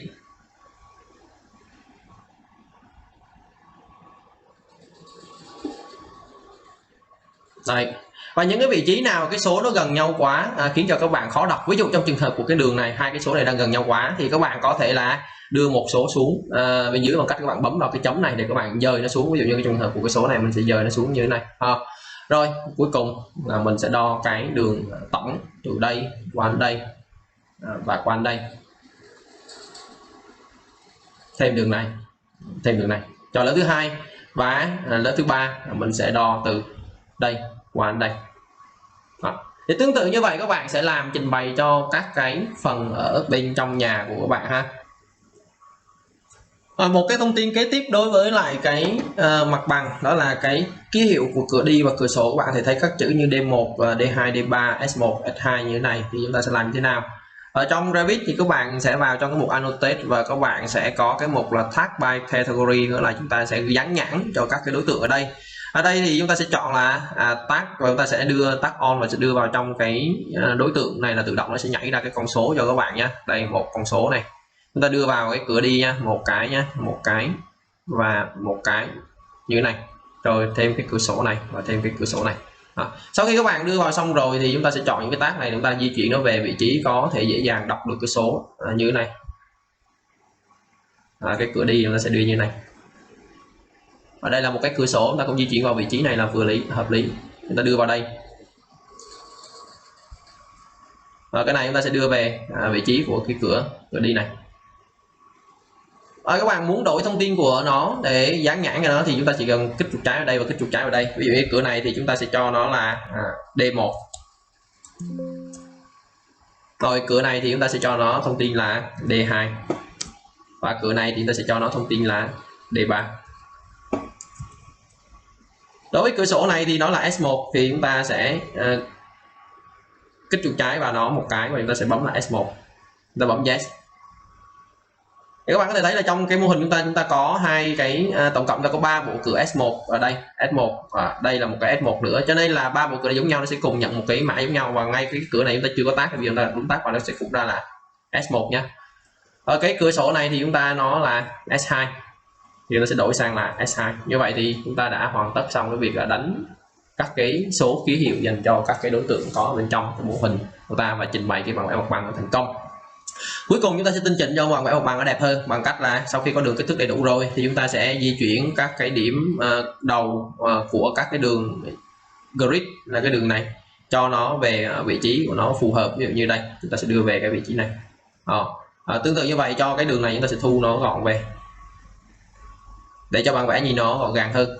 Đối với các cái vết cắt như thế này thì chúng ta sẽ đưa nó ra khỏi cái vị trí của số để chúng ta có thể đọc được nó rõ ràng hơn như thế này và đưa về vị trí gọn gàng thì nó sẽ kiểu như thế này. Như vậy thì chúng ta đã hoàn tất cái câu chuyện làm sao để trình bày các thông tin ở trên mặt bằng tầng nhà, và các cái mặt bằng khác các bạn cũng trình bày tương tự, và công trình của bạn nhiều mặt bằng hơn thì các bạn cũng có thể trình bày tương tự như là cái cách làm vừa rồi. Đối với lại mặt bằng tầng mái, trong tầng mái thì chúng ta cũng làm những cái thao tác tương tự như vừa rồi, nhưng trong trường hợp của cái mái nhà này thì có một số thứ chúng ta cần phải xử lý thêm ngoài cái việc là ghi chú, ghi kích thước rồi này kia. Cái chuyện thứ nhất các bạn cần xử lý thêm là các bạn có thể ý thấy là trong cái mặt bằng mái của công trình này nó có những cái nét mờ mờ tượng trưng cho cái tầng bên dưới. Cái này nó là cái tính năng, một cái tính năng của Revit từ mặt bằng này cho phép các bạn underlay, tức là các bạn nhìn quan sát mặt bằng ở tầng dưới hoặc tầng trên. Trong trường hợp này chúng ta đã vẽ xong rồi, chúng ta cần trình bày cho đẹp thì chúng ta sẽ đổi cái run base level underlay là về nâng, chúng ta sẽ không cần thấy ở bên dưới nữa. Đó là chuyện thứ nhất, nhìn mặt bằng này nó sẽ ok hơn. Cái chuyện thứ hai các bạn có thể thấy đó là cái phần mái của chúng ta nó bị trình bày theo cái kiểu là bị cắt một cái phần ở đây, thì cái này nó thuộc về một cái mình đã trình bày trước đó với các bạn, đó là cái view range này. Thì do cái view range này cái mặt phẳng cắt của nó đang ở cao độ 1m2, trong khi đó cái mái của chúng ta thì tổng cao độ nó cao hơn 1m2, như vậy cái phần trên khi mà trình bày cái mặt bằng nó sẽ bị cắt bớt. Trong trường hợp này các bạn đối với cái mái này các bạn chỉ cần dâng lên khoảng là 2000 thì các bạn cũng có thể giải quyết được toàn bộ cái vấn đề này. Còn đối với những cái mái cao hơn thì các bạn dâng lên cái chỉ số nó cao hơn. Đó là cái câu chuyện của mặt bằng mái. Và cái chỗ này thì đôi khi nó nằm như thế này, nó hơi tranh chấp với lại cái nét mà cái nét đỉnh mái, chúng ta có thể dời cái vết cắt nó xuống một chút xíu để có thể là trình bày lại cho nó đẹp hơn. Đó là cái câu chuyện mà liên quan đến cái mái. Rồi cái chuyện kế tiếp liên quan đến cái mái nó khác là bằng thường. Ví dụ như các bạn muốn là ghi chú độ dốc của mặt mái hay của một cái gì đó thì các bạn có thể dùng trong Annotate, các bạn dùng Spot Slope này và các bạn sẽ đưa lên cái bề mặt. Ví dụ như đây là cái bề mặt của mặt mái tôn, chúng ta đang có là 390/1000 hay còn gọi là 39% khi mà chúng ta vẽ đấy. Thì bây giờ các bạn đã chỉnh như thế này rồi, bây giờ các bạn muốn là cái này nó ghi theo đơn vị là phần trăm thì các bạn sẽ chọn cái kiểu ghi này, các bạn bấm vào Edit Type và các bạn sẽ chỉnh cái thông số của nó. Thì cái cách ghi của nó đang là Unit Format là 1/1000 thì chúng ta có thể đổi. Thì chúng ta đổi sang là Percentage là phần trăm và chúng ta bấm có 3 chỉ số thập phân thì các bạn đưa vào. Ví dụ như không cần chỉ số thập phân đấy thì các bạn có thể để nguyên như này, chúng ta bấm OK và bạn OK, các bạn có thể thấy là bây giờ cái này là 39 nha. Bây giờ nó không có hiện cái số phần trăm thì chúng ta lại vào tiếp tục ở trong này Unit Format và chúng ta sẽ cho nó là Unit Symbol, là cái ký hiệu cho nó hiện lên từ nâng hiện lên phần trăm, bấm OK thì nó sẽ có được 39%. Nó là như thế này. Đây là cái cách để các bạn có thể ghi chú được các cái cao độ. Còn lại thì các cái vấn đề về đường kích thước thì chúng ta vẫn làm như ở bên mặt bằng này nha. Thì sau khi mà trình bày cái kích thước của cái tầng mái xong thì chúng ta có thể là chuyển sang trình bày kích thước ở trên cái mặt đứng. Thì với mặt đứng thì trước tiên chúng ta cũng làm các cái thao tác giống như là mặt bằng, là chúng ta cũng bật cái crop view và crop region visible lên để hiện cái khung này lên, và sau đó thì chúng ta sẽ thu gọn cái khung này về dưới cái mô hình chúng ta cho nó gọn gàng kiểu như thế này. Rồi và sau đó chúng ta cũng tắt cái khung hiển thị của cái khung này đi. Kế đến thì chúng ta cũng chuyển cái mô hình chúng ta sang tỷ lệ chúng ta mong muốn, ở đây tỷ lệ 1/50, và sau đó thì mình sẽ trình bày lại một chút về cái đường kích thước là tác bậc các cái bong bóng grid về đúng vị trí của nó. Tương tự như vậy cho các cái đường level thì mình cũng sẽ ưu tiên hiển thị cái ký hiệu đường level này sang bên trái thay vì bên phải. Nếu như cái không gian bạn vẽ của bạn sau này nó đủ để hiển thị cả hai bên thì các bạn cũng có thể là sử dụng cái cách là hiển thị ở cả hai bên cũng được. Còn nếu như chỉ hiển thị một bên thì các bạn ưu tiên sang cái phần bên trái cho nó dễ nhìn. Và chúng ta có thể là trình bày lại cái dấu ngắt ở đây để cho nó phù hợp. Đó là cái câu chuyện của cái đường level. Đối với lại cái vết cắt như thế này, tức là cái vết tạo ra mặt cắt, thì thiệt ra trên mặt đứng chúng ta không cần sử dụng, chúng ta cũng có thể là kích chuột phải vào nó, chúng ta sẽ chọn là hide in view và chúng ta sẽ chọn là hide category, là ẩn ở đi. Cái thao tác này nó sẽ tương đương với việc là các bạn vào bảng VG và các bạn vào trong cái tab annotate category của các bạn tìm đến cái mục là section là chữ S và các bạn sẽ bỏ dấu tích ở đây đi, thì các bạn cũng tương đương với việc là các bạn ẩn cái dấu của vết cắt đi, là như vậy. Về mặt ghi chú kích thước thì chúng ta cũng làm giống như là ở trên mặt bằng, cũng không có gì khác. Cho nên là mình sẽ dành thời gian mình nói về cái điểm khác một chút xíu. Điểm khác thứ nhất ở đây đó là đối với lại mặt đứng hay là phối cảnh ở Revit thì nó là cái vật thể 3D, cho nên chúng ta cũng thể tận dụng được cái tính năng hiển thị của nó để cho cái mặt đứng của bạn nó đẹp hơn, bằng cách là các bạn sẽ vào trong cái phần Visual Style Hidden Line, đây các bạn vào trong cái phần Graphic Display Option. Đầu tiên thì mình ưa thích cái câu chuyện là cho cái mặt đứng cái nét nó mượt mà hơn thì chúng ta sẽ chọn là Smooth Line như thế này. Cái đấy là mình thích một cái nét bo viền cho cái khối nó đậm đà hơn, nên mình sẽ chọn là COS của nó là mình cho cái nét là medium line, là cái nét trung bình. Về phần shadow mình sẽ kích hoạt hoặc cái bóng đổ do tương tác với lại ánh sáng và bóng bản thân lên. Về phần lighting thì đối với lại hướng của mặt trời thì mình sẽ lựa chọn tùy theo mặt đứng mà mình sẽ lựa chọn cái kiểu ánh sáng từ bên trái bên phải chiếu xuống hoặc là từ bên trên bên trái chiếu sang. Trong cái trường hợp này mình sẽ ưa thích cái chuyện là từ bên trên và trái chiếu sang nhé. Và cái ground plane thì mình sẽ cho nó ở ngay tại cao độ là tầng sân vườn, mình bấm OK. Cái đến về ánh sáng thì mình sẽ ưa thích cái combo là sun 80, ambient light 80 và shadow là đâu đó khoảng tầm 30. Mình thích cái kiểu như này, 80 và 30. Rồi xong chuyện rồi mình sẽ bấm apply, bấm OK. Thì các bạn có thể thấy là lúc này cái mặt đứng của mình nó vừa có đường nét, nó vừa có bóng đổ, giúp cho cái mặt đứng của mình hiển thị ra nó nhìn nó có chiều sâu hơn.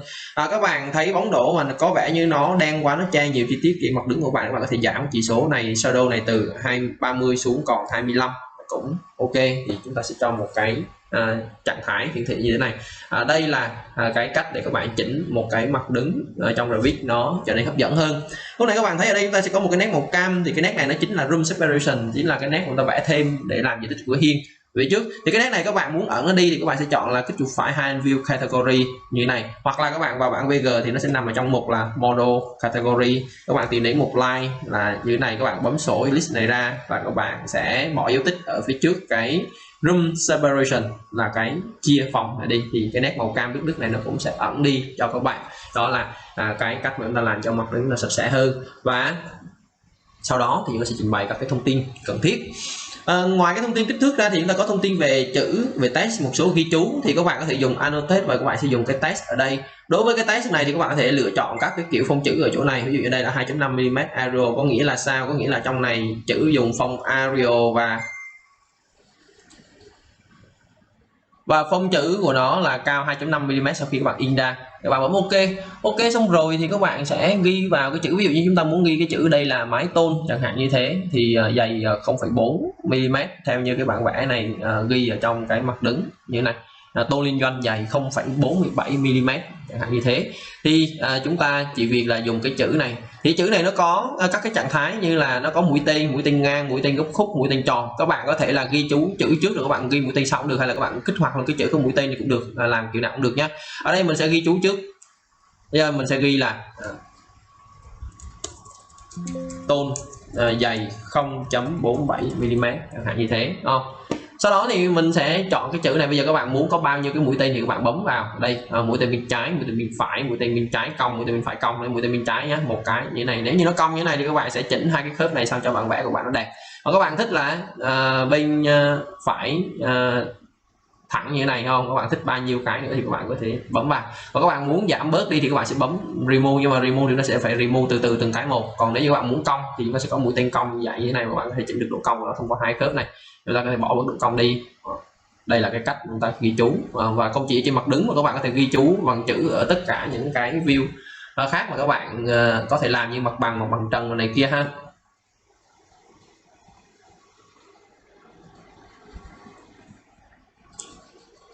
Đối với lại ghi chú kích thước trên mặt cắt, về mặt thao tác thì chúng ta cũng làm tương tự như là các cái view trước, nhưng mà trong cái mặt cắt thì chúng ta sẽ làm quen với một cái việc nữa, đó là chúng ta bằng cái kỹ thuật chúng ta có thể là trích ra cái chi tiết để chúng ta phóng to ra một cái view để ta làm các cái chi tiết này nó rõ hơn. Thì cách làm nó sẽ như sau. Thứ nhất, đối với trình bày chung về mặt cắt thì chúng ta cũng dùng cái khung crop view để chúng ta có thể là thu gọn lại cái phạm vi view về cái chỗ chúng ta cần. Sau đó thì chúng ta sẽ ẩn cái crop region visible đi cho nó gọn gàng. Cái thứ hai là chúng ta cũng đi ẩn cái vết cắt của những cái mặt cắt khác đi, chúng ta không cần hiển thị trong mặt cắt như thế này. Và cái thứ ba thì chúng ta cũng làm như mặt đứng, là chúng ta cũng tinh chỉnh lại cái hiển thị của các cái trục cột và các cái đường cao độ để cho nó phù hợp với lại cái quy định chung. Ở đây mình sẽ làm lần lượt từng cái một đi qua ha. Chúng ta sẽ click chuột như thế này, thả qua đây, tiếp tục chúng ta thả qua đây, chúng ta sẽ có được một cái bố cục cơ bản như này. Đó là những cái mà chúng ta đã làm ở trên cái mặt đứng, minh họa trên cái mặt đứng vừa rồi. Và tất nhiên là mình cũng không có làm hết tất cả mọi thứ ở trong cái clip này để tránh tình trạng các bạn xem nó quá dài không cần thiết. Chúng ta đi thẳng luôn vào cái vấn đề chính, đó là cái việc chúng ta ghi chú kích thước, chúng ta sẽ không có lặp lại nữa. Vấn đề chính chúng ta là vì chúng ta muốn trích cái chi tiết này ra để chúng ta biểu diễn cái gờ chỉ này nó to hơn, tại vì 1/50 chúng ta ghi kích thước vào nó sẽ bị lít nhít. Thì chúng ta sẽ vào trong cái mục menu view. Ở trong menu view thì nó có một cái dạng nó gọi là call out, đó là chúng ta sẽ trích chi tiết ra. Bây giờ chúng ta sẽ dùng cái call out này và chúng ta sẽ kéo ra một cái chi tiết ở cái phạm vi này. Đây là cái chi tiết chúng ta kéo ra thứ nhất, và chúng ta muốn làm một cái trích chi tiết cho cái bậc cấp này nữa thì chúng ta sẽ kéo ra một cái chi tiết thứ hai. Đây là hai cái chi tiết chúng ta đã kéo ra. Và mọi người thấy là sau khi chúng ta làm xong hai cái này rồi thì cái này nó sẽ có tạo ra một cái hai cái section 1 và nó chú thích gạch ngang là call out. Đây là hai cái view nó mới tạo ra tương ứng với cái này. Thì chúng ta sẽ vào từng cái một nha, kích đôi vào section 1 call out 1 ở đây. Thì ở đây là cái Sino, thì để cho dễ mà tìm thấy thì thay vì call out 1 thì chúng ta sẽ lăn cái bảng này xuống và chỉnh là Sino chẳng hạn như thế. Rồi tương tự như vậy đối với lại call out 2 thì chúng ta sẽ vào trong cái mục này, chúng ta sẽ đổi cái phần call out 2 này trở thành là cái bậc cấp, enter. Và đối với các cái view này thì chúng ta cũng có thể quyết định được, ví dụ như bây giờ chúng ta muốn là thể hiện kích thước tới tận cái gờ chỉ thì chúng ta sẽ cần tỷ lệ cao hơn. Các bạn muốn biết là cao khoảng bao nhiêu là đủ thì các bạn có thể là trích ở chi tiết 1/25 hay 1/10 tùy theo. Ví dụ chúng ta ghi thử đường kích thước ra chúng ta sẽ quyết định được nó sẽ dễ dàng hơn nếu như các bạn chưa quen tưởng tượng ha. Chúng ta dùng công cụ align. Bây giờ nếu như các bạn muốn ghi chú đến tận các cái gờ chỉ này như thế này, ví dụ như mình muốn ghi đến tận chi tiết của gờ chỉ như thế này, đúng không? Mình sẽ ghi ra ở đây, ghi ra như thế này thì có vẻ như là nó hơi chật thì chúng ta có thể là chuyển 1/25 sang 1/20 thì chúng ta sẽ được một không gian thoải mái hơn để các bạn có thể là ghi chú cho cái phần kích thước cho cái phần chi tiết của mình. Tương tự như vậy thì chúng ta sẽ lại tiếp tục là align và chúng ta sẽ chọn là từ đây, ví dụ như từ đây chúng ta đi ra chúng ta sẽ có một cái gờ nước ở đây, chúng ta sẽ đi ra đây chẳng hạn như thế, rồi chúng ta lại tiếp tục chúng ta đi ra đây, đi ra đây. Đó, vậy là sẽ trình bày nó xuống như thế này chẳng hạn như thế ha. Và chúng ta sẽ kéo một số cái con số đang bị tranh chấp với nhau về vị trí hiển thị như thế này thì chúng ta sẽ có được một cái chi tiết nó rõ ràng với 1/20. Đó là cái, và trong cái trường hợp của cái chi tiết thì mình lại không ẩn đi cái khung crop view như là các cái view khác nhé, mình để lại, tại vì để lại nó làm thành một cái khung viền cái view chi tiết cho các bạn luôn. Trong trường hợp mà các bạn, đặc biệt là các bạn mới sử dụng Revit thì chúng ta sẽ có luôn cái nét này, chúng ta đỡ phải làm. Và cuối cùng nó có một cái nét chấm chấm của cái mặt phẳng, và tạm chúng ta vẽ cái dòng phía trước chúng ta sẽ chọn là hai in view và hai category luôn, chúng ta sẽ có cái này. Và tương tự như vậy thì chúng ta cũng ứng xử tương tự đối với lại việc trình bày chi tiết ở bậc cấp, thì chúng ta có một cái bản vẽ chi tiết bậc cấp cho nó chi tiết để tiện cho việc thi công. Thì đó là cái kỹ thuật gọi là call out view, để dựa vào cái phần section mặt cắt như thế này thì mình có thể là trao đổi với các bạn được về cái câu chuyện của cái view mặt cắt và view chi tiết chúng ta xử lý như thế nào ở trong Revit ha. Thì cơ bản các cái view 2D để trình bày kỹ thuật ở trong Revit thì như vậy. Còn đối với view 3D ở trong Revit thì chúng ta có hai dạng view 2D 3D ở trong Revit. Dạng thứ nhất là dạng view 3D mà không có điểm tụ như này, tạm gọi là hình chiếu trục đo theo ngôn ngữ kỹ thuật, thì chúng ta có các cái dạng kiểu như thế này, chúng ta không có điểm tụ nào hết và chúng ta có thể là toàn quyền chúng ta quyết định.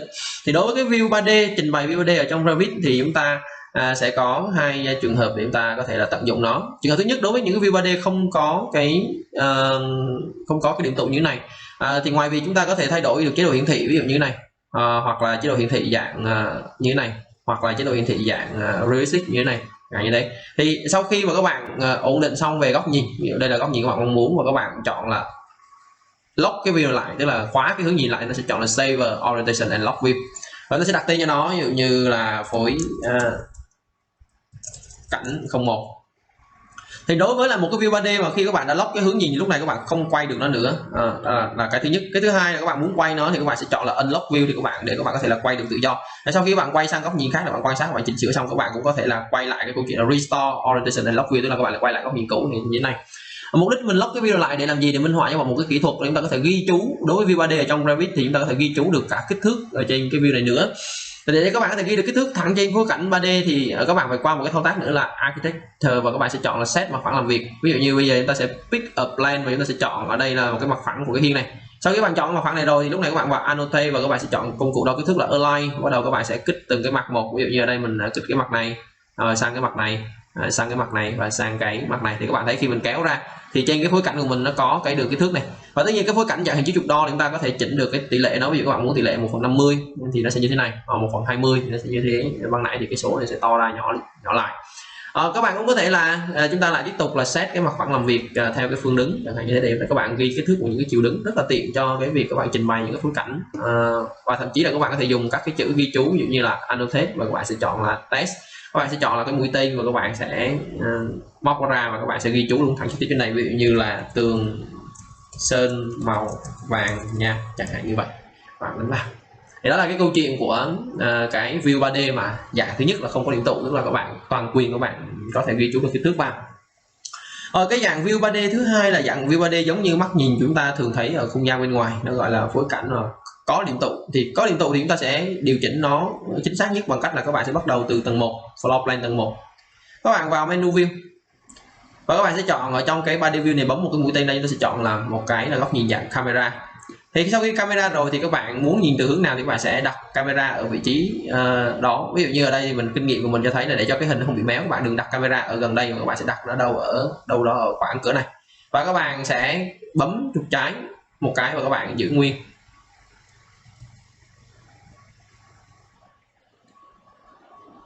Đây, và các bạn giữ nguyên chuột trái, bạn kéo về phía công trình của bạn thì chúng ta sẽ có được một cái nhìn như này, và hệ thống sẽ tạo ra một cái 3D view đặt tên là số 1, và các bạn thấy là cái view này nó có cái điểm tụ đây.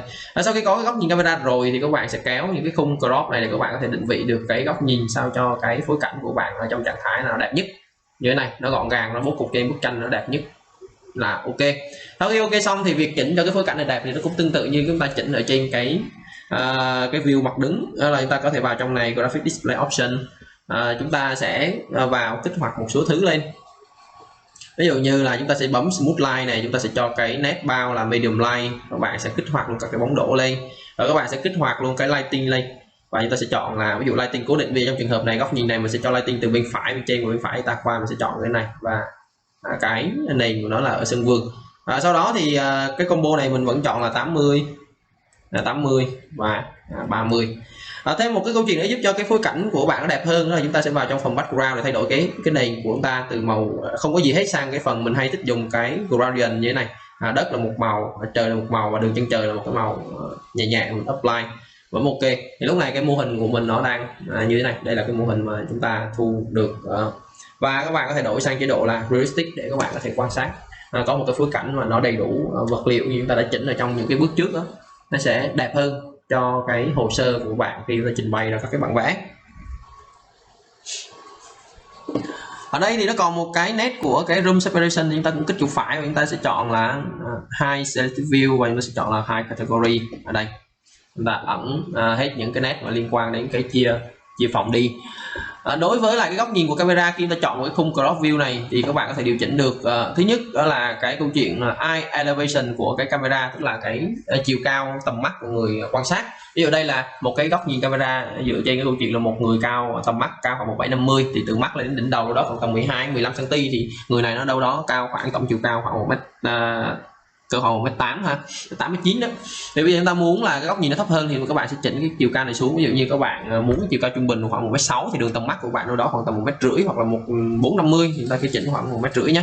1m50 thì chúng ta sẽ có được một cái góc nhìn nó thấp hơn đây, thấp hơn như thế này. Và đồng thời á, để cho cái phối cảnh nó không có bị méo, tức là cái đường này nó không có bị hút lên trên cái điểm tụ số 3 bên trên, thì chúng ta có thể chỉnh cái tầm mắt của chúng ta nó ngang với cái target elevation, nó ngang với lại cái chỉ số trên, tức là nó sẽ chỉnh luôn là 1500, thì các bạn sẽ có được một cái phối cảnh là nhìn nó ngay ngắn, nó thẳng, nó không có bị quá hút lên phía trên, giúp cho cái phối cảnh của bạn nó nhìn ngay ngắn hơn. Thì đó là cái câu chuyện mà chúng ta chỉnh được cái góc nhìn camera ở trong cái này. Và đối với lại góc nhìn mà dạng có điểm tụ như này thì chúng ta chỉ thể hiện được cái mô hình chúng ta cho nó đẹp và cho nó hấp dẫn thôi, chứ còn về việc chúng ta không có ghi chú được kích thước như cái phối cảnh mà không điểm tụ như ban nãy nhé. Ví dụ như cái này chúng ta sẽ còn ghi chú được kích thước, tuy nhiên là ghi kích thước nhưng mà nó lại không có cái điểm tụ, nhìn nó không có thật. Còn đối với lại phối cảnh này thì nó nhìn nó thật hơn, nó giống công trình ở trong thực tế hơn, tức là bây giờ cũng có cái điểm tụ về các cái điểm tụ trong phối cảnh đó, chúng ta có thể là sử dụng. Và các bạn nhớ là elevation với target elevation này nó ngang nhau thì giúp cho phối cảnh của bạn, những cái cạnh thẳng này nó không có bị hút lên trên cái điểm tụ số 3, là nhìn phối cảnh sẽ ngay ngắn nha.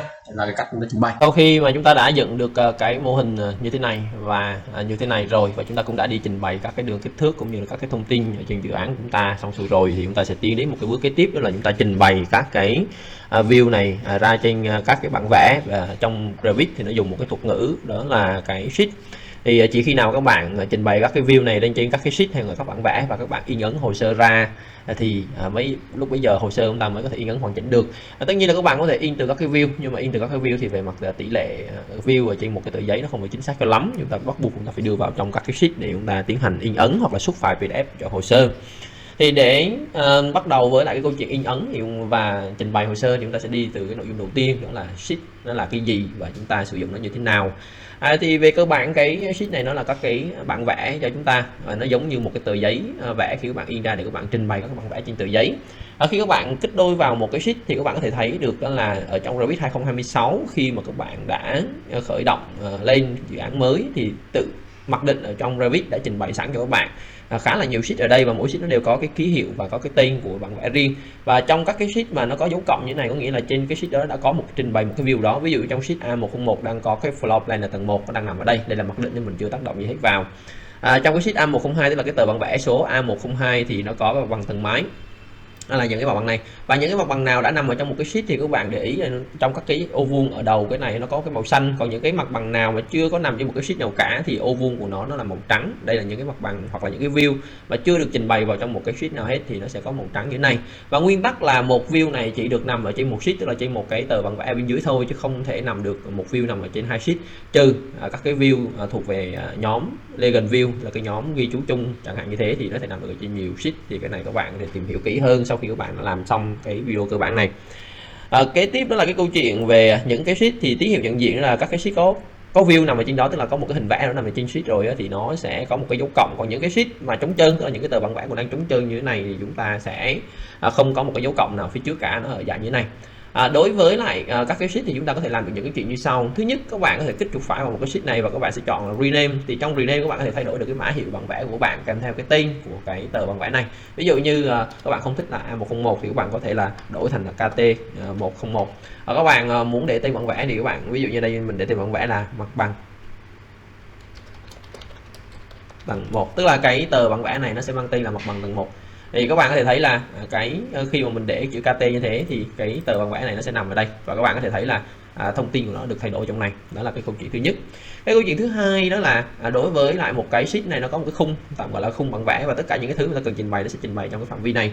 Thì trong cái khung này ấy, thì nó có ở trong mặc định của Revit 2026 khi các bạn khởi tạo dự án mới thì nó sẽ có khung A0 và nó sẽ có khung A1. Các bạn muốn những cái khung mà khổ giấy khác thì các bạn có thể là bấm vào menu insert và các bạn sẽ chọn là low family. Các bạn tìm đến cái thư mục là matrix library. Ở trong cái thư mục này thì các bạn sẽ tìm đến title block. Thì ở trong title block này ngoài A0 ngoài A1 ra thì nó còn có A2 hệ met nha, và A3 hệ matrix nha, A4 hệ matrix và khung dọc nha. Ở đây mình có thể thử gọi cái A3 ra, mình insert nó vào. Thì các bạn sau khi chúng ta insert vào trong dự án này rồi thì các bạn chọn vào cái khung này và các bạn sẽ chọn vào property và các bạn có thể đổi sang được cái A3 matrix. Cái khung A3 matrix sẽ như thế này. Đây là cái khung giấy A3, đúng nguyên cái tờ A3 nha. Đó là cái câu chuyện của cái khung. Rồi bây giờ đối với những cái thông tin nằm ở bên trong cái khung này thì chúng ta có những cái thông tin gì cần thay đổi. Thứ nhất đó là các cái thông tin về client name và project name. Ban nãy chúng ta đã thay đổi thông tin ở cái chỗ là mã hiệu của bản vẽ và cái tên của bản vẽ rồi. Còn bây giờ cái client name là tên của khách hàng và project name là tên của dự án thì chúng ta sẽ thay đổi ở đâu? Chúng ta sẽ vào trong cái phần manage này và các bạn sẽ vào trong cái phần project xin lỗi các bạn, chúng ta sẽ vào trong cái phần là project information, đó là cái thông tin của dự án, là cái công cụ này đó. Thì ở trong này thì nó sẽ có nhiều cái để các bạn khai báo, và các bạn chỉ cần khai báo một lần ở đây thôi thì tất cả những thông tin nó sẽ tự nó cập nhật cho các bạn, không nhất thiết các bạn phải đi thay đổi từng cái tờ bản vẽ một. Thứ nhất là trong cái bảng này thì đối với client name thì các bạn sẽ tìm kiếm ở trong cái khu vực này chỗ nào có client name. Ở đây chúng ta sẽ có ở đây, như vậy thì các bạn sẽ đưa cái tên của client vào, tức là của khách hàng vào. Ví dụ như khách hàng của bạn tên là ông Lê Văn B chẳng hạn như thế, thì các bạn sẽ bấm OK vào đây thì các bạn có thể thấy là ở trong này nó sẽ thay đổi nha. Thì tương tự như vậy các bạn vào trong project name là tên của dự án. Ví dụ như trong cái dự án này project name nó là cái gì, ví dụ như dự án này tên là nhà bảo vệ thì các bạn sẽ nhập vào đây là nhà bảo vệ. Rồi các cái thông tin khác, ví dụ như là project number, đó là cái số mã hiệu của cái dự án này, nó tùy thuộc vào công ty tổ chức của bạn, số mã hiệu của dự án là bao nhiêu. Ví dụ như là P0625 tức là dự án này thuộc về tháng 6 năm 25 chẳng hạn như thế, thì nó sẽ nhập vào đây, nó sẽ tự động thay đổi vào đây. Cái ngày phát hành dự án, tức là cái ngày của bạn in xuất hồ sơ là ngày nào thì các bạn có thể thay đổi vào đây. Ví dụ như đây thì nó sẽ thay đổi vào, ví dụ như là tháng 6 năm 2025 chẳng hạn như thế, thì các bạn có thể thay đổi vào trong cái ô này. Rồi địa chỉ của dự án, địa chỉ của dự án thì các bạn không thể đánh trực tiếp đây được, mà các bạn sẽ kích vào đây và các bạn sẽ bấm vào dấu 3 chấm vào đây, sau đó các bạn sẽ đánh vào cái địa chỉ nằm ở trong cái bảng này cơ. Ví dụ như là 46 đường ABC gì đấy, các bạn đánh vào thì các bạn sẽ có được cái thông tin nó nằm ở chỗ này. Tất nhiên là trong khung tên này nó không dùng đến cái địa chỉ của dự án thì có thể là nó không hiện ra. Rồi kế tiếp đến cái câu chuyện đó là công ty của các bạn nó tên là gì và mô tả công ty của bạn là sao, và cái tòa nhà nó là tòa nhà gì thì các bạn có thể đánh vào trong cái khu vực này, và ai là người vẽ cái hồ sơ này các bạn có thể là chỉnh vào đây. Ví dụ như là các bạn là kỹ thuật sư A B C D gì đấy nha, mình lấy một cái tên chung chung. Một cái công ty thì các bạn sẽ có là công ty XYZ không, và cái mô tả về công ty ví dụ như là kiến trúc xây dựng như vậy. Rồi chúng ta bấm OK. Tòa nhà thì tòa nhà ở đây mang tên là OIK chẳng hạn như thế ha, chúng ta bấm OK thì các bạn có thể thấy là các cái thông tin ta vừa mới thay đổi đó, ví dụ ông Lê Văn B nhà bảo vệ, rồi các cái thông tin như thế này nó sẽ nằm ở trong các mục ở đây để có thể là các bạn có thể thay đổi được cái nội dung trong thông tin. Rồi kế đến một số thông tin thì chúng ta sẽ không có thay đổi trong project information. Những thông tin các bạn thay đổi trong project information thì các bạn có thể thấy là những cái thông tin khác nó cũng sẽ thay đổi theo nhé, và các bạn sẽ chỉ cần thay đổi một lần ở trong quản lý cái thông tin dự án thôi. Đến cái này bây giờ chúng ta sẽ chọn vào cái sheet này thì các bạn sẽ có thể thấy là ở bên cái thông tin riêng của từng cái sheet này thì lại có một số cái thông tin ta cần khai báo nữa, và đây Revit xếp những cái thông tin này vào dạng là thông tin khai báo riêng từng sheet. Tại vì trong một hồ sơ bản vẽ nó có nhiều bản vẽ, có rất nhiều bản vẽ chẳng hạn như thế, thì mỗi bản vẽ lại có những người tùy thuộc vào bộ môn mà có những người vẽ khác nhau, có những người kiểm duyệt khác nhau, cho nên những thông tin này sẽ nộp riêng. Ví dụ như bản vẽ này được vẽ, cái tờ này được vẽ bởi kỹ thuật sư ABCD chẳng hạn như thế ha. Đó. Thì khi các bạn thay đổi thì sẽ nằm ở đây và được kiểm duyệt bởi ông GHIJK gì đấy ha. Đây ví dụ như này thì các bạn có thể là thay đổi vào, kiểm duyệt bởi ai, rồi thiết kế bởi ai. Thì chúng ta sẽ đánh vào đây và được ký duyệt, đúng không? Chúng ta sẽ nhập vào những cái này đó, mỗi bản vẽ nó sẽ có một cái thông tin riêng và cái tháng phát hành, rồi cái ngày, cái day của bản vẽ như thế nào thì chúng ta sẽ nhập vào trong cái câu chuyện ở cái vị trí này. Đó là cái thông tin, cái thông tin của một cái sheet để khi các bạn nhập vào thì nó sẽ như thế nào. Rồi kế đến cái câu chuyện đó là bây giờ các bạn muốn thay đổi cái thông tin công ty, ví dụ như khu vị trí này đây là Autodesk ha, và nó sẽ có cái này ở đây, thì các bạn muốn thay đổi cái thông tin ở trong này thì các bạn sẽ chọn vào cái khung tên này và các bạn sẽ chọn vào Edit Family. Rồi, sau khi các bạn vào trong Edit Family rồi thì các bạn có thể là thay đổi cái logo này sang cái logo của công ty của các bạn bằng cách là các bạn sẽ bấm delete cái logo này đi. Rồi cái trang web này các bạn thích thì các bạn để, các bạn không thích thì các bạn cũng delete đi. Ở riêng cái khu vực này các bạn có thể là dùng menu Insert và các bạn sẽ chọn là Import Image vào và các bạn sẽ cho một cái logo của công ty của bạn vào đây. Ví dụ như ở đây mình cho cái logo của mình vào nha, mình sẽ bấm Open. Mình sẽ đặt cái logo vào cái vị trí mình mong muốn như thế này. Rồi cuối cùng là các bạn có thể là kéo cái bấm vào cái dấu chéo này để các bạn thì kéo được cái logo của bạn, scale cho nó nhỏ lại về đúng cái vị trí của cái logo. Ví dụ mình muốn là nó cỡ như thế này, nó sẽ nằm ở đây thì các bạn chỉ cần làm như thế. Đối với thông tin ở bên hông này thì các bạn có thể dùng Create và các bạn dùng cái text giống như khi các bạn ghi chú trên bản vẽ của các bạn đánh vào. Ví dụ như là công ty của bạn là, ví dụ như đây mình sẽ đánh vào cái thông tin thì các bạn tên công ty của bạn như thế nào thì các bạn sẽ đánh vào, các bạn sẽ trình bày ở đây và các bạn sẽ chọn những cái cỡ text khác nhau. Ví dụ như là các bạn thích cỡ text to hay là cỡ text nhỏ thì các bạn sẽ trình bày vào bên trong những cái kiểu như thế này để bố cục cho nó đẹp. Phải có nhiều cái cỡ text mà giống như cái công cụ ghi chú thôi. Và khi các bạn đã làm xong rồi thì các bạn chỉ cần bấm vào cái nút là Load into Project and Close, và ở đây mình sẽ không có tùy chọn lưu lại một cái bản cứng ở bên ngoài nha, mình sẽ lưu vào trong dự án mình luôn, và mình sẽ chọn là Override. Ở đây thì các bạn có thể thấy là cái logo và cái thông tin của mình đã thay đổi. Đó là các cái thao tác cơ bản liên quan đến cái khung tên theo khổ giấy khi các bạn thao tác ở trên sheet. Sau khi mà các bạn đã có một cái khung tên kèm theo khổ giấy rồi thì chúng ta tiến đến cái bước kế tiếp là trình bày một cái view, bố cục một cái view vào trong cái khung tên này, cái khung tờ giấy này. Thì đối với lại một cái view nằm ở trong mỗi khung tên thì ở đây mình sẽ bấm delete để mình làm lại từ đầu cho các bạn xem nhé.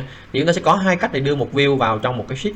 Cách thứ nhất đơn giản trực quan nhất là các bạn sẽ vào cái floor plan này và các bạn, ví dụ các bạn muốn đưa tầng 1 vào cái tờ này đúng không, thì các bạn sẽ bấm giữ nguyên chuột trái vào cái view này và các bạn kéo di con chuột ở đây và bạn thả đây ra thì nó sẽ nằm ở vị trí này cho các bạn. Đó là cái cách thứ nhất. Cách thứ hai là các bạn vào menu view, các bạn mở cái sheet này lên nhé, ở đây và các bạn sẽ vào menu view này, các bạn sẽ bấm vào trong cái mục là view ở đây, place view ở đây, và các bạn sẽ chọn cái view bạn muốn làm. Ví dụ mình chọn là floor plan tầng 1, mình thả nó vô đây, đó là xong. Đấy, đối với một cái view các bạn đã trình bày gọn gàng như ở trong bước trước rồi thì thực ra các bạn chỉ cần đưa và thả vào trong một cái bản vẽ như thế này và các bạn dùng các cái mũi tên lên xuống qua lại để các bạn có thể chỉnh sửa vị trí của nó. Đối với cái view ở trong này thì các bạn thứ nhất là các bạn thấy là nó sẽ gồm một cái hình vẽ và một cái tiêu đề ở đây. Thì cái hình vẽ này khi các bạn chọn vào thì các bạn sẽ có cái thông tin ở bên dưới này, nó là view name thì nó sẽ không có tác động vào nha. Chúng ta sẽ có title on sheet, đó là tiêu đề ở trên bản vẽ. Ví dụ tiêu đề ở trên bản vẽ hiện nay nó đang là first floor architectural plan, bây giờ các bạn muốn đổi sang một cái tên khác thì các bạn sẽ đánh vào đây, ví dụ như là mặt bằng tầng 1, enter thì các bạn sẽ thấy được là cái tiêu đề ở trên sheet này nó đã thay đổi sang là mặt bằng tầng 1.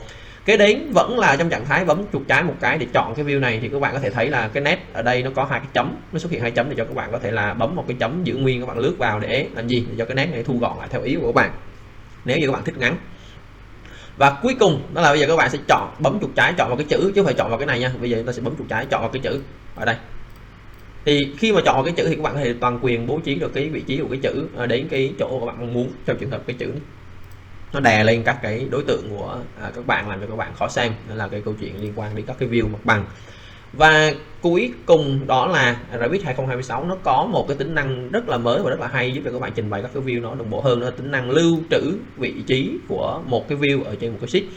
Ví dụ như chúng ta có nhiều cái view mặt bằng khác nhau ở trên các cái sheet khác nhau, và các bạn muốn làm sao cho hồ sơ của bạn in ra cảm giác như tất cả mọi thứ đồng khớp về vị trí với nhau. Thì sau khi các bạn đã ổn định vị trí của một view mẫu như là view mặt bằng tầng 1 này, chúng ta sẽ bấm vào đây thì nó sẽ hiện ra cái bảng là modify viewport và nó sẽ có cái nút là save position. Chúng ta sẽ bấm vào đây là save position ha. Chúng ta sẽ chọn là đặt tên là vị trí mặt bằng tầng nhé, bấm ok. Thì như vậy thì cái view này nó sẽ đại diện cho việc là vị trí mặt bằng tầng, và nó sẽ có cái nút edit position để cho các bạn có thể thay đổi được cái bố cục này trên tờ giấy khi các bạn cần, và có cái nút là manage position để chúng ta có thể quản lý được nhiều cái kiểu nhớ ở vị trí view khác cho các view khác như là mặt đứng, mặt cắt hay chi tiết. Sau khi có cái này rồi thì bây giờ chúng ta làm cái sheet thứ hai rất là nhẹ nhàng. Ví dụ như bây giờ cái sheet thứ hai là cái này, chúng ta sẽ đầu tiên là sẽ rename, nó đặt tên là KT102. Về tên của KT102 này thì chúng ta sẽ lấy tên là mặt bằng mái và ta bấm ok. Thì sau khi chúng ta vào mặt bằng mái này, chúng ta bấm ok rồi thì chúng ta lại kích đôi vào mặt bằng mái, chúng ta sẽ chọn cái khung này, chúng ta đổi sang là cái khung là A3 metric chúng ta vừa thay đổi ban nãy. Đấy, các bạn thấy thông tin là tự động nó nhảy hết nha. Rồi kế đến bây giờ cái mặt bằng máy này nó đang nằm đây, nếu như các bạn di chuyển tay thì nó mất thời gian mà nó không chính xác. Bây giờ các bạn chỉ cần chọn mặt bằng máy, các bạn vào chỗ là save và position và các bạn sẽ chọn là vị trí mặt bằng tầng. Các bạn thấy là mặt bằng máy nó sẽ nhảy vào đây nó nằm. Việc của chúng ta chỉ còn có câu chuyện là chúng ta di chuyển cái tiêu đề của bạn vẽ lên là một. Cái thứ hai ta chọn mặt bằng này, chúng ta thu gọn cái này là hai. Và cái thứ ba là chúng ta chỉ việc đổi cái title on sheet của nó là mặt bằng máy là xong. Và chúng ta đã có ngay một cái view này và vị trí nó sẽ khớp nối với nhau. Thì đây là một cái tính năng mới của Revit 2026 mà mình đã review với các bạn ở trong cái clip và review tính năng mới của Revit 2026 rồi. Và các cái view khác như là mặt đứng, mặt cắt thì các bạn sẽ trình bày tương tự như là cái view mặt bằng nha. Đó là cái cách mình sử dụng. Rồi bây giờ đến một cái view cũng khá là đặc biệt, đó là cái view phối cảnh. Thì phối cảnh như chúng ta đã biết thì chúng ta có hai loại phối cảnh ở trong cái phần trước mình đã giới thiệu. Thứ nhất là cái phối cảnh mà hình chiếu trục đo, tức là cái hình phối cảnh mà các bạn không có điểm tụ, đồng thời các bạn sẽ ghi chú luôn cả những kích thước ghi chú của bạn lên trên này. Đó là cái thứ nhất. Cái dạng phối cảnh thứ hai đó là cái phối cảnh mà có điểm tụ và các bạn đã trình bày dạng như thế này hoặc là dạng như thế này. Thì đây hai cái phối cảnh này khi mà đưa lên trên cái sheet thì nó sẽ có một số sự khác nhau một chút xíu nha. Ví dụ như bây giờ mình lấy là một cái sheet là A301. Rồi mình rename cái A301 này sang là KT103. Ở đây mình sẽ đặt tên là phối cảnh kích thước. Rồi sau khi có cảnh kích thước rồi mình cũng đổi cái khung tên này sang là A3 Matrix, đang làm ví dụ về khung tên A3 mà. Về Place View thì mình sẽ bấm vào đây và mình sẽ chọn là phối cảnh 01. Đây là cái phối cảnh mà để mình ghi kích thước đó, mình sẽ đặt nó vào trong cái này. Thì đối với cái phối cảnh mà không có điểm tụ như này và chúng ta kết hợp này thì chúng ta điều chỉnh cái độ to độ nhỏ của phối cảnh thông qua cái view scale này. Ví dụ như đây là view scale 1/50 nha, các bạn muốn nó nhỏ hơn thì các bạn sẽ đổi view scale của nó là xuống 1/100 thì nó sẽ nhỏ gọn như này, chẳng hạn như thế. Hoặc là các bạn thấy nó nhỏ quá so với không gian tờ giấy, các bạn sẽ cho nó là 1/50, tức là thứ nhất là cái độ lớn của nó các bạn điều khiển thông qua cái view scale. Cái vấn đề thứ hai đó là các bạn sẽ điều khiển cái độ vừa vặn ở trong tờ giấy của nó thông qua cái crop view, tại vì các bạn không thể để cho một cái view nó tràn ra khỏi cái khung bản vẽ như này được, là các bạn khi mà in các bạn sẽ bị lỗi. Cho nên trong trường hợp này mình vẫn thấy nó to quá thì mình sẽ bấm vào crop view và mình sẽ để cái crop region visible hiện lên đó. Sau đó thì mình sẽ vào trong cái để cho dễ xem, đúng không, mình sẽ vào trong, mình kích đôi vào trong cái 3D view phối cảnh, tức là mình thao tác nó luôn ở đây. Mình sẽ kéo nó ra, hoặc là vẫn ở trong cái sheet này các bạn có thể kích đôi vào trong cái view này để các bạn có thể kéo được cái khung crop view này ra, nó vừa có một cái để các bạn có thể xem ở trên tờ giấy luôn. Ví dụ như này để nguyên này nha. Rồi bắt đầu mình kéo, mình bấm mấy cái chấm tròn ở bốn cạnh này mình sẽ kéo ra đó, như thế này để cho cái view này sẽ nằm gọn ở trong cái phần tờ giấy của mình. Và sau đó thì mình lại tiếp tục mình tắt cái này đi và mình kích chuột phải, mình chọn là deactivate view thì chúng ta lại quay trở lại khung sheet như thế này. Thì đây là cái cách chúng ta đưa cái view 3D mà không có cái điểm tụ vào trong cái sheet như thế nào. Còn chúng ta lại tiếp tục là một cái nữa, đó là KT 104. Ở đây thì mình sẽ để tên là phối cảnh thật. Và mình cũng đổi cái này sang là A3 Matrix. Và bây giờ mình sẽ play view. Bây giờ mình play view cái view 3D view mà thực tế có điểm tụ vào. Thì đây là cái 3D view thực tế ở đây. Thì đối với cái 3D view này thì chúng ta lại không có chỉnh cái câu chuyện là độ to nhỏ của cái view thông qua cái khung crop view như cái view 3D kia nữa. Tại vì nếu chỉnh như thế thì cái khung nhìn của bạn nó sẽ bị méo mó. Mà chúng ta sẽ chỉnh thông qua một cái công cụ khác, đó là cái công cụ khi chúng ta sẽ chọn vào cái view này, nó sẽ có công cụ là size crop ở trên này. Và khi hiện ra cái bảng này thì các bạn sẽ bấm vào tùy chọn thứ hai, đó là scale và lock position, là chúng ta sẽ khóa cái tỷ lệ của cái hình. Và cuối cùng là các bạn sẽ chỉnh kích thước của cái hình. Thì kích thước này chính là kích thước thực nằm trên tờ giấy. Ví dụ đây của A3 là 297 nhân với 420 thì việc cái khoang này nó đâu đó khoảng tầm là, trừ cái đoạn này ra thì nó còn đâu đó khoảng tầm 25. Nếu như các bạn muốn cho cái toàn bộ cái viền hình này nó cao 25 và chiều ngắn thì tỷ lệ thì các bạn chỉ cần là chỉnh cái hay này đây là 25 cm là 250 mm. Các bạn bấm xong thì cái này nó tự động nhảy theo nha, và chúng ta apply và bấm OK thì chúng ta sẽ có được một cái hình như thế này. Cái này nó có vẻ hơi to thì chúng ta lại size crop, chúng ta lại scale nha, và chúng ta sẽ chỉnh cái này xuống là còn là 230 chẳng hạn như thế. Đó, này tự động nhảy theo là OK. Đó, ví dụ như này nó vừa vặn với tờ giấy của bạn hơn thì các bạn có thể để lại. Và cái này nếu như các bạn không muốn có cái tiêu đề thì các bạn chỉ cần chọn chế độ là no title thì nó sẽ không cần cái tiêu đề nữa, mà chỉ cần có cái hình là đủ. Thì đó là cái sự khác nhau giữa cái view 3D mà có cái điểm tụ so với view 3D mà không có điểm tụ. Mình đã nói ở trong cái phần trước về cái view 3D thì cái cách trình bày lên cái sheet như thế nào nha các bạn. Rồi, như vậy thì cơ bản là vừa trao đổi vừa nói chuyện với các bạn thì chúng ta đã tạo được 4 cái bản vẽ như thế này. Và cái đấy là cái phần cuối cùng là chúng ta sẽ in ấn hồ sơ ra như thế nào. Thì in ấn thì thực ra nó cũng đơn giản thôi các bạn. Sau khi các bạn đã có cái này rồi thì các bạn chỉ cần bấm vào cái nút là print, phím tắt là Ctrl P ở đây, hoặc là các bạn sẽ vào menu file và các bạn sẽ chọn là print ở đây. Chúng ta sẽ chọn là print. Khi các bạn chọn print thì thông thường mình hay xuất ra cái file PDF vừa đạt mục đích là có cái file lưu trữ, cái thứ hai là mình có thể đem cái file PDF này ra cái máy in để mình in, thì đa phần nó sẽ chọn là Microsoft Print to PDF. Cái vấn đề kế tiếp đó là chọn in cái gì, thì chúng ta sẽ chọn là vào Select View and Sheet và chúng ta sẽ chọn Select. Ở trong cái bảng này thì nó sẽ cả view cả sheet đều được chọn hết, thì trong trường hợp này mình sẽ bấm vào check none, mình không có chọn gì cả. Sau đó thì mình sẽ bấm vào cái mục này, mình bỏ đi hết và mình chỉ để lại sheet thôi, on sheet ở đây nhé. Sau khi mà on sheet rồi mình sẽ bấm vào dấu tích này để cho hiện tất cả các sheet lên. Thì bây giờ tất cả những cái sheet đã có trong này rồi thì mình sẽ chỉ chọn những cái sheet mình đã làm thôi. Ví dụ như mình bấm là sheet này KT101, KT102, KT103, KT104. Rồi sau đó mình select 4 cái sheet này. Hỏi có cần lưu trữ cái sheet này lần sau chọn nhanh hơn không, thì các bạn thích thì các bạn lưu, các bạn không thích thì các bạn có thể là bấm no. Ở đây mình sẽ chọn là yes nha. Vậy thì trong lần sau mà các bạn đi ra thì các bạn sẽ có là cái câu chuyện là những cái sheet này nó nằm ở đây rồi, chúng ta bấm select này. Sau khi chúng ta chọn select rồi thì chúng ta sẽ chọn vào cái tùy chọn là combine multiple select view sheet vào trong một file, tức là khi chúng ta chọn 4 file một lần này thì chúng ta có thể là chọn luôn chế độ là nối các cái file này thành một cái file duy nhất, để thay vì chúng ta in ra 4 cái file PDF thì chúng ta sẽ chọn ở này để in ra một file PDF có 4 trang, là cái tùy chọn này. Còn nếu như các bạn chọn bên dưới này thì cứ mỗi cái sheet này sẽ in ra một cái PDF riêng. Ở đây mình sẽ chọn vào đây nha. Rồi cái đấy là cái câu chuyện về setup khổ giấy, thì chúng ta sẽ có hai cái nút setup ở đây, đó là property ở đây và setting ở cái chỗ này.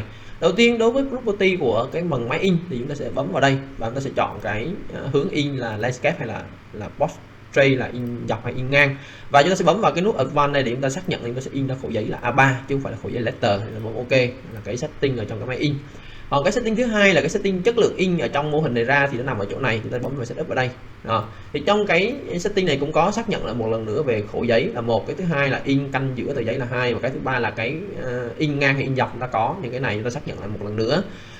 Ở cái chỗ này thì trong cái hình hồ sơ của chúng ta thì nó có cả vector, tức là những cái hình bản vẽ thông thường, và raster là những cái hình kiểu như 3D như thế này. Thì trước mắt người ta cứ chọn là cái vector processing đi, rồi chút nữa nó sẽ có những câu hỏi riêng cho các bạn. Về raster quality thì các bạn sẽ chọn là high, là cao, hoặc là thậm chí là presentation, tùy các bạn nha, càng cao càng tốt. Về trong trường hợp mà các bạn có bản vẽ in màu nữa thì các bạn sẽ chọn là in màu, còn nếu như các bạn mà muốn chỉ in trắng đen thôi các bạn nên quy đổi sang là grayscale. Ở đây thì mình sẽ chọn là in màu color, tại vì mình có in cái 4 tờ này có cái tờ màu nữa. Và cuối cùng là mình bấm OK. Yes.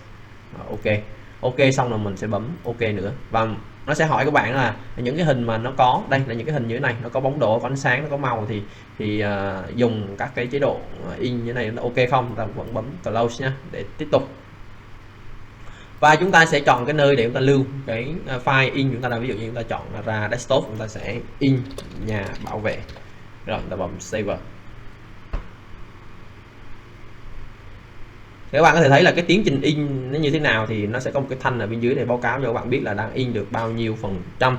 Và sau khi in xong thì cái hệ thống sẽ báo cho các bạn biết là đã xong rồi. Và lúc này thì chúng ta sẽ ra cái vị trí này và chúng ta sẽ bấm vào cái file PDF. Thì các bạn có thể thấy là đây là cái hồ sơ mà chúng ta đã in ra, bao gồm một bằng tầng 1 này, hoặc bằng máy này, rồi phối cảnh nha, phối cảnh như thế này, và cái phối cảnh thực thì nó sẽ in lên cái này cho các bạn rất là nhanh. Đó là cái câu chuyện về in ấn, và các bạn thể đem cái file đó ra máy in thật để các bạn in ra cái tờ giấy bản vẽ của bạn, phục vụ cho cái việc là trình bày hay là giao hồ sơ. Đó là cái câu chuyện liên quan đến in ấn của mô hình nha các bạn. Xin chào các bạn. Vì với cái mong muốn như đã nói ở đầu cái clip dài này, đồng thời qua những cái nội dung mình trình bày nội dung cơ bản thôi, và mình cố gắng mình trình bày vắn tắt đi thẳng một vấn đề, thì mình hy vọng là những cái chia sẻ của mình ở đây sẽ giúp cho các bạn có thể, thứ nhất là có thể sử dụng được Revit, các công cụ cơ bản để dựng hình và kiểm soát hồ sơ của những công trình đơn giản thôi. Nếu như các bạn tự học thì mình khuyên các bạn nên bắt đầu những công trình đơn giản kiểu như cái nhà bảo vệ này, thì nó sẽ dễ tiếp cận và xử lý hơn.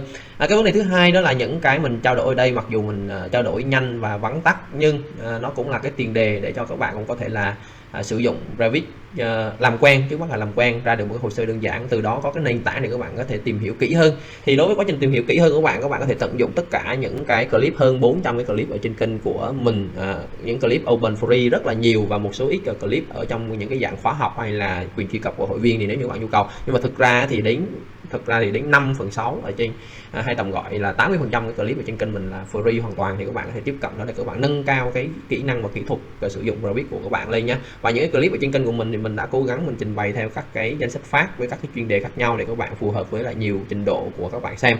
Thì các bạn có thể từ cái clip này sau khi đã thực hành xong thì các bạn có thể tự tìm hiểu thêm để giúp cho các bạn sử dụng được Revit nó tốt hơn và nó nhanh hơn. Có vấn đề gì vướng mắt thì các bạn có thể comment ở dưới clip hoặc là liên hệ trực tiếp với mình sẽ thu xếp thời gian để hỗ trợ các bạn sớm nhất có thể nha.